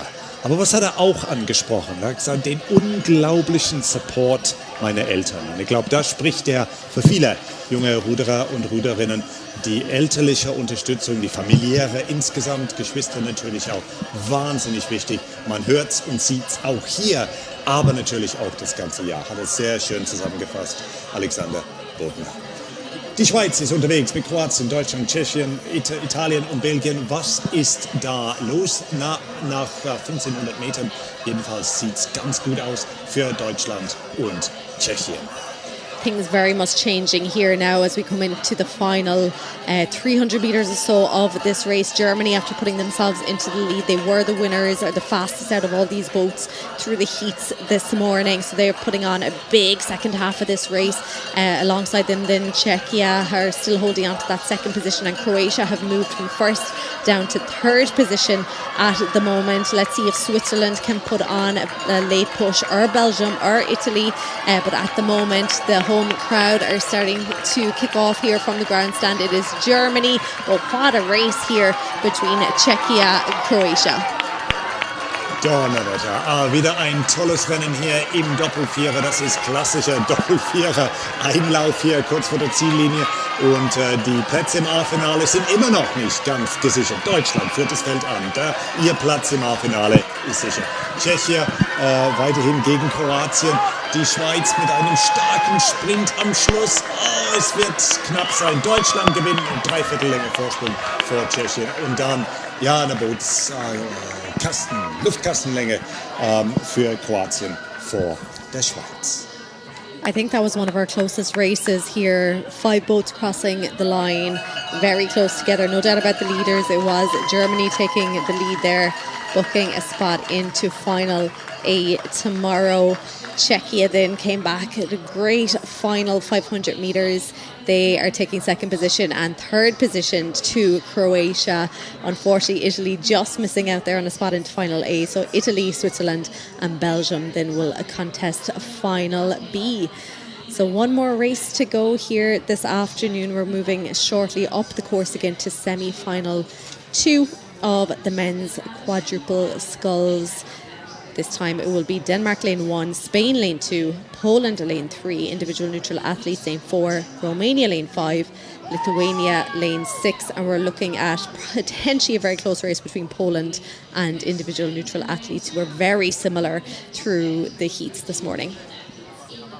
Yeah, and so far we've seen that the heat times are actually a fairly good guide to performance in the afternoon. Not 100% reliable, one or two little surprises there, but by and large, crews are doing the same good job twice a day, which makes our life easier, of course, and is good for their coaches. Cardiology as well, probably. Poland and individual neutral athletes, certainly on paper from this morning, must be hot favourites for A final slots. This, believe it or not, ladies and gentlemen, is the last race of the day. We hope very much, of course, that you'll be joining us either live here or on the stream again tomorrow morning from 9 o'clock. But let's see, first of all, who are the last qualifiers today for tomorrow's medal finals. After 500 metres, it was Poland in the lead here now, fastest of these boats through the heats, followed in by Romania, all returning rowers from last year's World and European Under-19 Championships, although in different boat classes. Sebastian Constantin Lupu in the 3-seat, the only one who is coming back into the quad. The rest of them were in the 8s, and the pairs, they were in second at the 500 metres. Individual neutral athletes then in that third position, so no real surprise there with the top 3. Denmark then in that 4th position, followed by Spain and Lithuania, but we're just gone through halfway now, so let's see if things have changed. Well, Poland really tanking along there. A great head-on shot of quad rowing. The catch is nice and fast. They're not all moving through absolutely identical arcs in the water. There's slight physical differences in the crew, but it's coming together. It's gelled for them, and it's smooth, and it's running on very well.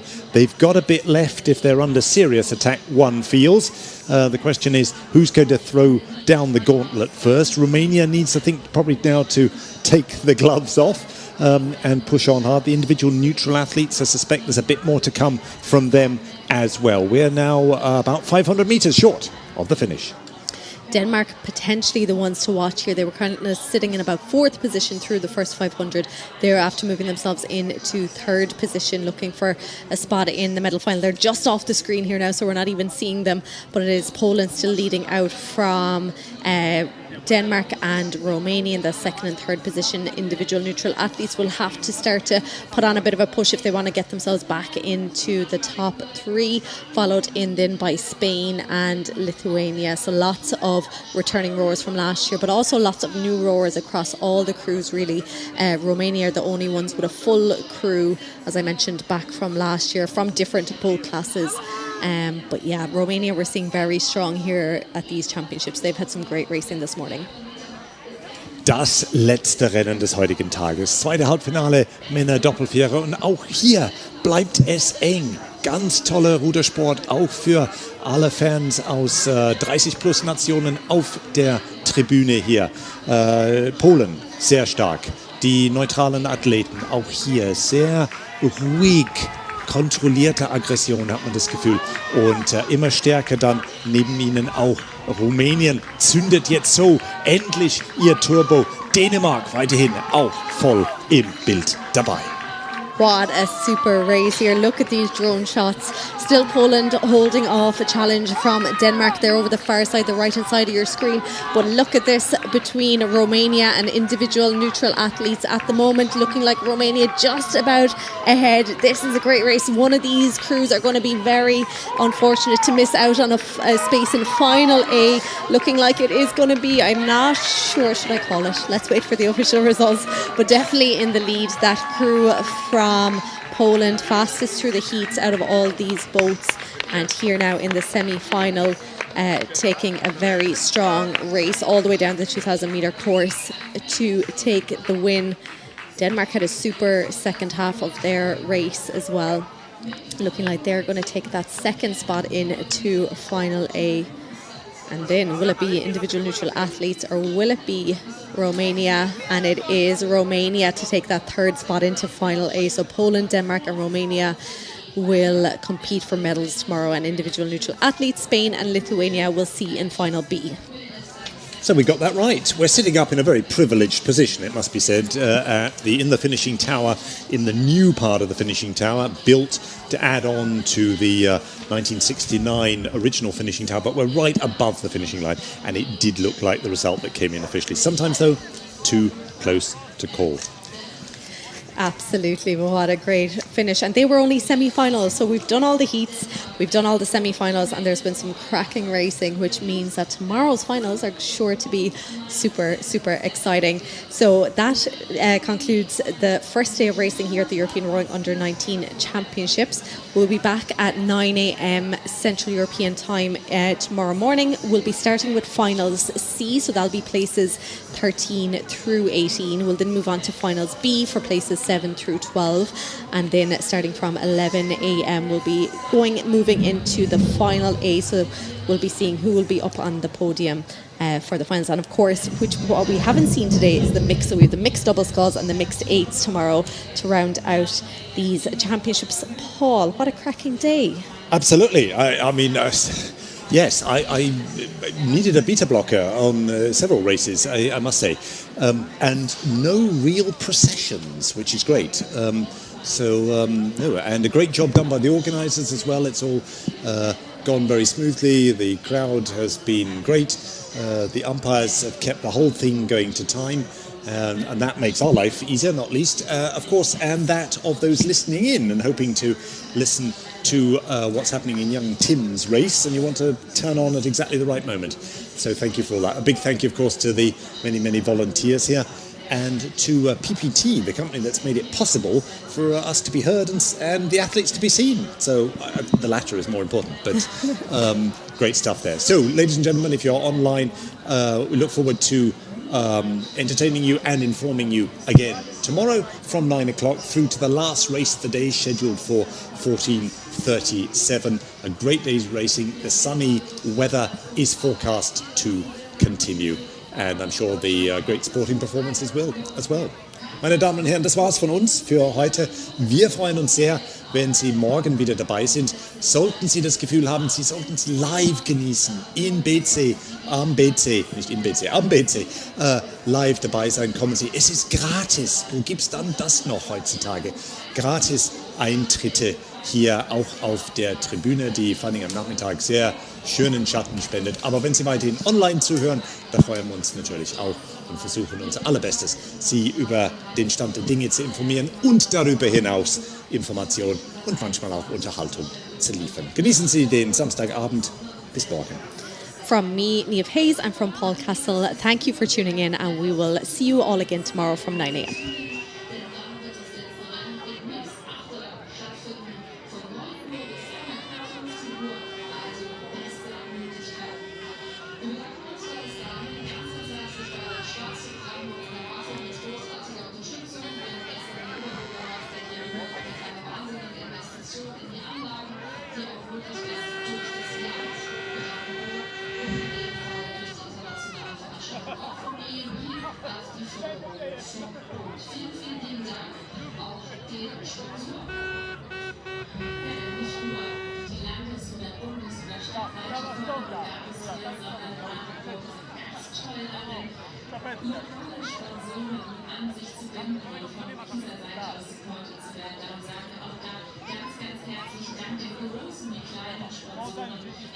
Das Fernsehen gehört dazu, Antenne Brandenburg, dann wir sehen das Logo an vielen Orten, die Mittelbrandenburgische Sparkasse, Steuerdeutsche Städte Medien, das Autohaus Motor Österreich, Citycar, Autovermietung, Kennzeichen von Hotel Projektmarke.